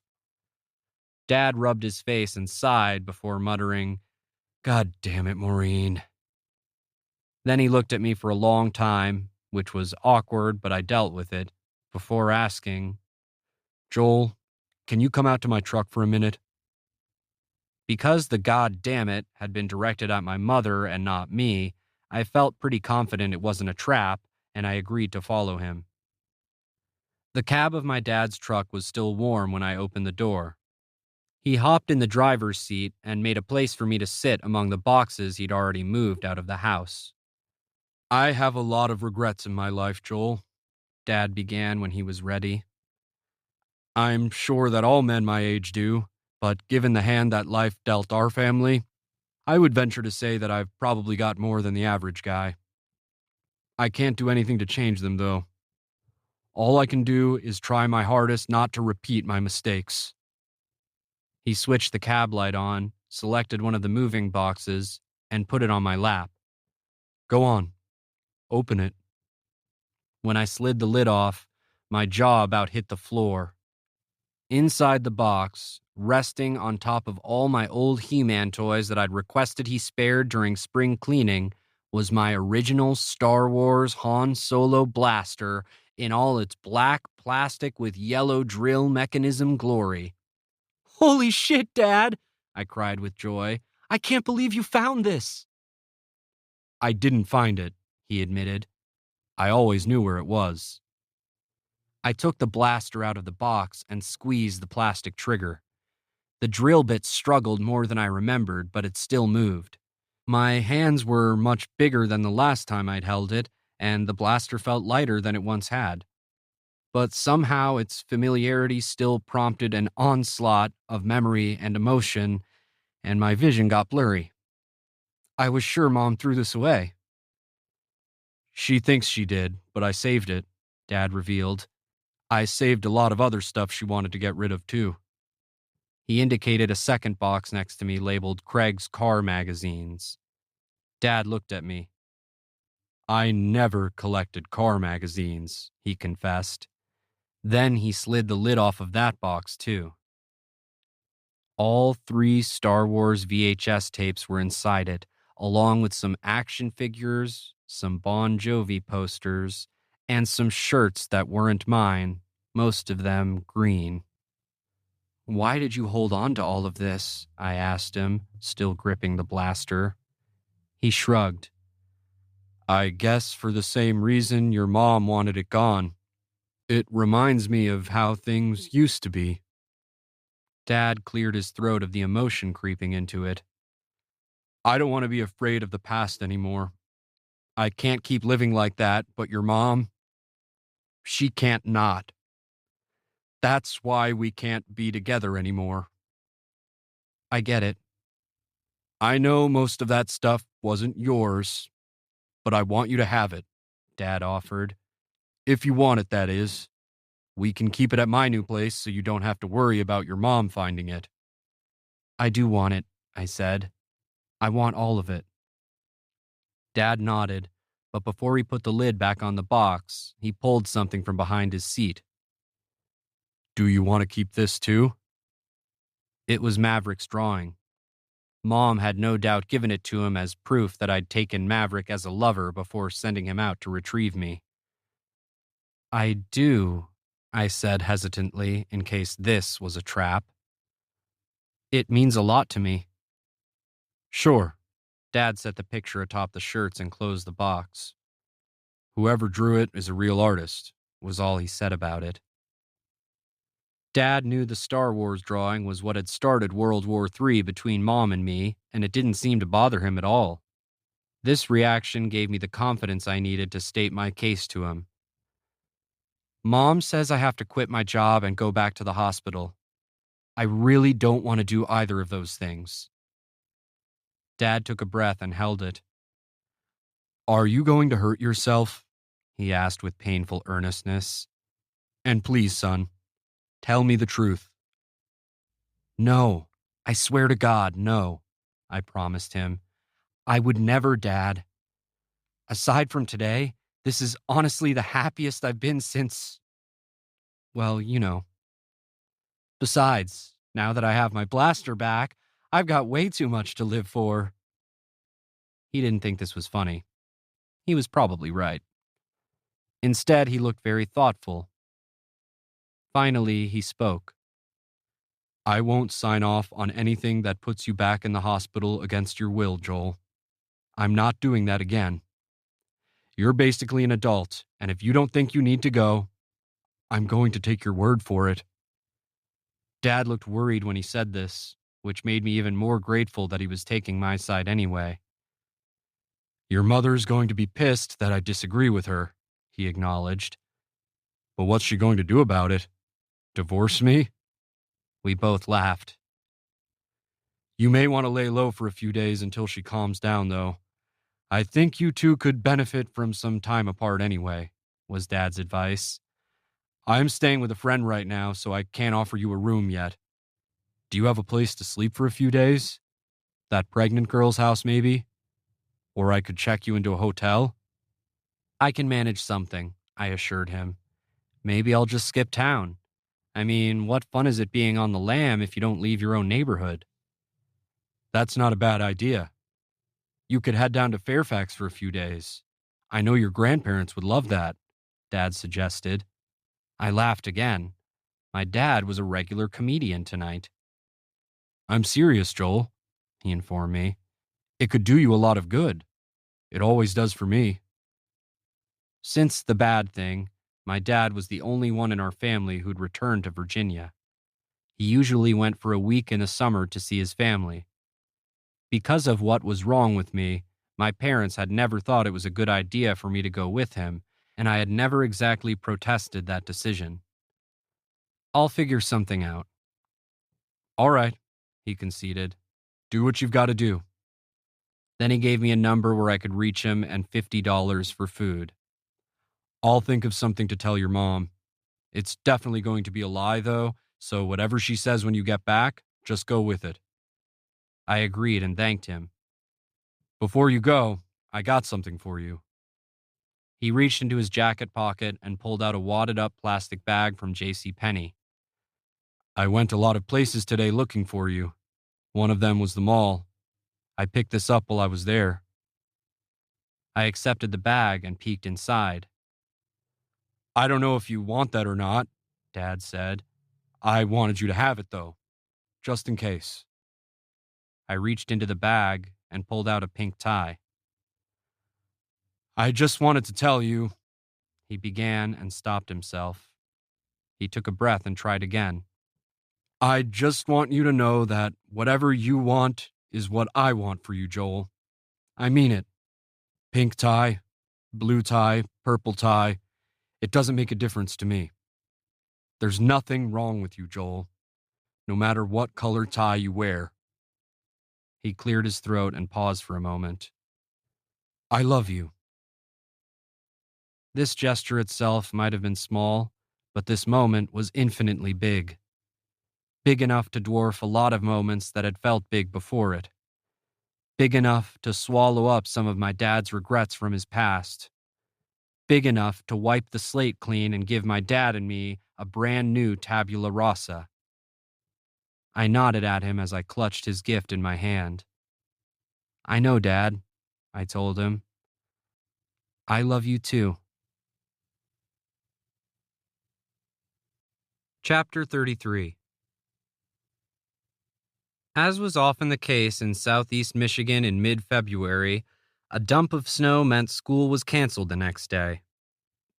The roads didn't get cleared until early afternoon, but once they were, droves of local mothers dragged their tired of being cooped up with nothing to do children into Royo Video with the hope of salvaging a few hours of quiet during the unexpected day off with a movie rental.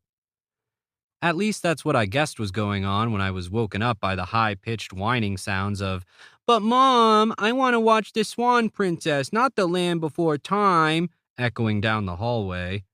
One peek into the store at the mostly under-18 crowd on my way to the bathroom confirmed my suspicions. The store was never this busy when school was in session. My rage nap the day before had thrown off my sleep schedule, and I had ended up watching movies until about 4 that morning before I finally passed out on the couch in the break room. It was afternoon by the time I woke up, and I realized that unlike the day before when my mom had accused me of it, I really had slept this day away. I walked back to the break room to scavenge leftover pizza and flat soda, my half assed attempt at a balanced breakfast, but I didn't really have much of an appetite. My stomach was too filled with guilt, I realized. Now that my mother's threats to take my job away and reinstitutionalize me had been neutralized by my dad, I was less afraid of her and more aware of how fucked up what I'd said to her had been. I don't know if it's the same for everyone, but even though I sometimes hated my mom for all the shit she put me through, I still felt shitty for hurting her, even if she had it coming. I knew my dad was right about me needing to lay low, but I didn't know how much time and space was the right amount to put between mom and me before I went home again. Too much or too little could make things worse, I knew, and I definitely didn't want there to be a sequel to our fight. Everyone knows that sequels are always way worse than the originals. The phone rang as I was finishing my food, and knowing they were swamped out in the store, I answered it on the cordless. Royo Video, this is Han Solo. How can I help you? Hey, Solo. I gasped at the sound of her voice. Baby? Yeah, it's me. How are you? I was so happy she had called that I couldn't think of anything more original to say. She ignored my question. Are you working right now, or are you just there? I'm just here, I admitted. I should have known. Listen, I began, seizing the opportunity while I had it. I'm really sorry about everything. You were totally right. It was such a dick move to kiss you. Solo, stop, Baby interrupted me. I don't want to talk about it, okay? Really? But you were right. I completely fucked up. I know, but just drop it, she said impatiently. I don't even care anymore. This shocked me. I'd probably violated about 1,000,000 unspoken rules of our friendship when I'd kissed her, and what I'd done definitely warranted a grudge. For Baby to let me off the hook like this was not only surprising, it was suspicious. Is everything okay? Can you just come get me? She sounded really tired. I need to be somewhere and I don't want to go alone. At this, I forgot all about my suspicions and embraced the sudden turn of the tide. If Baby wanted me around her, I wasn't going to waste any time questioning it. Yeah, of course, I said, looking for my keys. Then I remembered. Oh, fuck. I don't have my car.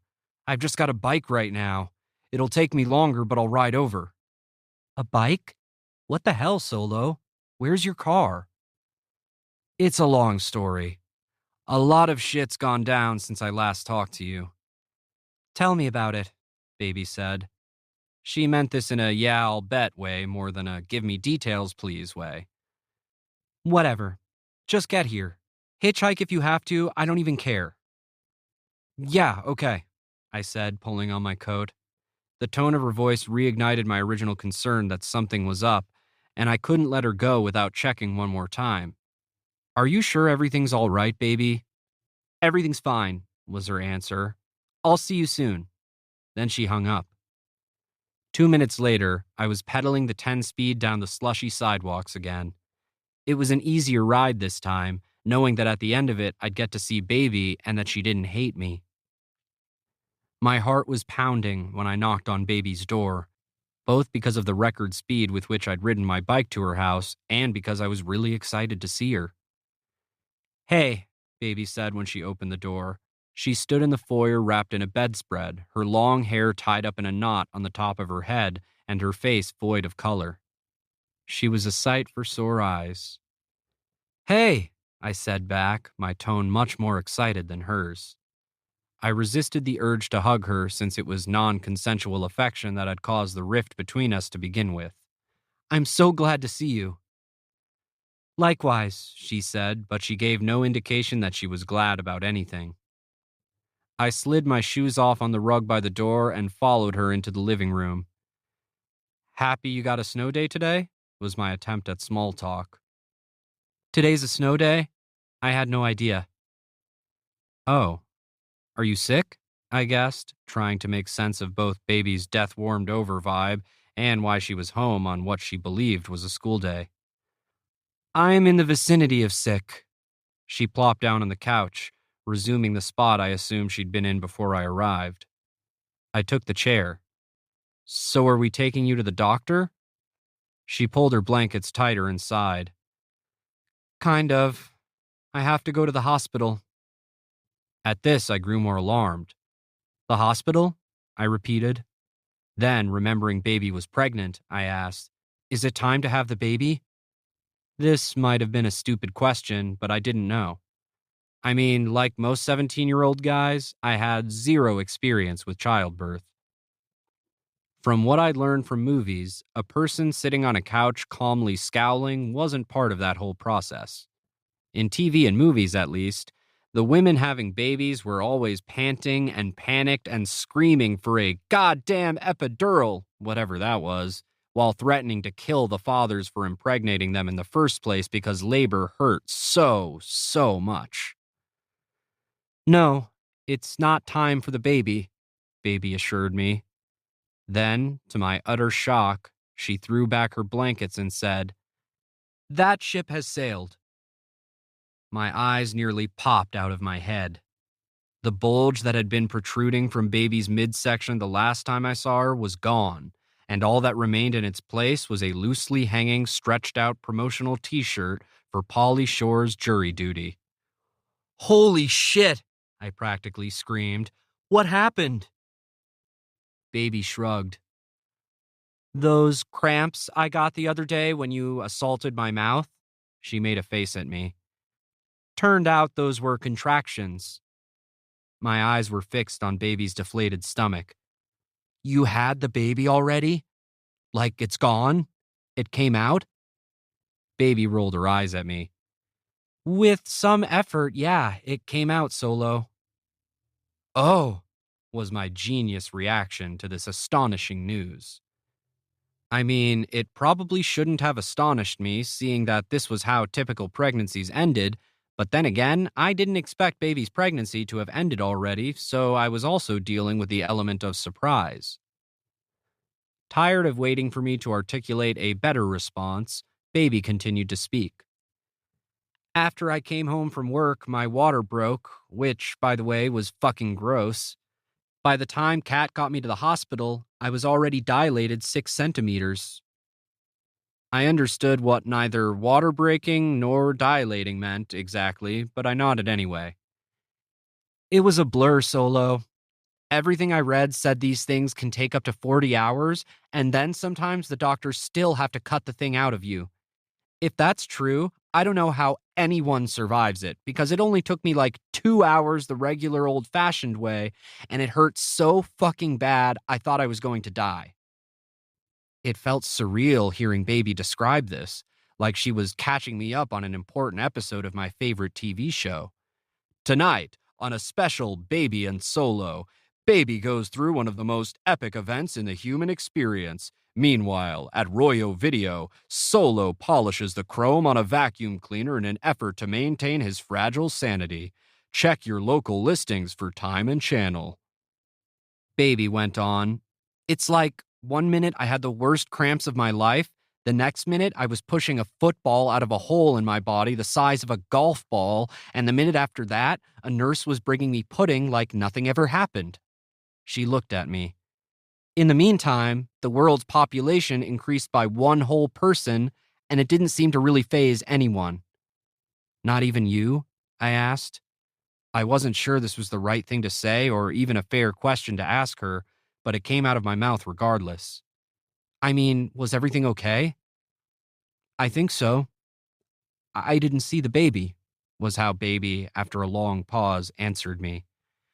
I mean, I saw the doctors take it away once it was out of me, but I didn't, hold it or look at its face or anything.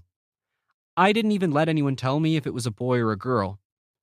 I just had the nurse take it straight to the mom who was adopting it. It seemed like the right thing to do, you know? Baby took her hair out of its messy knot and let it fall around her. The first person to hold a baby should be its mom. I know it probably doesn't really even make a difference, but I didn't want to confuse anyone. By anyone, I assume baby meant the baby, but probably also herself.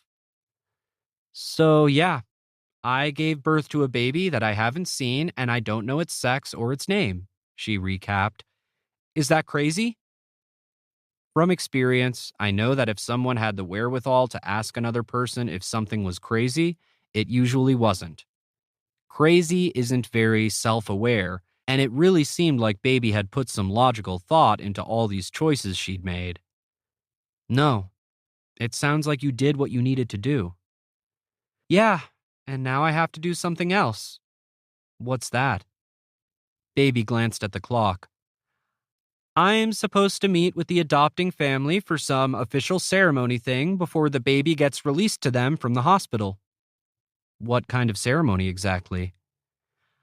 I don't really know, but the baby will be there and so will I, which is where you come in. Baby ran her fingers through her hair. I don't want to be alone when I see this kid for the first time. I mean, Kat will be there, but I don't know. I just kind of want someone else there too. I felt honored by this. I'm really good at being someone else, I told her. I don't want to brag, but I could probably go pro at not being Kat. Baby forced a non crescent smile in my direction. I'll go get ready then. She stood up to leave, but then stopped. I know you said that a lot of shit's happened to you the last few days, but I really can't deal with anything other than my own shit right now. So unless Crystal turned up with some spectacular insight about the afterlife, today's going to have to be just about me, okay? No problem, I told her. There's been no sign of Crystal, so today's all you. Damn, Baby said. Then she left to get ready. The CD playing on Baby's car stereo on the way to the hospital was whole, and there was a new coconut-scented air freshener hanging from her rearview mirror. These are details I remember because when something out of the ordinary is happening to you, like going to the hospital to meet your friend's baby that you weren't aware she'd had, your senses go all bionic. I'm not bullshitting you. This is true. There's a strong connection between our emotions and our senses and our senses and our memories. This is why my mom had to switch from Mop and Glow to Pine Sol after my last hospital stay. I never want to smell that shit again. It's why I can rattle off the advice from just about every motivational poster I've ever seen in a shrink's office. And it's also why, on any given day, seeing the color green can make or break me. But anyway, as Baby was driving, I found myself wondering what sorts of connections her brain had been making over the last 3 days. Like, in the coming years, would she ever be able to hear Courtney Love belt out Violet without thinking of the car ride we took the day she met her baby face to face? Would she ever eat pudding again without thinking about how it was the first thing she had after giving birth? Would she forever associate me kissing her with labor pains? Let me be clear, I had no plans to kiss Baby again. I hadn't planned it the first time either, I should point out. But the idea that I might serve as a walking reminder of a really difficult experience for Baby was deeply concerning to me, and here's why. I knew it was selfish even to be thinking about myself since this day was supposed to be all about Baby, but after the bad thing that happened, my parents decided we needed to cut the entire state of Virginia out of our lives because it was just one big fat reminder of painful things. Don't get me wrong, I know there's a difference between the bad thing and Baby giving up her kid for adoption, but both are deeply emotional and potentially scarring. Depending on how things shook out for Baby down the road, she might decide to get rid of her whole CD and stop eating pudding altogether if those things remind her of how hard this time in her life was. A case could then be made for purging me for similar reasons, and that scared the hell out of me. I hope that there was enough good about Baby's and my friendship to outweigh any painful memories my presence might dredge up for her, but I had my doubts. After all, there were literally hundreds of cities in Virginia that weren't Fairfax that we could have gone to after the bad thing, but instead we moved all the way to Michigan and never looked back. Halfway through the song Doll Parts, Baby pulled into a space inside the Beaumont Hospital parking garage. She turned the radio down but didn't kill the engine. I think you should tell me if I had a boy or a girl, Baby decided. I'll have enough to process once I meet this baby that it's probably best to get this surprise out of the way. Are you sure? I'd been careful not to let this slip ever since Christmas, which honestly wasn't very hard considering how practiced I was at keeping secrets. Baby nodded. I want to know. I reached for my wallet, pulled the piece of paper Baby had given me from the billfold section, and handed it to her. You kept this? Clearly, this was a rhetorical question, so I didn't answer it. Instead, I just watched her unfold the paper and read the word written on it. Girl, she said, nodding and exhaling at the same time. I had a baby girl. You did, I confirmed. Good job.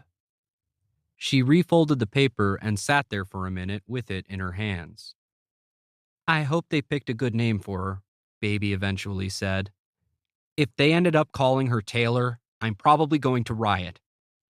I thought you wanted to name her, I said, recalling our conversation at the movie theater. She shook her head.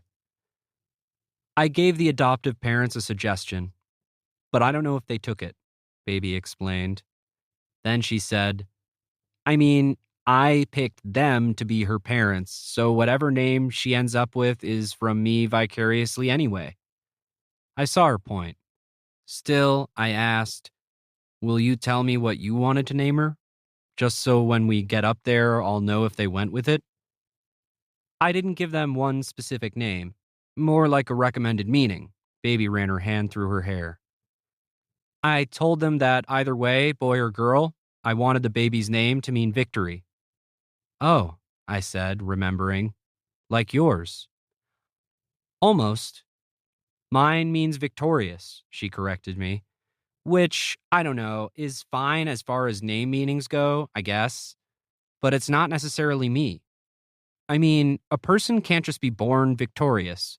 They have to earn it by achieving something. Like a victory. Baby had concluded the same thing I had about her name. I don't know. Maybe it's fucking lame, but if the baby's name means victory, it sort of legitimizes me being named Nicole. To me, nothing would legitimize Baby being named Nicole, but I liked that she saw her baby as a victory despite everything. Every kid should be so lucky as to have their mom think that about them. Do you think they named her Victoria? I asked. Oh, probably, she sounded resigned. If they did, I'm going to call her Tori and not Vicky, though, Baby informed me. As someone who spent the better part of elementary school getting called Hickey Nicky on the playground, I refuse to set my kid up for the same ridicule. That's a great point. Then something occurred to me. Though I guess they could call her Hoary Tory, which might be worse. Baby sighed. I'm not above kicking a bunch of 8-year-old asses if it comes to it. I agreed. Are you ready to go inside? I expected her to say something like, as ready as I'll ever be, but instead she just sighed and said, fuck, which I guess was kind of the same thing. Without another word, Baby and I climbed out and shut our car doors, and together we went to meet her daughter. Chapter 34. Whoever decorated the social services waiting area in the maternity wing of Beaumont Hospital did so without a stitch of pink. In fact, as far as waiting rooms went, this one, with its mint walls, framed paintings of geometric designs, and 0 motivational posters, was the most pleasant I'd ever seen. Of course, I wasn't waiting there for a doctor to shrink my head, so that, more than the color scheme, was probably why I was calm. The real patient this time, if you want to call her that, was Baby, and she was far too busy pacing to appreciate the soothing powers of abstract art.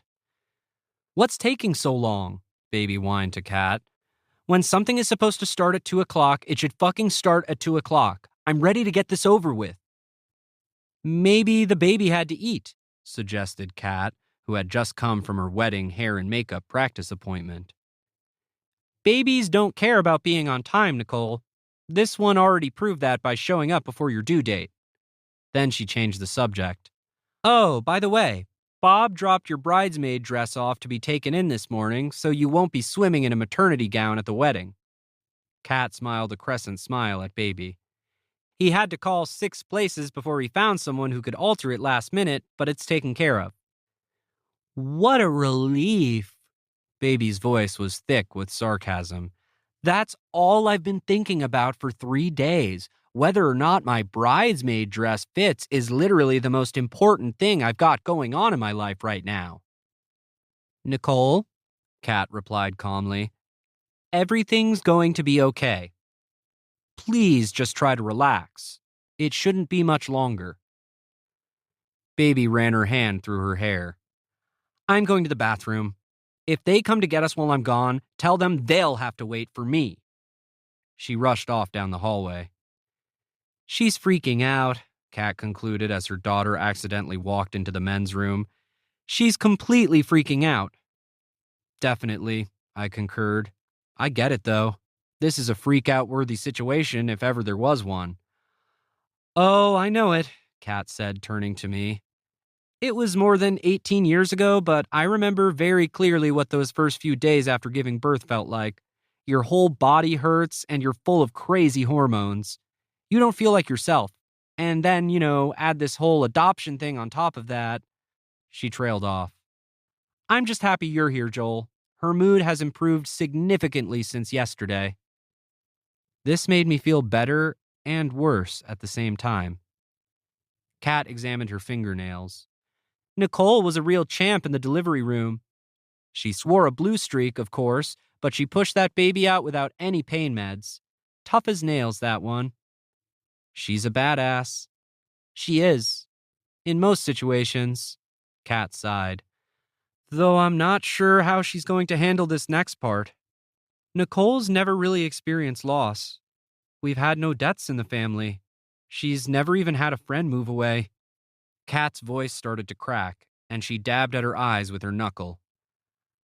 I just hope she's able to move on. Kat was raising concerns I hadn't considered. The little time I'd spent thinking about Baby's baby had been more focused on the inconvenience of her pregnancy and less on the reality of her actually having and giving away a child. I'm not saying she's making a mistake, Kat went on. Nicole has a really bright future. She'd regret not going to college in New York, I know it. That's not going to stop it from hurting, though. The door to the bathroom flew open, and Baby stepped out. Anyway, thanks again for being here, Kat said. I'm glad Nicole has you. Sure. Baby stormed back over to the waiting area, ready to pitch another fit, when a door behind us opened and an African-American woman wearing a lot of eyeshadow said, Ms. Palmer and family, we're ready for you now. Baby didn't slow down so we could enter together. Kat and I followed. The woman, whose name was LaDonna, ordered us coffee and water, paid Kat a compliment about how nice she looked, and then congratulated her when Kat explained about the wedding, and then started in with the official business. In a moment, the adoptive parents will come in. A nurse will follow with the baby, whom all of you are welcome to hold. She turned to Baby. Nicole, I'm aware you already have a relationship with the couple and that this will be an open adoption, whereby you'll maintain contact with the family moving forward. I understand both parties have agreed to minimal visitation throughout this first year with a reevaluation of those terms after that time. Is all that correct? Yeah, Baby said. That's what I want. Excellent. After you've all welcomed the baby, and you can take as long as you like, you just let me know when you're ready to proceed. We'll move on to the ceremony. Nicole, I'll ask you some questions, then I'll ask the adoptive parents similar ones. Then there will be a document you'll all need to sign, and the witnesses will need to sign too. She pointed to Kat and me. Then we'll all say goodbye for now. Do you have any questions? No one did, so LaDonna excused herself through a different door, and we could hear her muffled voice say, "Everyone's ready," before she returned. This whole time, I kept watch on Baby. She was stiff and her jaw was set, a look of determination about her, the same as on Halloween when she revealed her pregnancy to the world. It didn't seem like 4 whole months had passed since that day, but at the same time, it could have been a lifetime. Everything was different now. Baby and me, and it felt like everything was about to become different again. I was so focused on Baby that I didn't even notice who walked in behind LaDonna. It wasn't until one of them said my name that I remembered Baby and I weren't the only two people in the room. Joel? My eyes darted to a familiar face that was so out of context it took me several takes to realize who he was. Dr. Schwartz? What are you doing here? I looked from him to Baby to Kat to LaDonna and back again. I started to panic. Did my mother call you? I think he thought I was joking because he laughed. No, of course not. He extended his hand to shake mine while grinning ear to ear. I'm really glad you could come. He side-hugged Baby and kissed Kat on the cheek.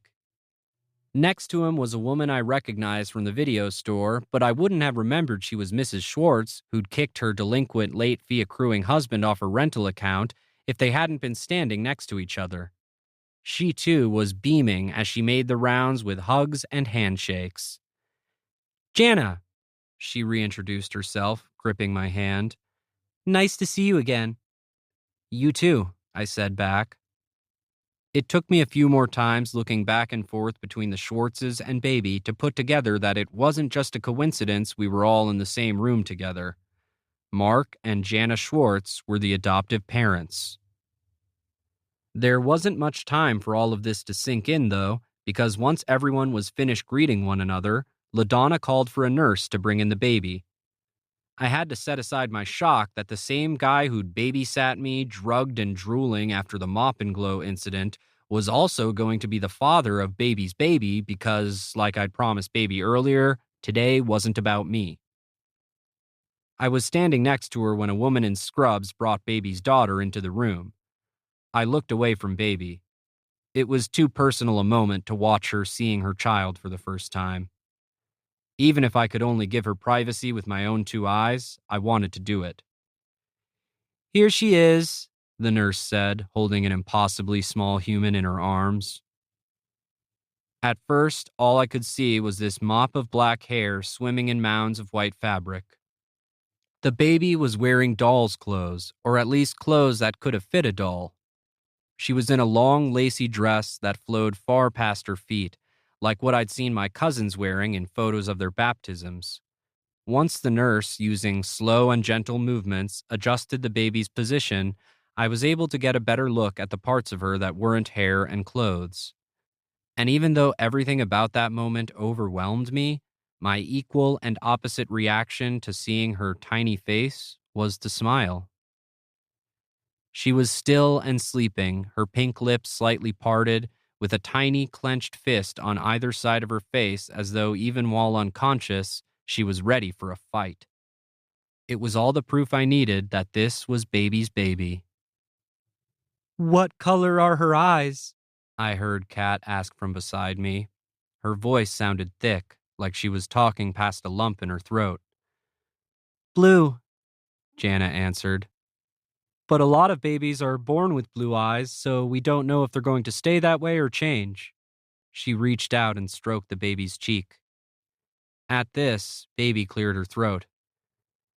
They won't turn brown, she said with a steady voice. I have green eyes, and the biological father has blue eyes. Those are both recessive genes. She explained this to Jana, but was looking at her daughter. Mark smiled at Baby. She's right, he said. I wasn't sure if he'd taken genetics in psych doctor med school or if this was just something he happened to know like Baby did. After this, the nurse asked Baby if she wanted to hold her daughter, and she nodded.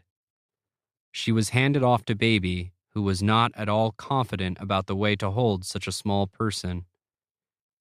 Jana stepped in to help, and then the room got very quiet as everyone watched Baby holding her child. "What did you name her?" she asked, looking up from the baby at Mark and Jana.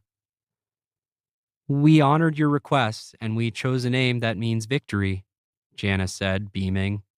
"Nicole, meet Daphne." "Daphne Palmer Schwartz," Mark clarified. Baby sighed a deep sigh. "You can hold her now, Mom." Kat's turn with Daphne was much more tearful than Baby's, and by the time she was ready to hand the baby off to me, there were streams of wedding mascara running down her face. I don't think I exhaled the entire time I held the baby. Part of me wanted to marvel at the miracle of life and contemplate all the things babies make people think about, but honestly, I was so terrified I was going to break her somehow that I quickly handed her back to Jana. The official adoption ceremony began after this, which was mostly, as LaDonna had described, rote Q&A stuff with some flowery language mixed in. Before ink was put to paper formally relinquishing the baby to the Schwartzes, Mark and Jana had a few things they wanted to say to the mother of their child.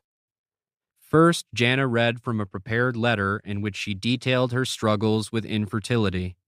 She described Baby as a selfless angel, among other very nice things, while she cried tears of gratitude that she was finally becoming a mother. Next, Mark spoke. He wasn't as prepared, but wasn't any less sincere, promising Baby that he would lay down his life for her and for Daphne, and that he couldn't wait to be the best dad to this little girl. Everyone in the room cried at one point or another, including me, except for Baby, who evidently had the willpower of 1,000 titans. When asked if there was anything she wanted to say to the Schwartzes, Baby took a minute before responding that she did. "I guess I just want you to promise to love her no matter what," she said in a small voice. "No matter who she turns out to be, even if it's different from what you hope. Even when you don't understand her, you always have to love her." Baby paused. "It's the one thing I know I would have gotten right." The Schwartzes promised. Signatures were then collected and goodbye hugs were given. Kat made her quick exit, and then Daphne was ready for a bottle. The Schwartzes reminded Baby to call them when she was ready to visit, and before I knew it, Baby and I were alone again, walking to her car in the parking garage. Without saying anything, Baby handed me her keys. I unlocked the Accord and she climbed into the passenger seat. If there was a right thing to say to Baby at that moment, I didn't know what it was. There were lots of things going through my head, but they were mostly variations of the same observation I kept making over and over throughout the adoption ceremony. Baby was being quiet.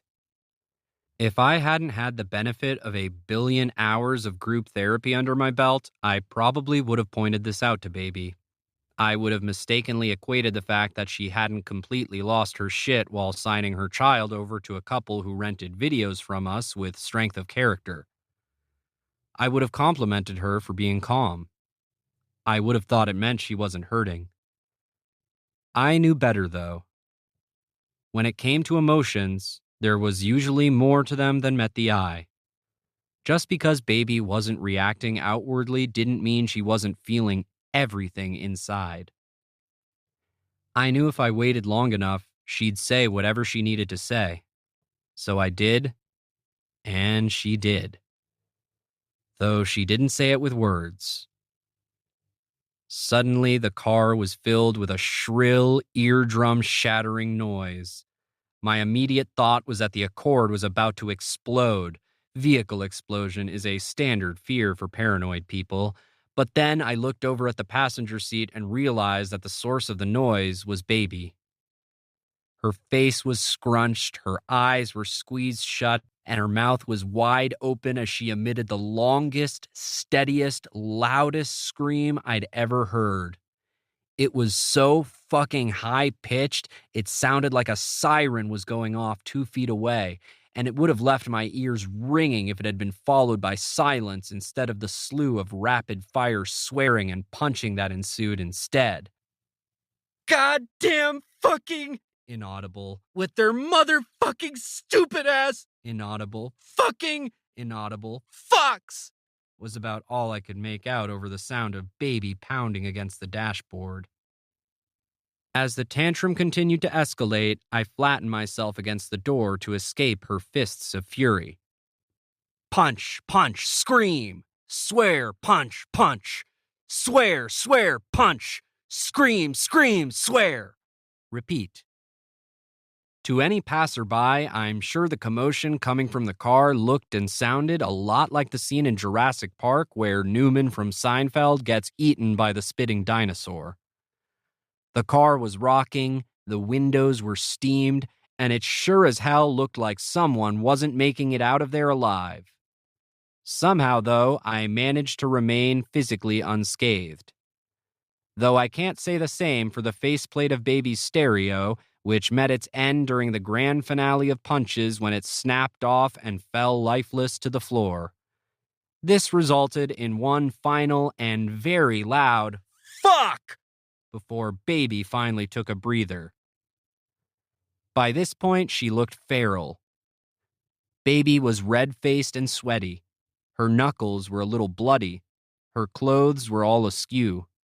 She looked like an assault victim, and since I was the only other person in the car, and the hospital parking lot security guard would probably be by any minute to investigate reports of a suspected dinosaur attack, I decided it was time to start driving. Without a word, I turned the key in the ignition and backed the car out of the parking space. We'd only made it half a mile from the hospital, I had no idea where I was going, when round 2 of yelling began. "They could have named her Kelsey," baby erupted. "They could have named her Laura. They could have named her Colette or Veronica. All of those names mean victory, and they're all better names than Daphne." Baby practically spat the name. "There were more than 50 girl names with the same meaning in that goddamn book Scarlett gave me, and they named my kid after a fucking Scooby-Doo character. And not even the smart one. They picked the dumb, slutty one."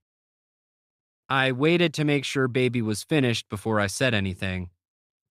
To be fair, I don't think the Scooby-Doo Daphne was meant to be slutty.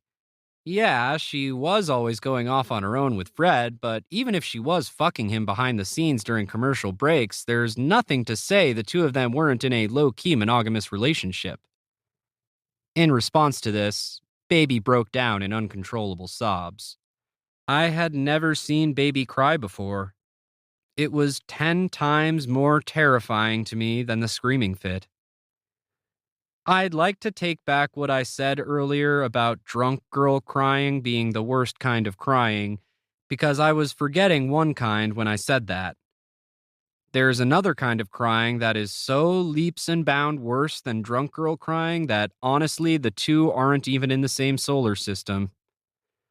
The cry I'm talking about is a hopeless cry, an empty cry. It's a futile, core-shaking, bellowing cry. It's a cry you can't do justice to in words. It's the cry of a mourning mother. Hearing it shook me so badly that I had to pull off the road. Immediately, baby flung her arms around me and continued sobbing onto my shoulder. "Why?" she pleaded with me. "Why did any of this have to happen?" I couldn't answer her. I smoothed her hair. I let her cry. I didn't shush her. I didn't let her go. A long time later, still through tears, she asked me to start driving again. "I don't care where we go," she coughed out. "I just don't want to be here anymore." "Okay," I nodded. "Do you want me to take you to work?" "No," she was adamant. "Somewhere else." Okay, I said. "Try to relax." Baby curled up into a ball and faced her window. My mind scrambled for the right place to take her. Suddenly, I saw a U.S. road atlas sticking out of the driver's side door pocket, and a thought occurred to me. How far is too far away, baby? She sniffed. "Nowhere." Though she couldn't see me, I nodded again. Then I eased the car back onto the road and started driving. Part 3, Chapter 35. It's approximately 545 miles from Royal Oak, Michigan to Fairfax, Virginia. Obeying the speed limit, that's about 9 hours of travel by car. I didn't obey the speed limit, but we did have to stop once for gas and once to piss, so when it was all said and done, we got there in 8.5 hours. We made it to Toledo before Baby cried herself to sleep. We made it to Cleveland before I had to fill the tank, and I also used that opportunity to call work from a payphone to let whoever was closing know I wouldn't be in for my shift the following day. I had to skip town, I told the Godfather. I'll cover for you, she immediately offered. Somehow I knew she'd be good for an alibi. In exchange, if it ever comes up, we were together on November 12th of last year. Deal. Among the many things I didn't consider before embarking on this journey was that when you leave for a 9-hour trip at close to 4 p.m., you arrive at your destination around 1 o'clock in the morning. This isn't an ideal time to arrive anywhere, but it's especially problematic when you haven't planned a place to stay and therefore have nowhere to go once you get there. In almost any other situation imaginable, I would have hard passed on the hourly rate motel stationed on the side of the highway just outside of Fairfax, but by that point I was too exhausted to hold out for a Holiday Inn. Our night there was just as bad as you'd expect, considering the motel was located directly across the street from Fairfax's one and only gentlemen's club. As Baby and I tried to sleep, we were subjected to a lot of noises from the adjacent bedrooms that neither of us ever wanted to hear again. A lot of noises.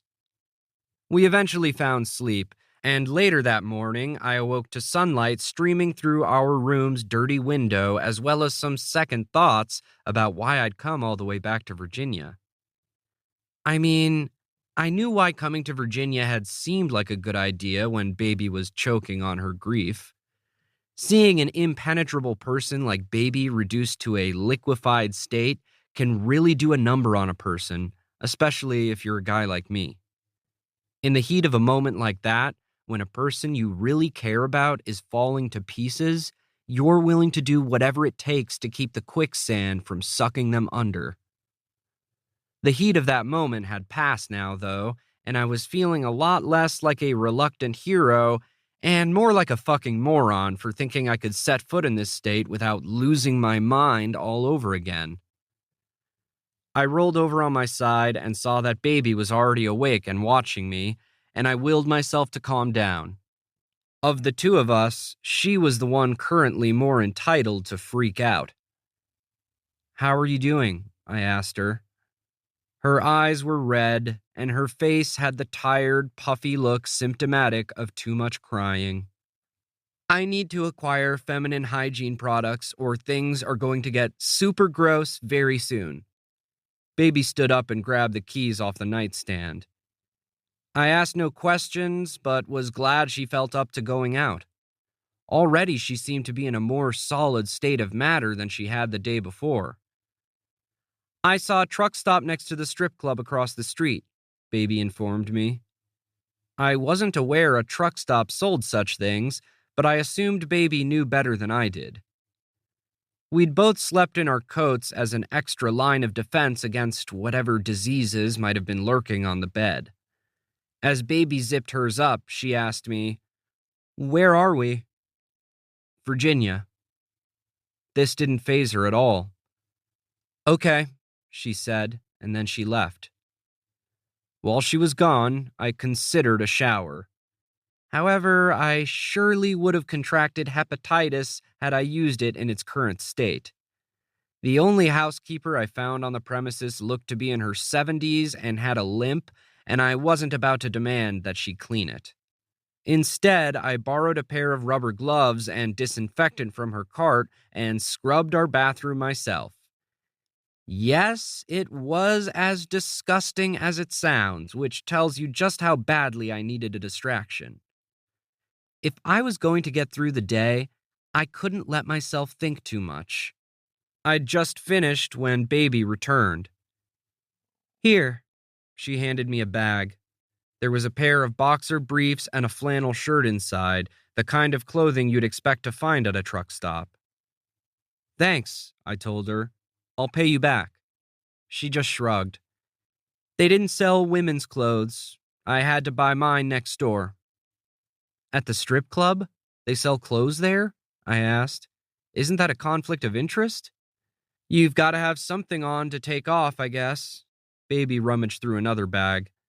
New, with tags, she assured me, holding up some terrifying-looking undergarments. They were expensive. I'm glad they took credit cards, though Kat's probably going to have some questions when the statement comes. I smiled.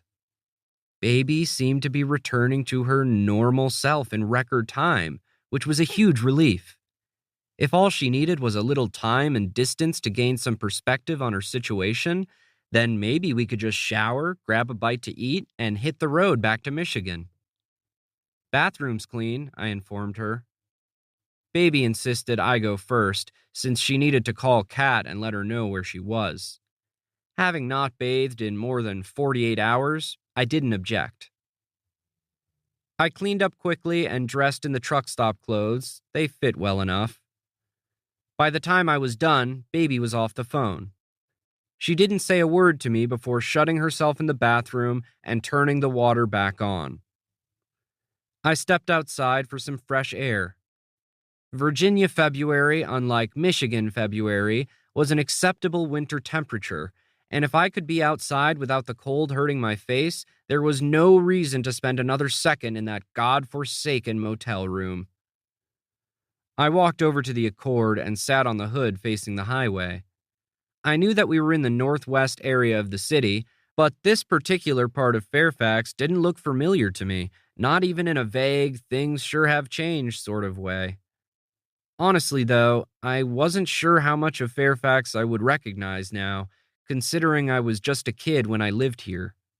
When you're young, your world is small, and you don't think of places in terms of locations on a map. You only know what you see, and everything else about the world feels hypothetical. Nothing felt that way now. Being back in Virginia, everything felt extra real, especially knowing why I'd come back. I'd decided to tell Baby about the bad thing that happened. One of the foundations of group therapy is that people heal best together. There's something about knowing we aren't the only people who have been through shit that gives us hope life won't always be so hard.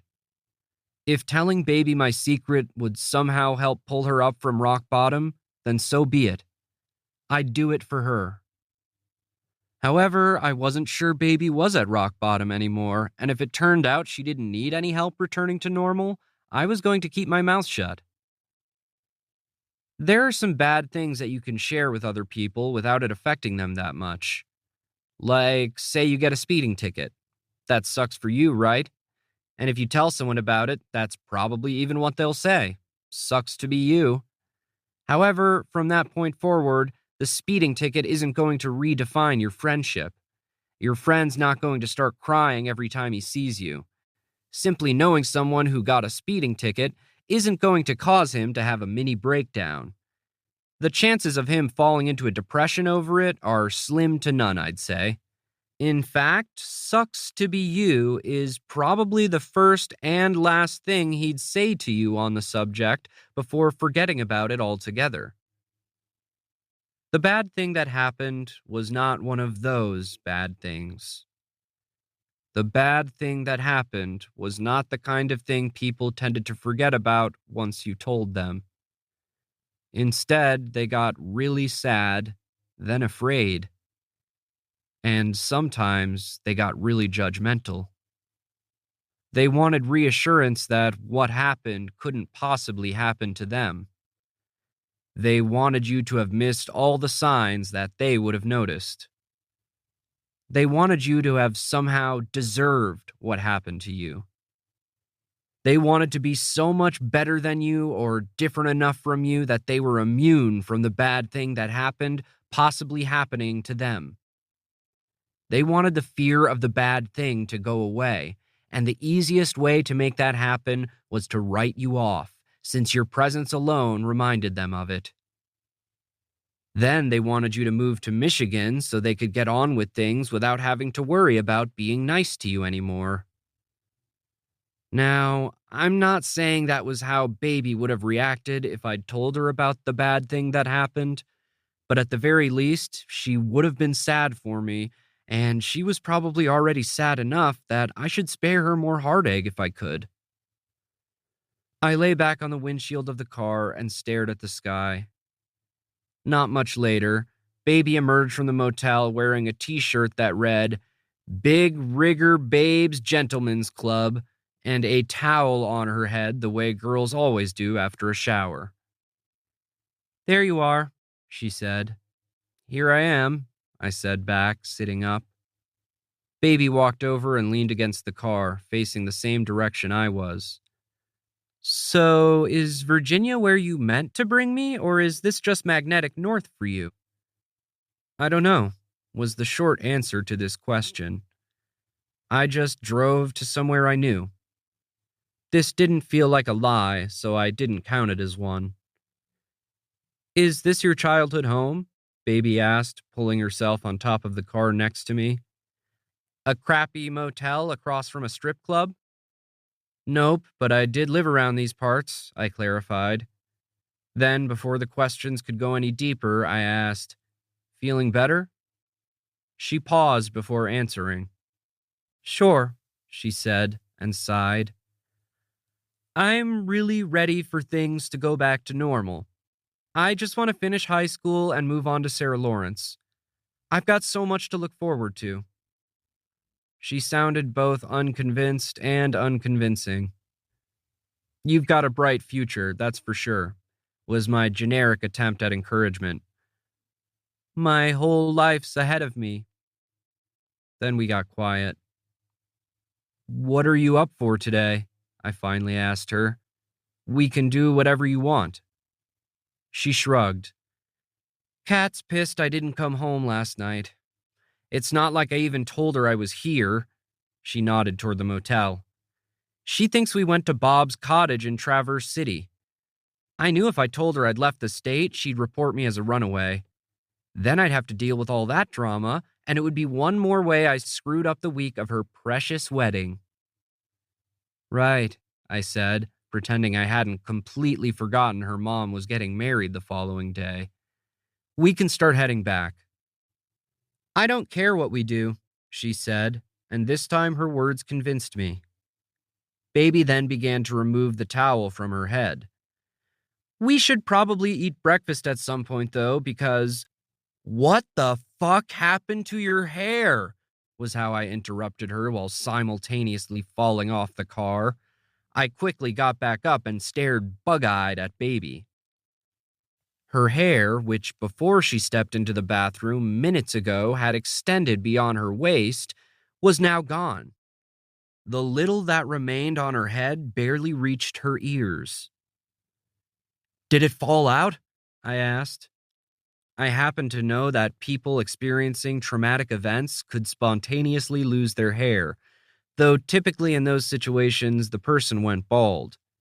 Baby looked more like she'd been attacked by Edward Scissorhands. "Calm down, Solo. God." Baby shot me a dirty look while running her fingers through her barely run your fingers throughable hair. "I didn't react like that when you changed your look." "What?" I was incredulous. "You did this on purpose?" Time out for a second. Before you go thinking I'm a dick for getting so upset about this, let me explain that I don't really care what women do with their hair. Seriously, short, long, whatever, I have no preference.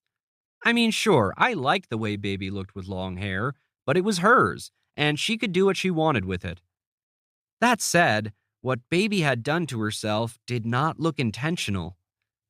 What remained of her hair was crooked and uneven, like it had been hacked off in a fit of rage. Which, let's be honest, it probably had. Time in. Yeah, I cut my hair. Baby flipped a few jagged strands out of her eyes. So what? Why? I thought you liked your hair. She barely shrugged as her answer. Come on, baby, I said, nerves beginning to churn in my stomach. Don't do this. Talk to me. Please. What? I just felt like a change. No, I said, my concern growing deeper. No, baby, that's not the reason. What do you want me to say, Solo? Baby huffed in disgust. I loved having long hair, okay? I loved it. It took me forever to grow it out, and I was going to keep it long for the rest of my life, but then I cut it off, and now it's gone. And there's nothing I can do about it, even if I regret it. Because what's done is fucking done, and I'm just going to have to live with the decision I made and move on with my life. Tears spilled out of her eyes then and rolled down her cheeks. There! Are you happy now?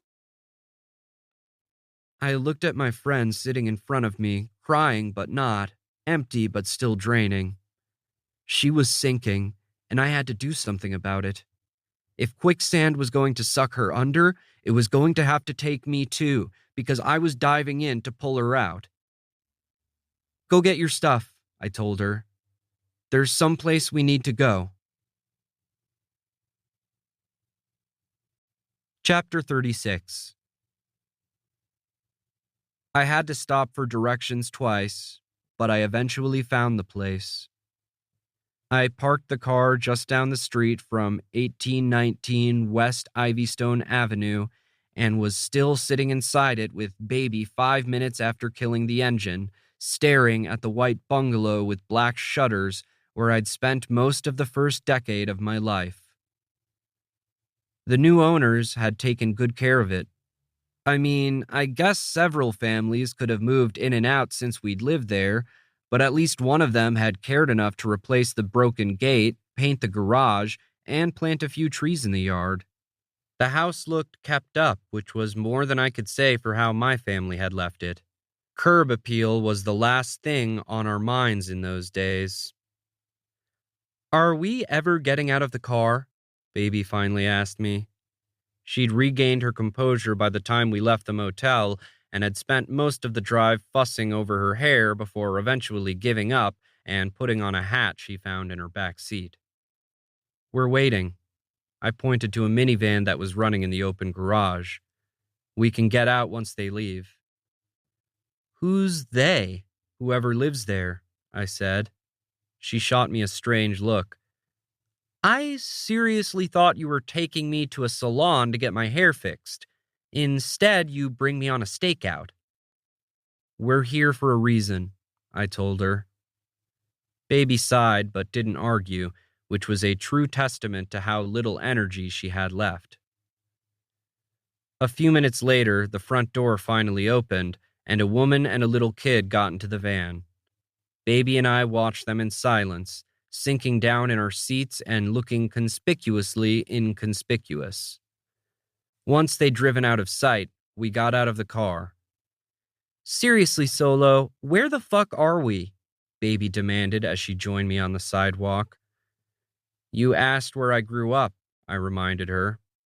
There it is. I pointed at the bungalow. Okay, she said. What the hell are we doing here? What I was doing was trying not to puke from the anxiety that was hitting me like ocean waves, but instead of telling Baby that, I just said, Come on, follow me. She did as requested, but added, I've already experienced enough firsts this week, and I'm not interested in adding breaking and entering to that list. We're not going inside, I promised. Hurry up. I wasn't really worried about the neighbors catching us as we not so stealthily made our way around the side of the house. Unless the culture of the neighborhood had changed dramatically, this little part of Fairfax wasn't the kind of place where people looked out for anyone but themselves, but it still felt wrong to be there. I know it's a cliche, but the yard behind my old house was much smaller than I remembered it. It was still familiar, though, the way that childhood places always are. You remember their idiosyncrasies. Like, I knew exactly where there was a divot in the ground as it sloped downhill. I remembered to avoid the hidden stump from the cedar tree we'd cut down. And when Baby and I reached the kiln, I knew to hit the side of it with a stick to scare out any rodents before crawling in. Baby was silent as we squeezed into the aging but still solid brick structure. With our backs against the wall, we sat side by side, looking back at the house. "So, this is the kiln," she said, as if we were sitting on hallowed ground. "The crystal kiln." "Yeah," I confirmed. "I pictured it bigger. I used to be smaller." After a few more minutes of saying nothing, Baby spoke again. "I know it's a big deal that you brought me here, Solo, but I don't really understand why you decided to do it now." She looked at me. "Do you?" I nodded. Then, maybe sensing that I needed her to, or maybe because she needed to, Baby held my hand. It was a small gesture, but it helped me summon the courage to start talking. "You know, a long time before I burned the mail, I used to play in here. I used to pretend it was the Millennium Falcon, actually. I never told you this, but the reason I picked Han Solo for my work name is because they used to call me that when I was little," I said.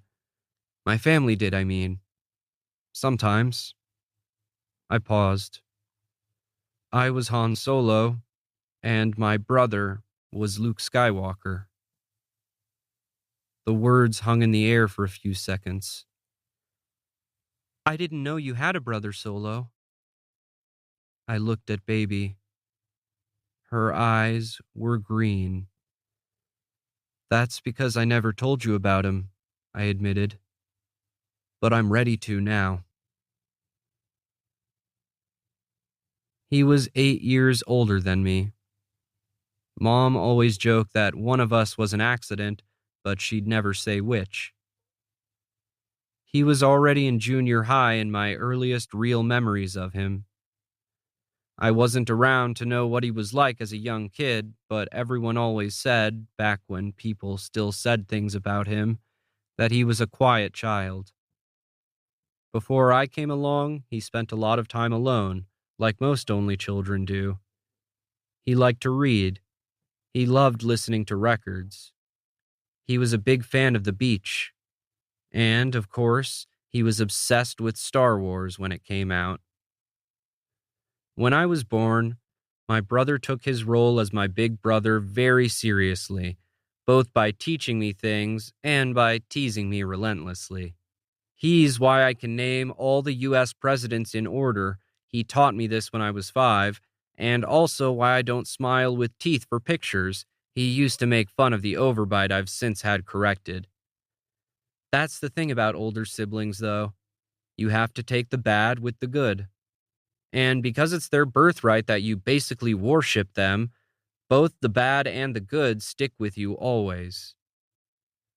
Growing up, the two of us spent a lot of time together, which felt normal because I was a kid, and when you're a kid, however things are seems normal. It didn't occur to me that not all 12-year-olds only hung out with their kid brothers. It didn't seem strange that my brother didn't have any other friends besides me. All the guys I knew who were his age seemed like assholes. I wouldn't have wanted to hang out with them either. Junior high is a tough time for a lot of kids, but watching my brother deal with the crap he did made me nervous about growing up. There were some fights. "Boys will be boys," the principal said when Dad picked my brother up from school because of a busted lip. There was a lot of hazing. More than once, he had his gym clothes stolen and thrown into the girls' locker room. There were some academic concerns. "He just doesn't seem interested in school," said all his teachers. Everyone said not to worry, though, and they used words like phase to explain everything away. Finally, when my brother was in 8th grade, things started looking brighter. He met this kid named Kevin, and the two of them really hit it off. Kevin wasn't an asshole, as far as I could tell. He liked Star Wars, which was important, and even though he and my brother were almost in high school, they still played pretend with me sometimes. They both always wanted to be Luke Skywalker, though, because he was the Jedi and therefore got to use the one and only lightsaber we had.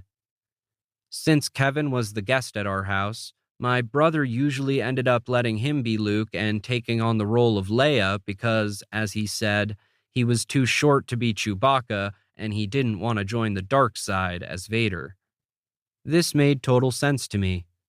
I was short too, and honestly, Darth Vader scared the shit out of me, so if you couldn't be Han Solo or Luke, Leia was obviously the next best choice. She was Luke's sister and therefore shared his DNA. Leia was probably a Jedi too, and who didn't want to be a Jedi even if it meant having to be a girl? Kevin was the new normal for a couple of years. He and my brother were inseparable in high school until things suddenly got weird between our families. Kevin wasn't allowed to come over anymore. My brother wasn't allowed to talk to Kevin on the phone. And then Kevin's parents sent him to Richmond to live with his grandparents. This pretty much destroyed my brother. I couldn't relate to what he was going through at the time, losing his best friend like that. I have a better idea now of what that felt like, and trust me, it's not the kind of loss you'd wish on anyone. The month Kevin left, my parents made my brother go to a ton of doctors to help with his sadness, I guess. This was also when they placed their moratorium on Star Wars and banned everything else fun, which made my brother even more sad. It sucked for the rest of us too, of course, but not as bad. While we all had to make some sacrifices, my brother was the one who'd lost Kevin. There was one day a few months after Kevin moved that my brother took me to the park. I remember this day well because of what I told you earlier. It was out of the ordinary, and therefore my senses recorded the entire experience in high def and tattooed it on my brain. I'm glad it did this too, because in retrospect, which unfortunately is the only way a lot of shit makes sense, that day turned out to be really significant. It was kind of a cold day, but it was sunny. My brother and I skipped rocks in a pond and screwed around on the monkey bars for a while. Then he offered to push me on the swings, which was weird because I hadn't needed a push in years, but I let him do it because he was my brother and it seemed important to him. "Don't push me over the bar," I warned him once I started going really high. There'd been a rumor circulating at school that a kid in the DC area had swung so high that he flipped all the way around the swing set and his body turned inside out. I was not interested in testing the legitimacy of this story. "Chill out, I'm not going to," my brother said. "There are no clouds in the sky today," I observed out loud. "It's really blue." After a few more pushes, he asked me a question. "What if I told you that the sky wasn't blue? What if I said that, to me, the sky was, I don't know, green?"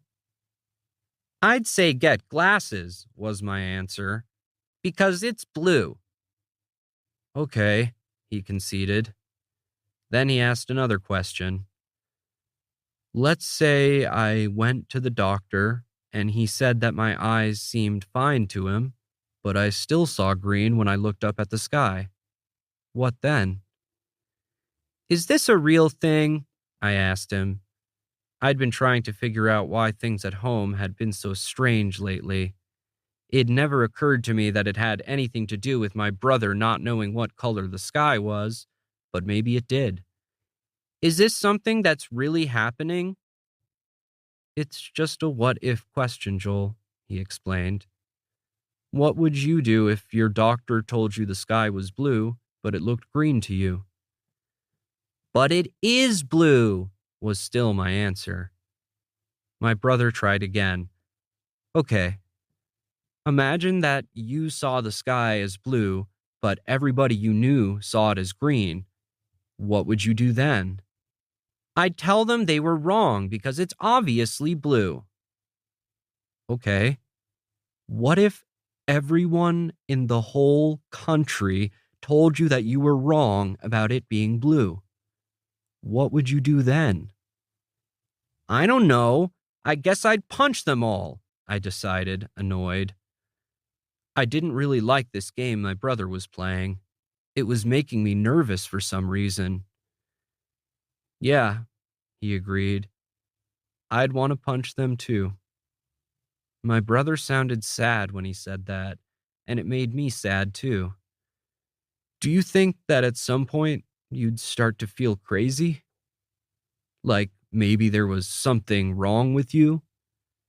I mean, how long can a person stand being told they're wrong about something they know is true without losing their goddamn mind?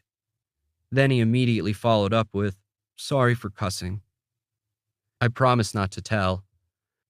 Then, instead of answering any of his questions, because I was a kid and couldn't have possibly known what to say, I asked him a question of my own. Are you okay? He slowed my swing down and waited until it stopped before stepping in front of it.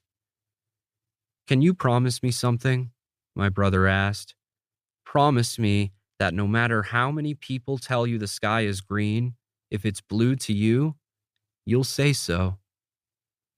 Even though this sounded like something that would never actually happen to me, it felt like a very important decision. Okay, I promise. My brother picked me up and stood me on the swing so that I was taller than him. Then he wrapped his arms around my middle and hugged me for a long time, which was weird, but it still made me feel special. While we were standing there, I decided something. You know, if you told me that the sky was green to you, I'd believe you, I said to him. I would just think, hey, maybe my brother has special eyes that see a green sky. Aren't I lucky to know someone with special eyes? My brother smiled at me and squeezed me harder. Thank you, Joel. When you're young, a lot of things go over your head. You don't understand quicksand or warning signs or cries for help or what really happened with Kevin. Everything that happens is what's normal, even when it's not, and there's nothing wrong, even when there is. That day he talked to me about the sky. I didn't know my brother was drowning. I didn't know he was crying out for help. I didn't know I couldn't have known. It was the last real conversation I'd ever have with him. But as it turned out, it was. 4 days after my brother took me to the park and pushed me on the swings and told me about green skies, he killed himself. Maybe you saw that coming. Maybe at some point during this long-ass story I've been telling you, you jumped to that conclusion. If so, good for you. I wasn't trying to shock you, so I hope you were braced for it, because let me tell you, when the bad thing happened, I was completely blindsided by it. It wrecked me. It broke me in half. And it ruined my fucking life. After it happened, well, you know pretty much everything that happened after that, don't you? This brings you up to speed. You're aware of how badly losing my brother fucked me up. You know about all the years I've spent trying to fix what broke when he left. You know all about my paranoia, my obsessiveness, my anxiety. You know about all the ways I'm not, and will probably never be, normal. Now you finally know why. And so did Baby. When I finished telling Baby everything I had to say, she didn't ask any insensitive questions. How did he do it? Who found him? Did he leave a note? Even though I knew she was curious. That's how you know someone is a good friend. They can want to know details about shit you've gone through, but they won't ask out of respect for your mental well-being. Also worth noting is that Baby didn't seem eager to get away from me like she had when I told her what was wrong with me, which was something I had considered might happen. She wasn't the same person she'd been back in December, though. Baby had been through her own bad things since then, and those had a way of making you a lot more accustomed to emotional nudity. I don't know how you lived through that, was the first thing she said after an appropriate silence followed the end of my story.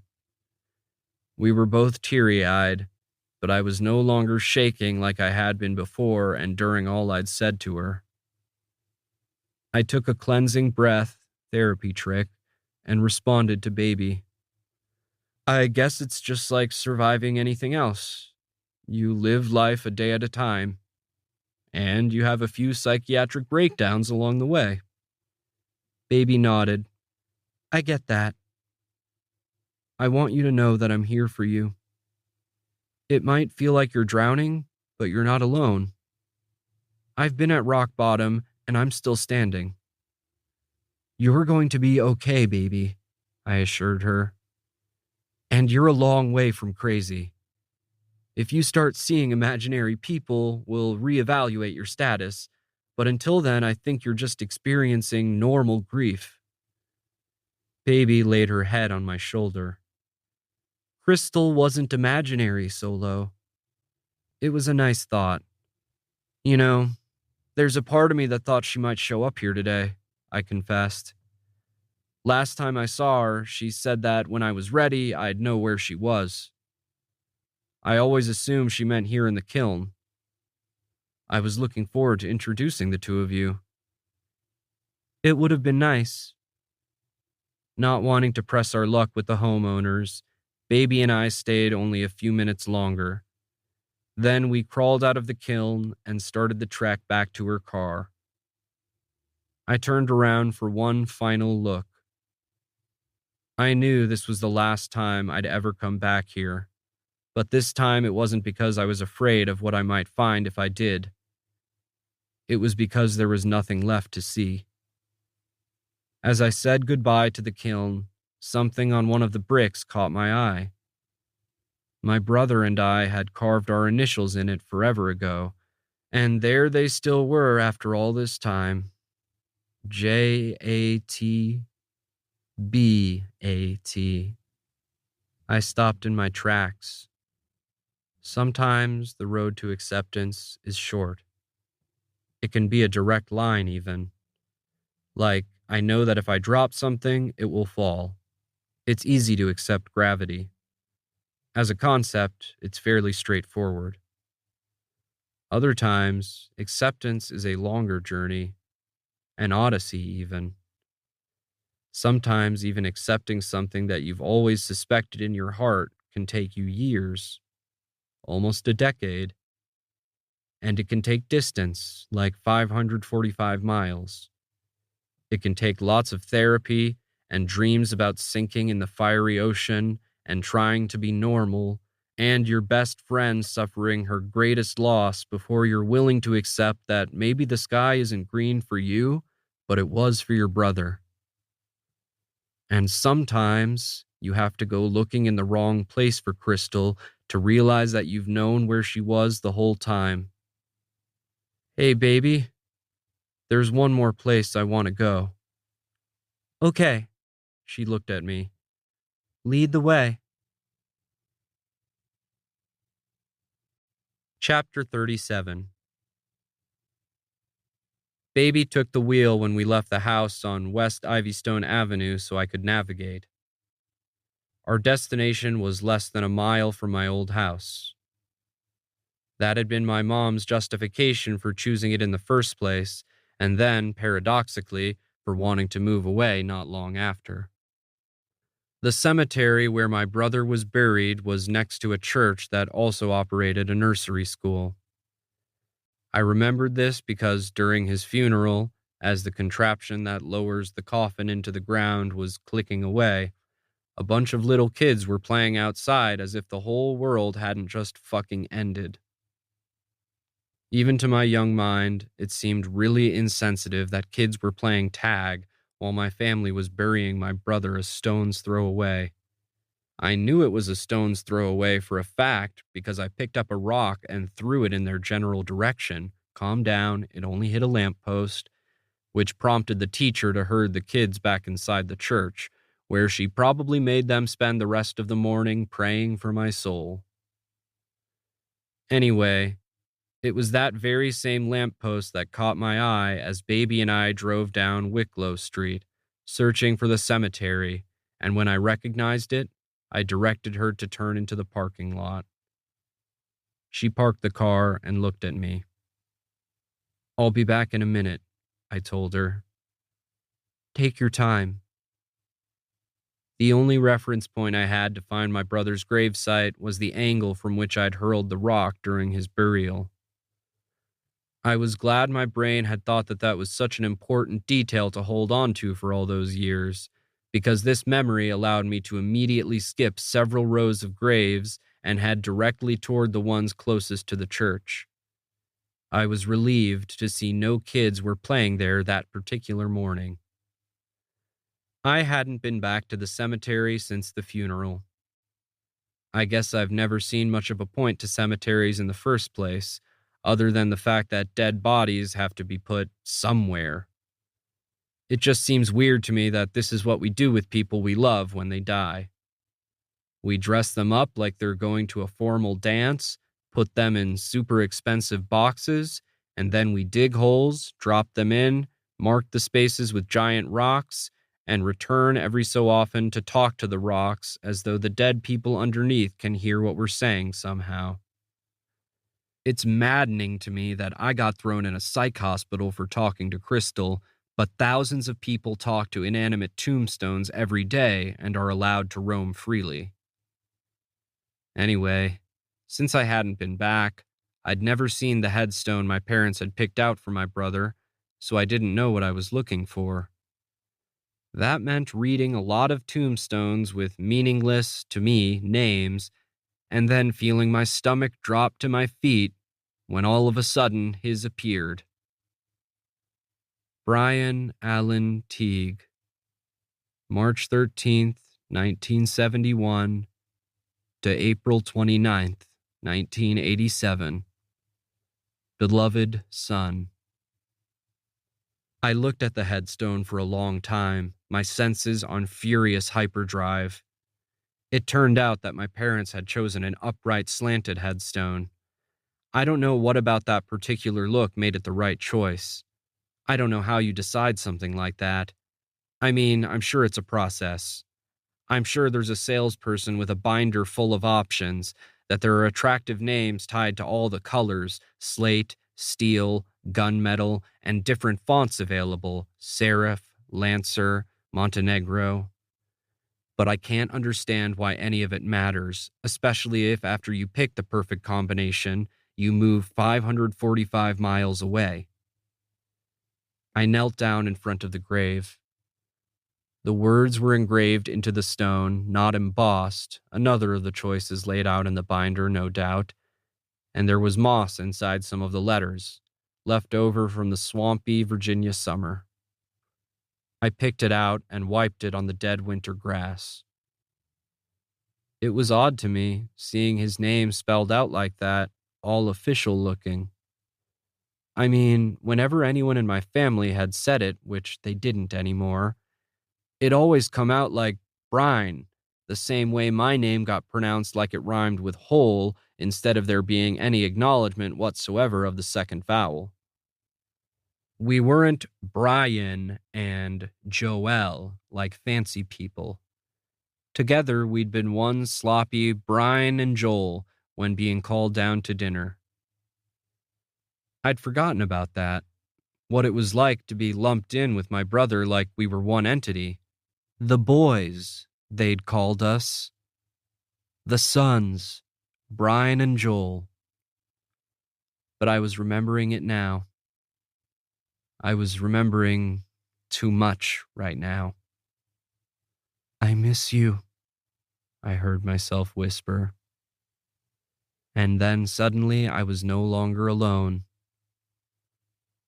I was looking at the ground when she approached. The hem of her green dress swayed as she walked right up to me and stopped. I didn't look up. Instead, I glanced over at Baby's car. I couldn't see if she was watching me or not.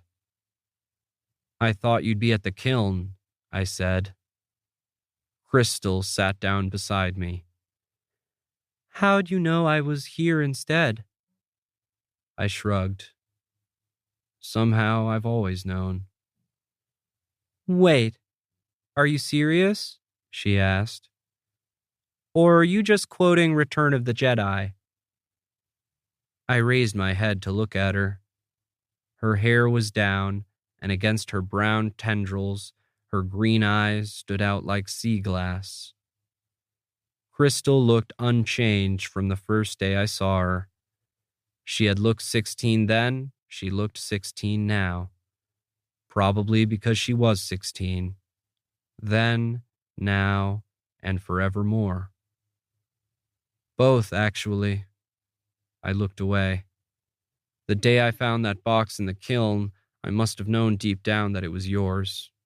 I mean, you loved Bon Jovi. You were obsessed with the color green, the nail polish, the dress, plus that list of names was in your handwriting. I think it's just taken me a really long time to put it all together because, like my therapist says, I spend a lot of time in denial. We stared at each other for a moment. So you know who I am then? Crystal acknowledged quietly. I nodded slowly. I don't know how you are who you are, but I'm starting to understand who you are, who you've always been. It's both completely confusing and makes total sense to me. She seemed relieved to hear this. You know, that's how it always felt for me too. I knew I was different, but I didn't even understand that people could be different the way that I was. I didn't even know the words to describe what it meant to be like me. She pulled her legs up to her chest and hugged her knees. Nobody else seemed to either. They just kept telling me that something was wrong with me. It seems like people just slap labels like that on anyone they don't understand. She sighed. No kidding. It got quiet after that. When I got up the nerve, I broke the silence. I'm really pissed at you for leaving me. Crystal straightened her knees out. She patted her lap for me to lay my head down. I know you are, Joel. She started scratching my head with her fingernails the way Mom did. But more than angry, I'm just fucking sad, I told her. I hate knowing how shitty things must have been for you, how lonely and scared you must have felt all the time. The fact that you hurt for me instead of wanting to hurt me makes you different from a lot of people. These words were heavy, and they sank in fast. I thought about all the fights at school, the bullying. I thought about the reprieve that was Kevin, and then I remembered the devastation of his absence. I thought about all the doctors. I thought about our parents arguing. And then I thought about what happened. I told you before that I wish there was a word for how much I loved watching Crystal love Bon Jovi. Well, on the flip side, I also wish there was a word for how I felt imagining the depths of suffering she must have endured in her life. This word needed to connote just the right degrees of devastation, rage against injustice, and helplessness. It needed a lot of syllables. It would definitely be a swear. But I didn't know a word like that, so I yelled a bunch of other words. I'm so sorry. I'm sorry I didn't realize what was happening sooner. I'm sorry the world is so goddamn shitty.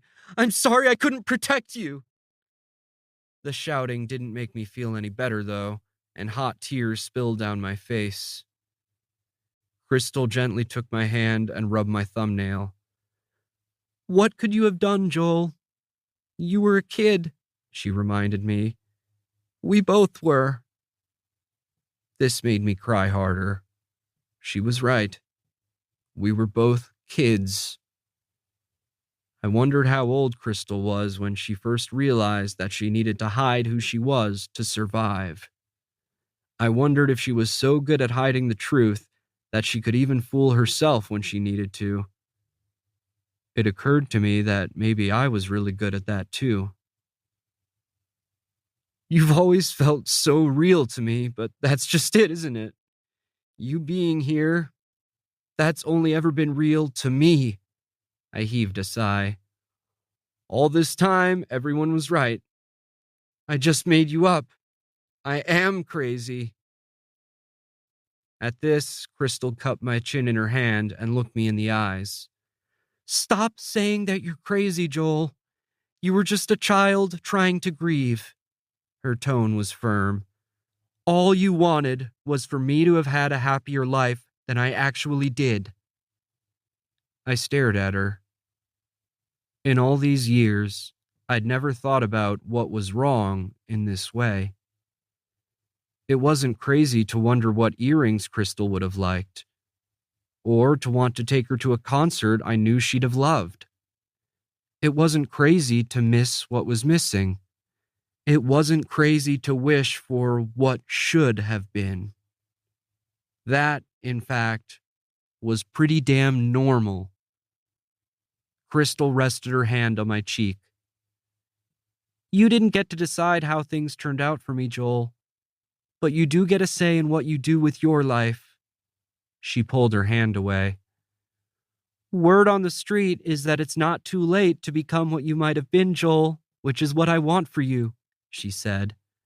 The same way that it's what you always wanted for me. I sighed, but then I nodded.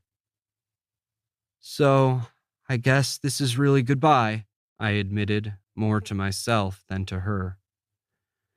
Just because I'm not with you, it doesn't mean you're alone, you know. Crystal glanced toward Baby's car. I followed her gaze. Do you think she'd like me? Crystal asked. Well, she hates most people, but I think you'd make the short list, I said. For what it's worth, I think you'd like her too. I'm sure I would, she said. Just then, Baby started up the Accord. She must have gotten cold. Crystal noticed. You probably shouldn't keep her waiting. I nodded but made no move to get up. There's one more thing I want to tell you. I kept staring into the parking lot as I spoke. It's about that day. That last time we hung out when you took me to the park. Do you remember? Of course I do. Well, I just want you to know that I meant what I said to you, I told her. Then I swallowed past the lump in my throat and forced myself to look at her for what I knew would be the last time. I feel lucky to have had a sister with special eyes. I watched Crystal as her face slowly lit up.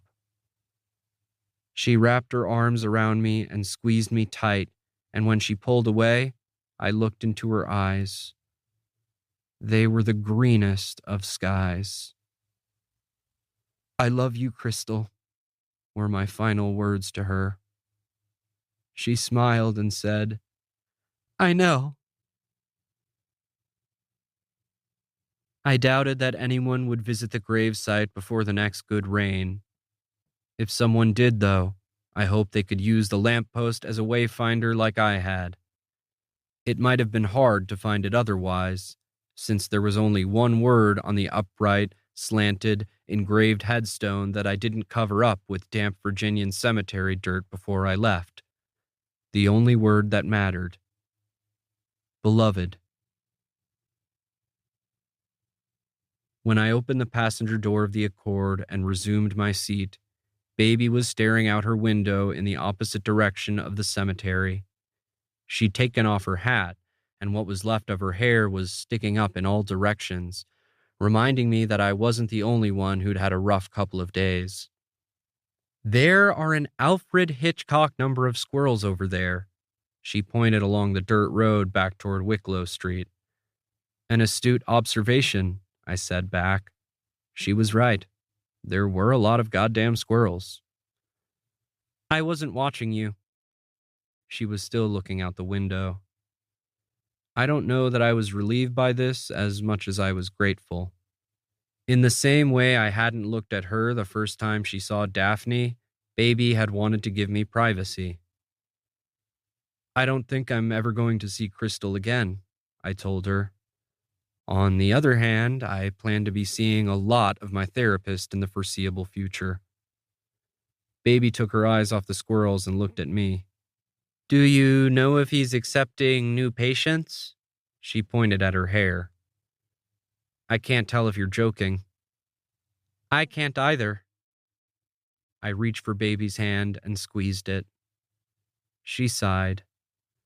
Not to take away from all this personal growth you're experiencing today, because I'm really glad you told me everything, but I still have to deal with all my shit, and I'm super fucking sad about it. I nodded. Is there anything I can do? Like, right here, right now? Is there anything that would make you feel even like an ounce better? Baby thought for a second. Not unless you can fix my stereo. The prospect of driving all the way back to Michigan without any music is enough to push a girl on the brink over the edge. I looked at the broken stereo. There were no longer any dials to turn or buttons to push, which meant there was no way it could work. But still I said, okay. Okay, what? Okay, I'll fix it. Baby shot me a doubtful look. How, Solo? Are you gonna use the Force? Han Solo does not use the Force, I informed her. But if he can jerry-rig a hyperdrive, then this should be a piece of cake for me. This logic was absolutely nonsensical, of course, but you know what?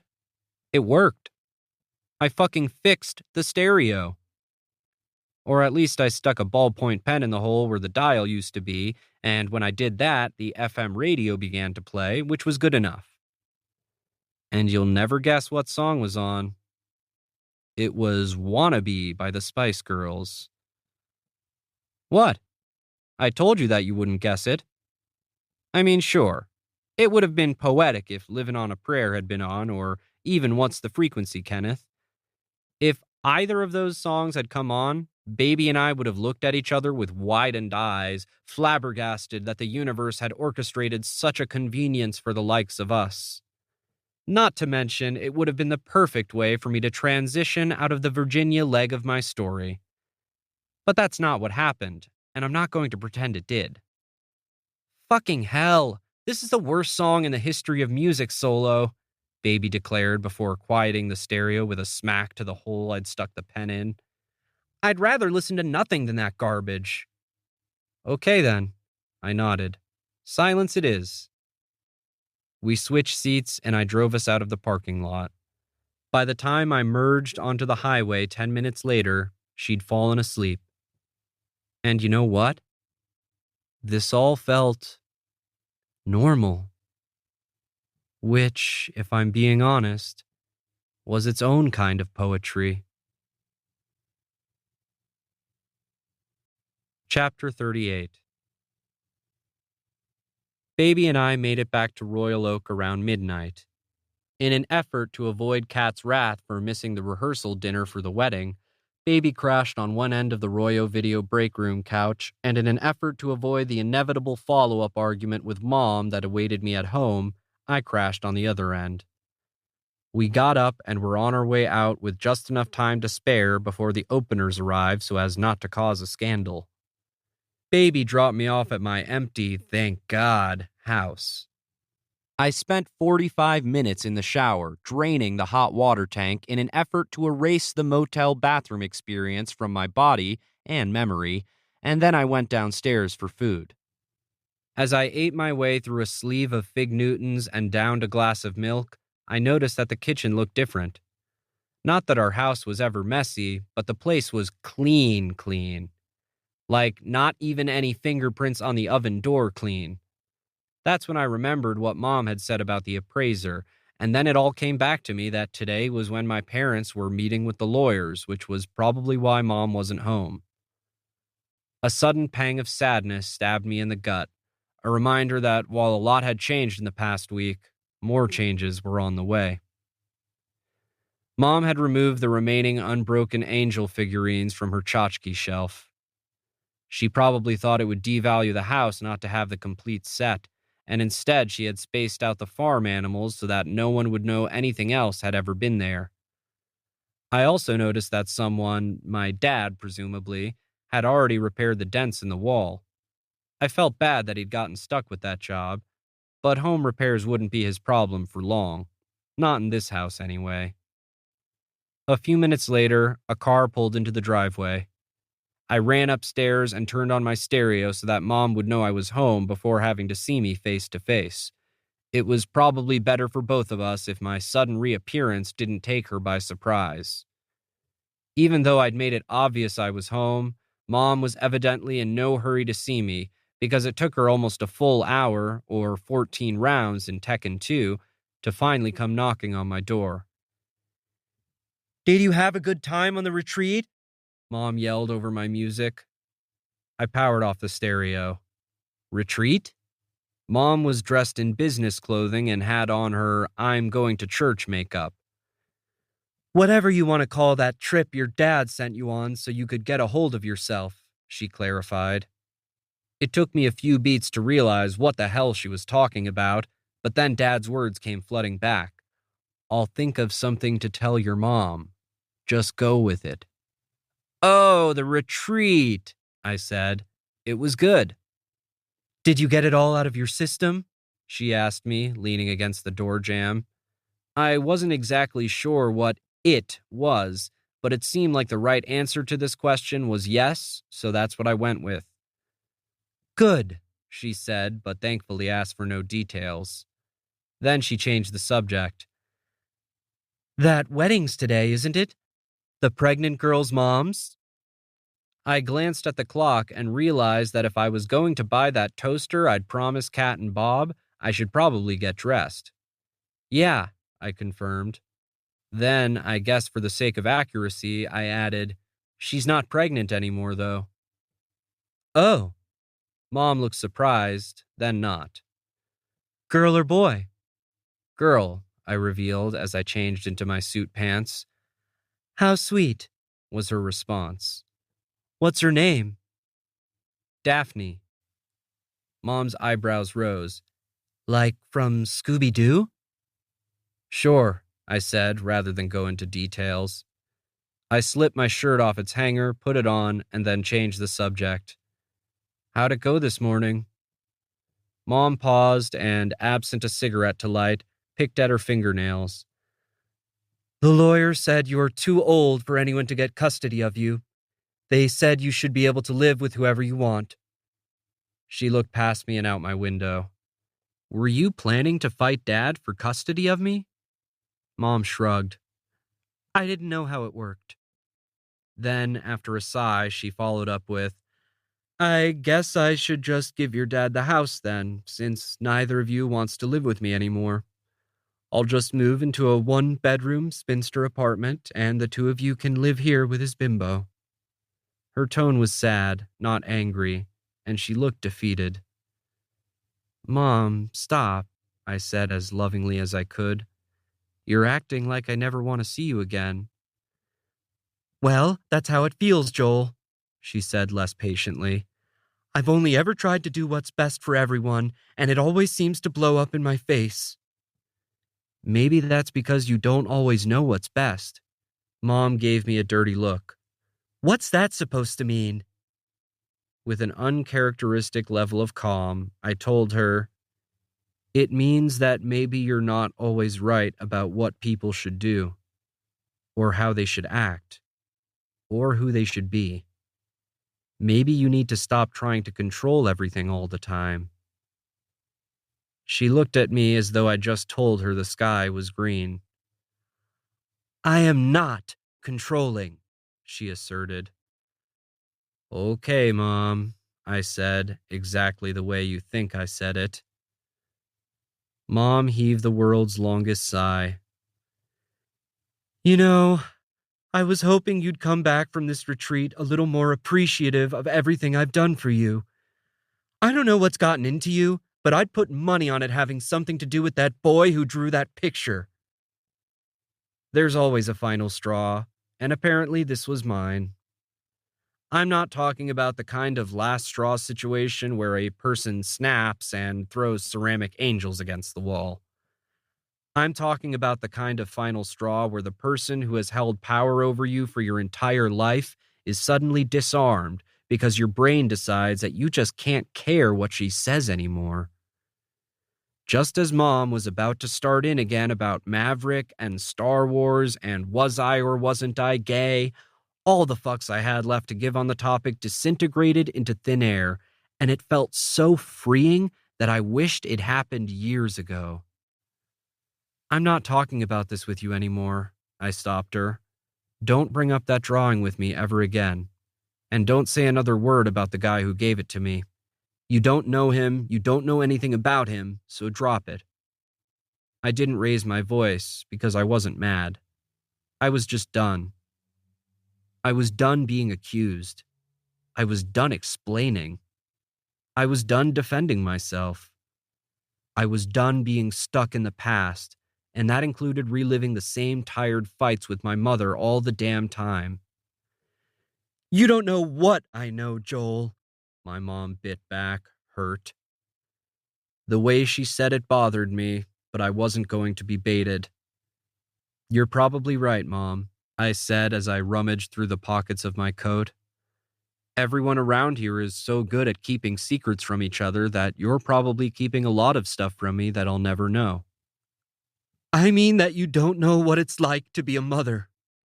I heard her swallow past a lump in her throat. A mother only wants to keep her children safe, Joel. A mother wants to protect her kids from the cruelty out in the world. A mother only wants what's best. I found the J.C. Penney bag my dad had given me and pulled out the pink tie. I put it around my neck before I remembered I didn't know how to tie one, so I improvised a slip knot I'd learned at Cub Scouts. And all children want is for their mother to love them no matter what, I told her. It's too bad neither of your children will ever know what that feels like. Mom looked horrified, maybe because of what I'd said, or the color of my tie, or the fact that I'd tied it in a way that ended up looking like a lasso hanging from my neck, or maybe all three of those things together, but I didn't care. I grabbed my suit jacket and shoes and walked past her. I had a wedding to get to, and I wasn't going to let my mom stop me. As it turned out, she didn't even try. Chapter 39. After she sold me a toaster, the silver-haired sales lady at Macy's retied my tie for me, stating that she couldn't allow me to attend a wedding looking like a ragamuffin cowboy. Then she smoothed out my jacket and sent me over to the gift wrapping department, deeming my plan of giving my gift to the bride and groom in a shopping bag reprehensibly tacky. This might have embarrassed some guys, but not me. I'd already learned a long time ago to accept help when it was offered, and then to say thank you and mean it, so that's what I did.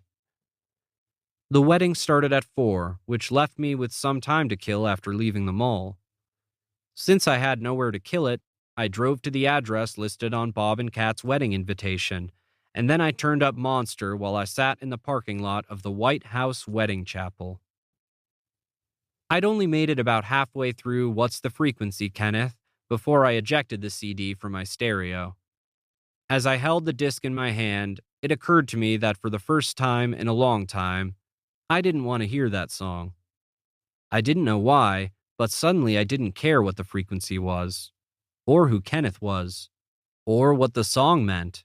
None of those questions felt pressing anymore. I was all of a sudden okay not having the answers. And just like that, I was ready to listen to something else.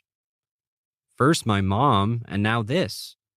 I didn't know exactly what was happening, but I kind of wished I'd gone to the cemetery a long time ago. I was in that awkward, bent over into the back seat position, searching for my Weezer CD, when the passenger door opened. Shit! I snapped upright and came face to face with Baby. Oh, it's you. I thought I was being carjacked. Baby, who was wearing a scarf wrapped around her head and the most makeup I'd ever seen on her face, slid into the passenger seat. Calm down. Nobody wants to steal your damn LeBaron. Even though she'd freaked me out, I was really glad to see Baby. I hadn't expected to get to talk to her until after the ceremony, and I'd figured it probably wouldn't be much even then since she'd have daughter of the bride jobs to do. I welcomed the chance to check in on her. You clean up pretty nice, Baby noted, pointing at my suit. This is a definite upgrade from truck stop clothing. I aim to please, I said. You look nice too. Baby gave me a whatever look. I'm wearing a coat and an old lady scarf. I meant your face, I clarified, but nice face didn't sound like a compliment. Baby shrugged. Oh, well, anything to make Cat happy, was her answer. I warned Scarlett not to make me look like a prostitute clown. I guess she did all right. Wait, what? Scarlett did your makeup? Like Scarlett? Royal Video Scarlett? Arch enemy Scarlett? That's the one, Baby admitted reluctantly, checking her reflection in the visor mirror. You and I both know I couldn't let my mom see my hair the way it was, not on her wedding day at least, and I couldn't find anyone else to go to last minute. Trust me, I tried. So whatever, I went to Scarlett and she did my hair. Afterward, she insisted on messing around with my face, and I didn't have the will to fight her off when she came at me with her blush. I found all of this so shocking that I needed her to confirm it again. You went to Scarlett. For help. On purpose. It's not like I asked her to the prom or anything. Baby rolled her eyes. I needed hair help, and, she cut yours, so I figured why the hell not let her have a whack at mine? She couldn't have made it look worse than it already did. All right, I said, imagining how this scenario had played out. Did she ask what happened to your hair? Of course she did. Baby looked out the window. I told her the baby pulled it out. I think she believed me. She'll probably never want to have kids now, so I guess that makes me a humanitarian for sparing the world future generations of Scarlett. I stared at her. Okay, fine. I told her I cut it, Baby admitted. There was a long pause. And then we talked about some things. Really? Yeah, Baby nodded. I mean, it's not like I could hide that I'm not pregnant anymore. Even Scarlett isn't that oblivious. So, certain questions arose. She didn't elaborate, but she didn't really need to. How'd that go? Fine, she said with a sigh. I mean, it's not like we're going to get BFF tattoos, but it turned out we had a lot to talk about. Baby was downplaying the significance of this, but I could tell she was grateful for whatever had transpired between her and Scarlett. I was too. I'm glad, I told her. I'm glad for you both, actually. Baby shrugged. Scarlett really likes Mark Schwartz, she informed me. That was nice to hear, even coming from her. It seemed like that was all she had to say on the subject, so I changed it. Do I get to see your hair? Baby began unwrapping her head. Scarlett was aiming for Drew Barrymore from Mad Love. I don't know if that's what I ended up with, but I'm just happy I don't look like my head got run over by a lawnmower anymore. She dropped the scarf into her lap. I smiled. Baby didn't look like Drew Barrymore, in my opinion, but she did look like Baby with a really nice short haircut, and to me that was better. I like it. Thanks. She exhaled a sigh upward, blowing short pieces of hair that had fallen into her eyes. And, while we're on the subject, her tone got more serious. Thanks for everything else, too. It helped, I think. I nodded. I hope it didn't seem like that whole trip was about me. That never crossed my mind, Baby assured me. Getting me out of here probably stopped me from doing some really crazy shit. I don't know, I considered. It doesn't get much crazier than hacking off all your hair at the Bates Motel while wearing stripper underwear you bought at a truck stop. Baby smiled a crescent smile with satisfying corners for the first time in a long time. I guess we'll never know how low I would have sunk without you. I guess we won't. She was quiet for a few seconds. I had a baby, Solo. I got pregnant, and I had a daughter, and I gave her away, and I'm 18 years old, and now I have to go to my mom's wedding and be happy for her, even though I still feel like I want to burn the world to the ground.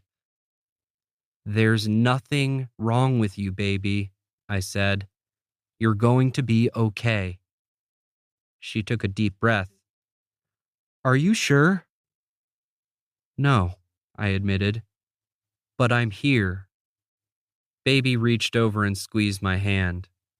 Then I'll be okay. The wedding ceremony was short and sweet, and when it was done, all the guests convoyed over to the reception. Headlights had remained closed since the kitchen fire, so technically the reception was the grand reopening, even though the event was closed to the public.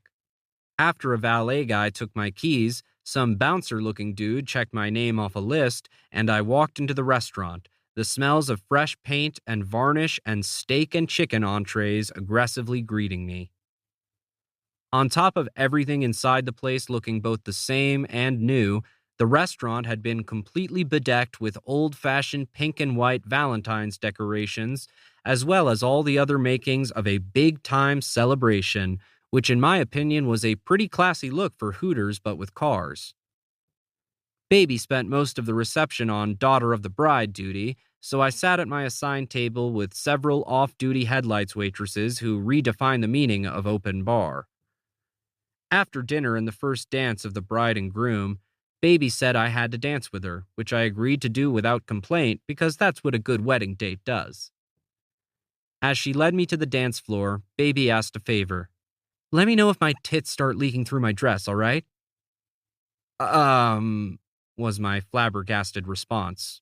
Leaking what? Like blood? Is that a thing you're expecting might actually happen? Baby stopped swaying to the song and stared at me like the idiot I was. My milk came in, and my body still thinks there's a baby around who needs to be fed. This prompted a lot of questions I didn't want answers to, so I just said, okay, I'll let you know. I'm sorry if my breasts are making you uncomfortable, Solo, but they're making me uncomfortable too, so it's only fair. They're not, I lied. But it's cool if we stop talking about your milk.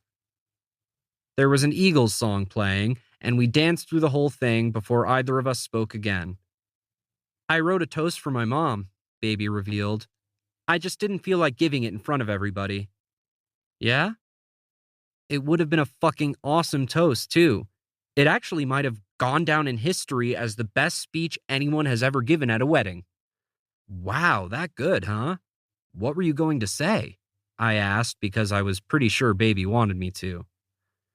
Well, she began, it was going to start with a movie quote, as all good toasts do, from Breakfast at Tiffany's, because that's Kat's favorite.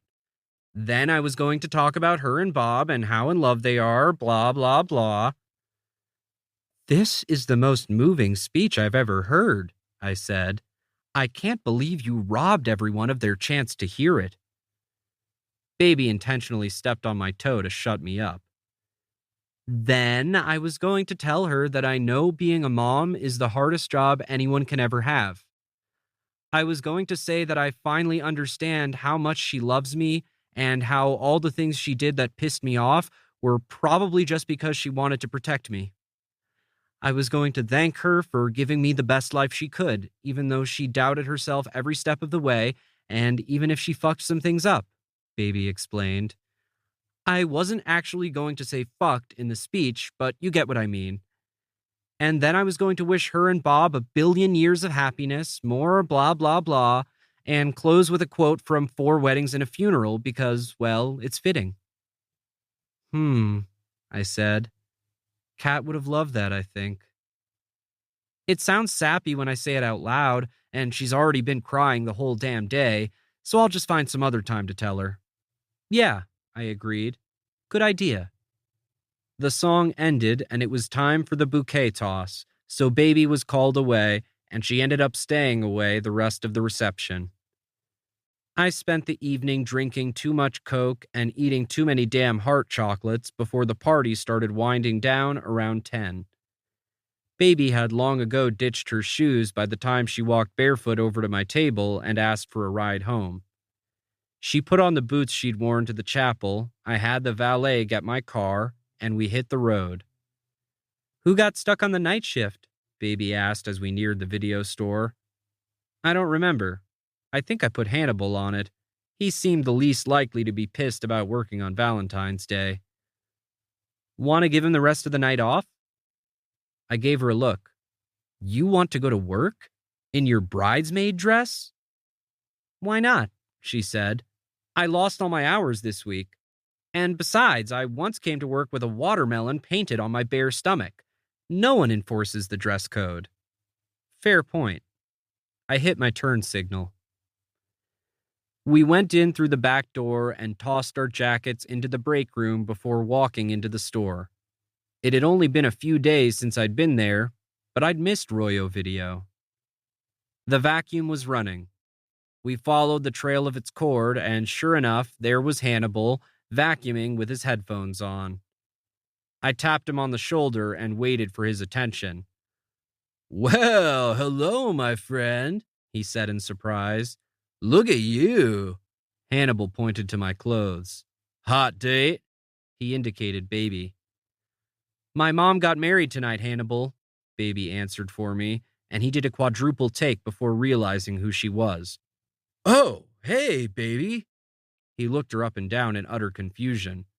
Wasn't there, more of you last time you were here? Like, more hair and more other stuff? Yeah, was Baby's one-word explanation. So do you want the rest of the night off? The offer made him forget all about Baby's transformation. Are you serious? He asked, glancing from one of us to the other. Sure, we'll close for you. I took the vacuum off his hands. You don't have to ask me twice, he said. The guys down at the tattoo place wanted to play D&D and were looking for a dungeon master. He adjusted his ponytail. Happy VD, you two. Hannibal wasted no time clocking out while Baby finished vacuuming the store in her evening gown.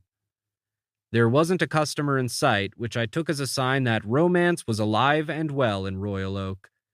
As much as I personally loved Royo Video, a video store wasn't exactly the most romantic date night venue. It was probably a good thing for society overall if people had better things to do on Valentine's Day than rent movies. I was about to run the daily sales reports when, over the hum of the vacuum cleaner, I heard the door to the storage closet open and shut. I don't know why it hadn't occurred to me that Hannibal wouldn't be closing alone on a Friday night. There was never a one-person shift, but it hadn't. I watched the back hallway to see who else was working, and a few seconds later, Maverick emerged, a box of candy restock in his hands. Oh, right. Now I remembered who I'd put on the schedule. We didn't make eye contact until he was almost at the counter, and when he finally saw me, I watched his expression run the full gamut from surprised to confused to full of dread in about 3 seconds flat, which honestly was probably exactly how I looked too. Hey, I said when he was close enough that it would have been awkward not to. How's it going? Fine, was his cool reply as he set the box down on the counter. I thought you had the night off. It was Baby's mom's wedding, I explained. We came by after to let the closers go home early. Maverick unloaded the candy onto the counter and began refilling the racks. How thoughtful, he said. I'm good to finish my shift, though. My girlfriend lives out of town, so Valentine's Day is a bust for me. I didn't even know you had a girlfriend, was my honest and confused response. Of course I do, he said. She lives in a place where you don't know anyone, goes to a high school you've never heard of, and has a really busy cheerleading schedule, so we don't get to see each other hardly ever. When we do, though, trust me, we have sex all the time because she's so hot, I can't keep my hands off of her. Her name is Jenny, just like every other girl.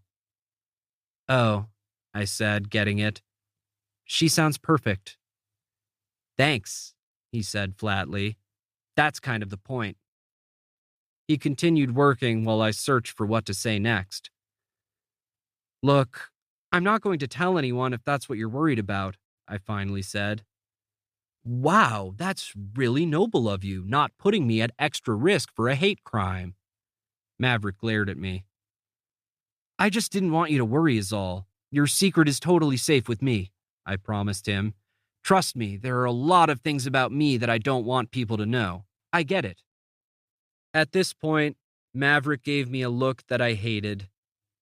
Anyone who's had as much group therapy as I had knows exactly the look I'm talking about. It was a mix of anger, restraint, and hopelessness, and it meant, don't even fucking pretend you know how hard it is to be me. In therapy, this is the alpha look, reserved for use by the person whose situation is the least relatable to the others, and it's directed specifically at whichever moron seems to think their textbook case of whatever makes them equals. I'd given that look to people a hell of a lot of times, but I'd never been on the receiving end of it. Let me tell you, it really makes you feel like an asshole. The bottom line is, I'm sorry for the way I reacted, I said, and I meant it. I guess I'm just not the most considerate guy sometimes. Now he stopped what he was doing and looked at me. Except that you are considerate, Solo, Maverick disagreed. About everything else, at least. That's what sucked the most about the whole thing. For months, I've watched you be this stand-up guy with Baby and Scarlet whenever they had shit going on. It seemed like you always knew the right thing to say or do with them. It seemed like you wanted to say and do the right things, you know? Like you're one of those rare people who cares about what others are going through. He paused. Everyone but me, I mean. But whatever. I guess I should have known that someone like me would be an exception, even to a guy like you. People like me are always the exception. His words hung in the air. They stung. They stung because they were wrong, and they stung because they were right. Maverick felt like he was the exception because I'd treated him like he was. I wouldn't have started groping Baby the second she walked in the room if Poppins or the Godfather had touched me on the shoulder. I knew I'd only acted that way because Maverick was a guy. You're right. I was a total asshole, I confessed. I completely understand if you never want to talk to me again, but that's not what I want at all. I want to be friends with you. You as you, whoever you are, whatever that means. And then, because I didn't know what else to do, I stuck my hand out for him to shake like we were making a deal on a used car. Maverick, who, let's not forget, was still the way cooler, more J. Crew of the two of us, despite the fact I'd made him feel like he was an exception, shook his head at the gawky formality of my handshake offer, but he accepted it anyway. For now, it means I've got a hot girlfriend named Jenny, he said. But thanks.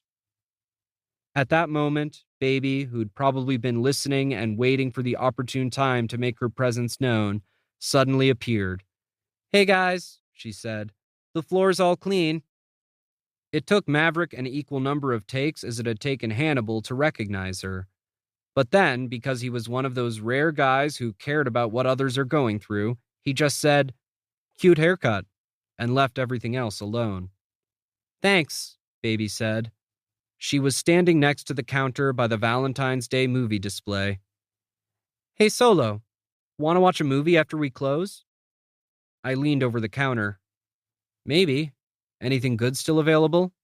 She held out the VHS box for Pretty in Pink. You've still never seen it. I gave her a look. And I still don't want to. Baby rolled her eyes. Fine. What do you want to watch?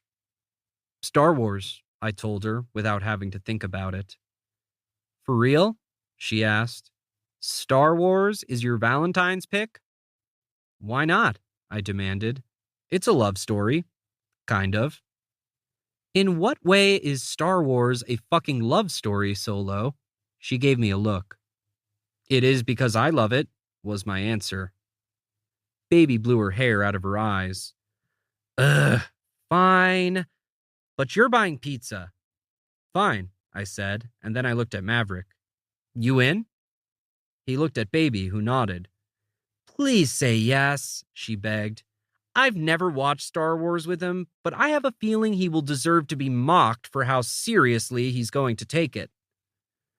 Maverick looked unsure at first, but ultimately consented. All right. I'm always up for a good mocking. Thank God, she said, and then immediately began to mock me. I can just imagine him mouthing all the words and performing lightsaber choreography with a broom. She shook her head at Maverick. I bet he cries tears of joy when the Death Star blows up. Is she right? Maverick looked over at me. Because if so, there seriously might be something wrong with you. It was my turn to laugh. Maybe she's a little right. I shrugged. But I assure you, there's nothing wrong with me. Epilogue. 8 months later, the Saturday before Halloween 1997. Happy Halloween, this is Royo Video, Hannibal said into the phone after removing his paw. There was a long pause. No, my friend, she doesn't work here anymore.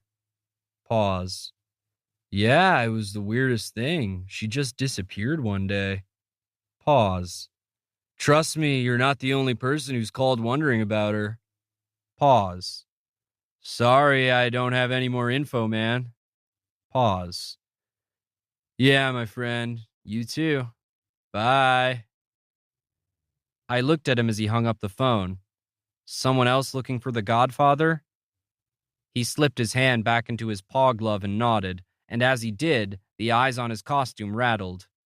Yeah, you haven't heard anything from her, have you? No, I white-lied. Nothing.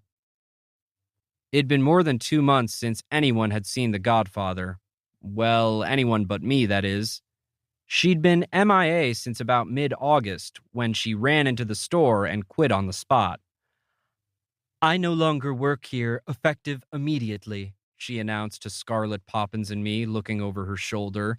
Her dark hair was damp with sweat. Are you okay? Poppins asked her. Is someone after you?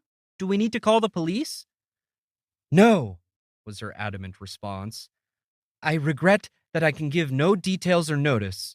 I have had an adequate time working with all of you. She squeezed the girl's hands before pulling me in for a peck on the cheek. Check your pocket, she whispered. Then she ran out of the store, leaving behind a kiss of death lip print on my face and a note in my Levi's. I'm pretty sure everything turned out fine for her. If you had read the note, you'd probably feel that way too, but because snitches get stitches, as was detailed in said note, I'll just say that I know how to get a hold of her if ever I need a favor, and after I did what the note requested, wouldn't you like to know, she owed me one.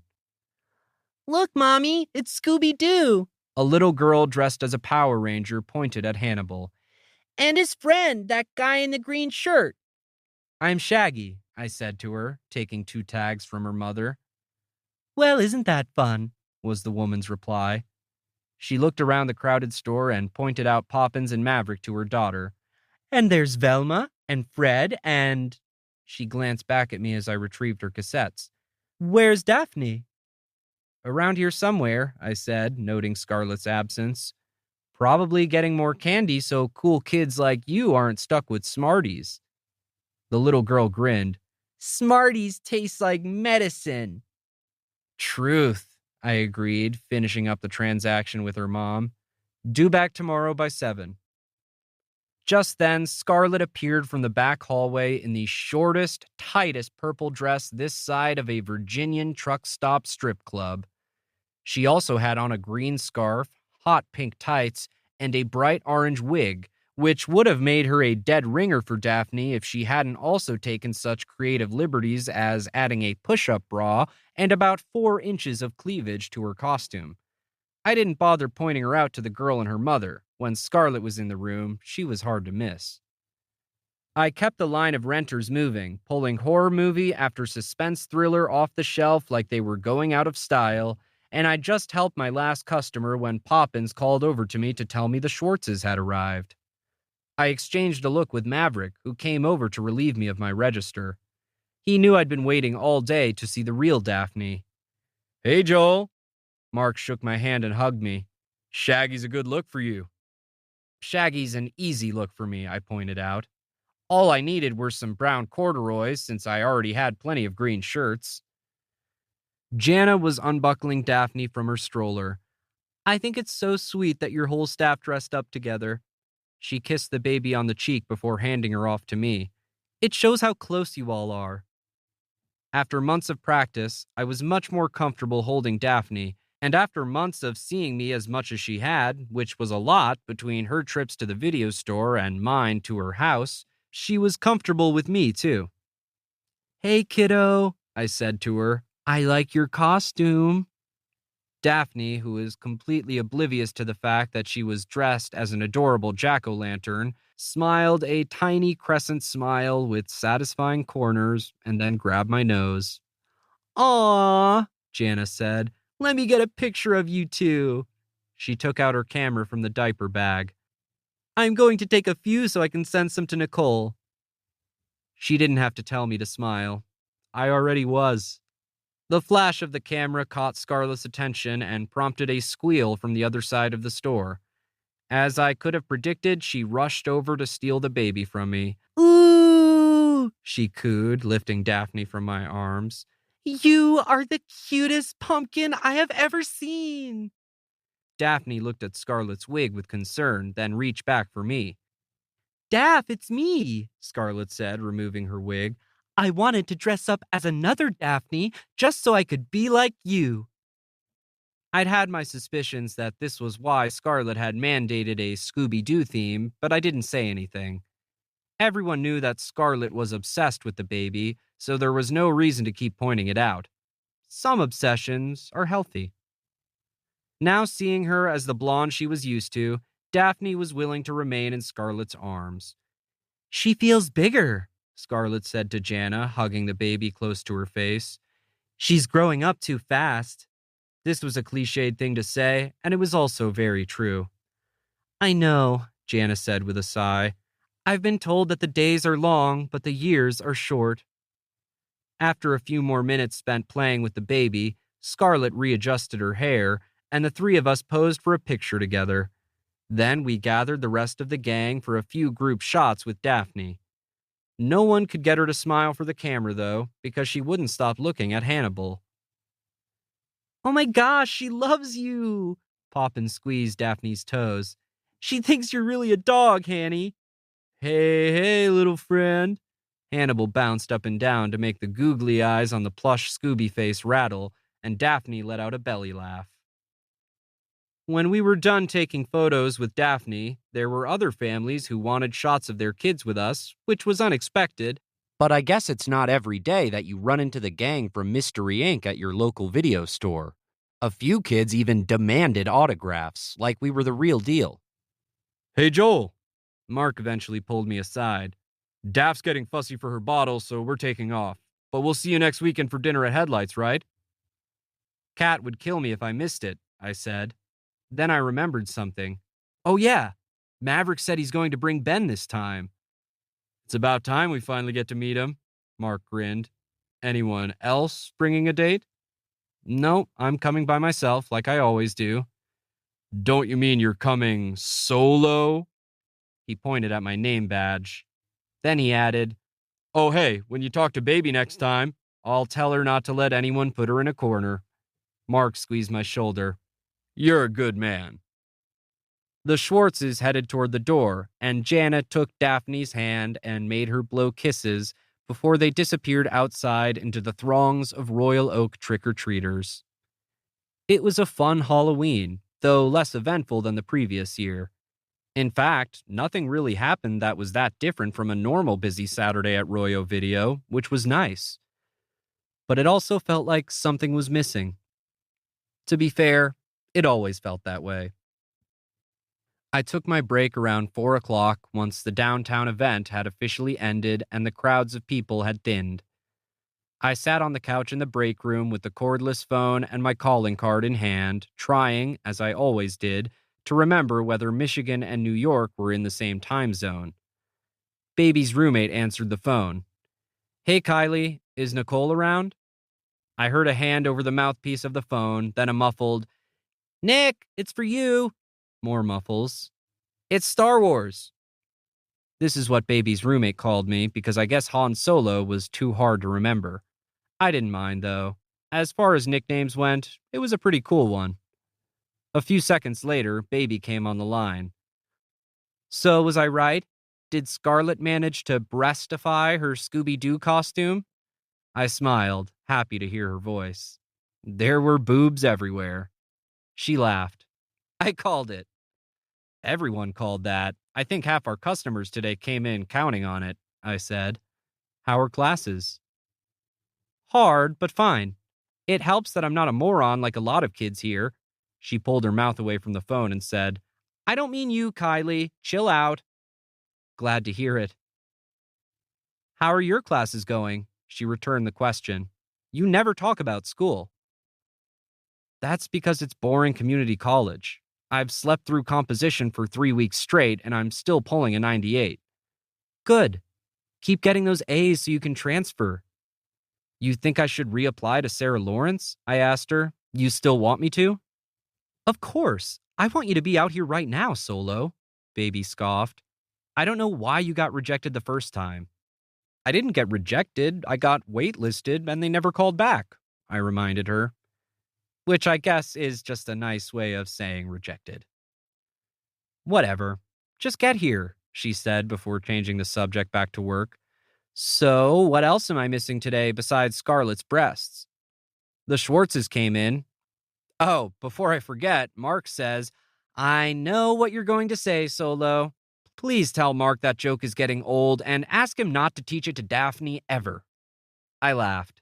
Speaking of Daphne, she was dressed as a pumpkin. Jana is sending you pictures. Aw, I can't wait to see them, Baby said wistfully. Do you think she'll still remember me when I come home at Thanksgiving? Of course she will. You tend to leave an impression on people, I assured her. Shut up. It's true. Dad says that Grandma and Grandpa talk about you every time they call, I told her. They want to know if you're coming back next summer when Dad and I visit.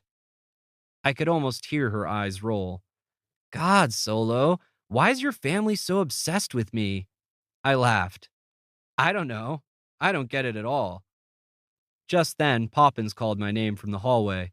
Solo, your interview is here. Shit, I said to Baby. I forgot I was interviewing someone today. That's all right, she told me. I should be studying anyway. Midterms are this week. You're gonna do great. Yeah, because I'll study my ass off.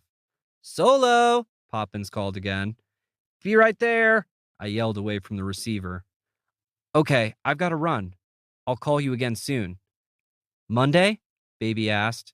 No, wait, Monday you've got therapy, right? P-flag meeting, I corrected her.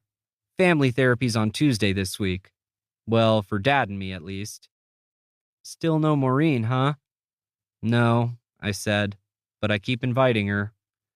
That's all you can do, right? Yeah. I'll call you afterward to brief you on the amazing progress I'm making. Baby laughed. All right, I'll study at home that night. And wait by the phone for me to call? Shut up, she said. But yeah. I let a few seconds of silence hang between us. I didn't want to hang up. I love you, baby, I finally said to her. I know, she said back. I love you too. I know.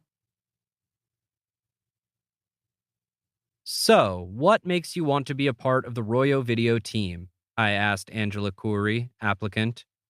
We were sitting in the office, my pen poised and ready to write down her answers, though things were already looking good for her, considering she had availability on nights and weekends, which was really the only requirement that mattered. I love movies, and the store is walking distance from my house. I appreciate the honesty, I told her. Where do you see yourself in 5 years professionally? She gave me a funny look. I don't know. She shrugged. I never know how to answer that because it's like, on the one hand, if I say I don't plan to be here 5 years from now, maybe you won't hire me because I don't seem like a loyal person. But then on the other hand, if I say I plan to still be here, it seems like I have no ambition, which doesn't really serve me well either. I tossed the papers down on the desk. You know what? I have a feeling you'll do just fine here. Really? She smiled. I've got the job? Just like that? I mean, you have to fill out all the paperwork, I told her. But if you can handle that, then there's a place for you at Royo Video. Awesome! She clapped her hands together, then picked up the stack of papers off the desk. So, what happens next?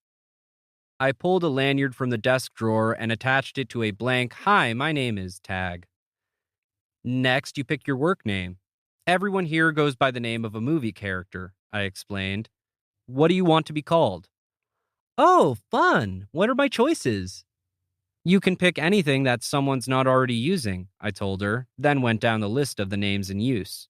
Most people just pick their favorite character from their favorite movie. I'm Solo, after Han Solo. Poppins is named after Mary Poppins. You get it. Okay, she deliberated. I have two favorite movies, Dirty Dancing and The Princess Bride. How do I choose which name to be? I looked at Angela and smiled. How do you feel about Buttercup? I asked. It's perfect. I wrote it on her name tag. Come in tomorrow at 5. Look for my buddy Maverick. He'll be training you. The end. This is Nick Walther.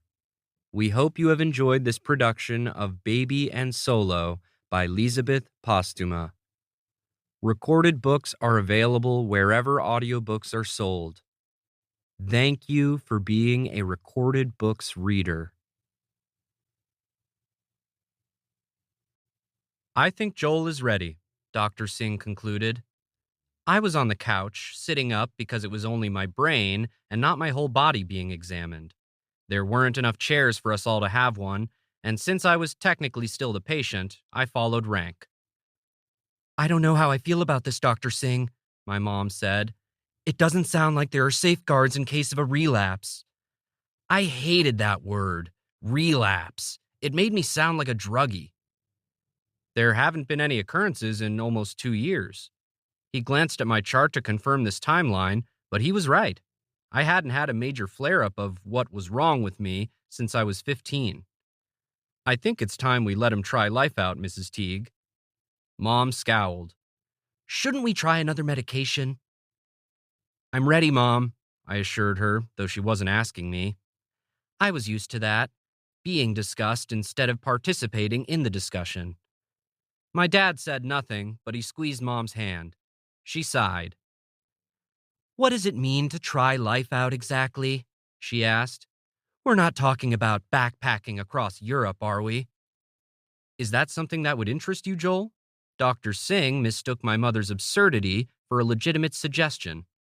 An adventure could be highly beneficial to Joel's recovery. Both of my parents looked horror-struck. I thought about making light of things and pretending that I'd always dreamed of running with the bulls in Pamplona, but Mom and Dad had already been through enough. The bad thing that happened had happened to them, too. Besides, I disagreed with Dr. Singh. What was wrong with me had been adventure enough. I'm good to experience life on a smaller scale before becoming a world traveler, I said, to my parents' obvious relief. How so? My dad asked. If anyone invited my opinion in discussions about my mental health, It was always him. What sounds fun to you? Would you maybe want to join a sports team? The genericness of his suggestion proved how little my dad knew about me. Maybe, I answered. We'll see. It's important to set concrete goals as you fully integrate into normal life, Dr. Singh cautioned. We need to have a plan in place before you all leave here today. And I'll be following up to make sure you actually take whatever we decide the first step is. Then he recited the words printed on the motivational poster hanging on the wall behind him. It's never too late to become what you might have been.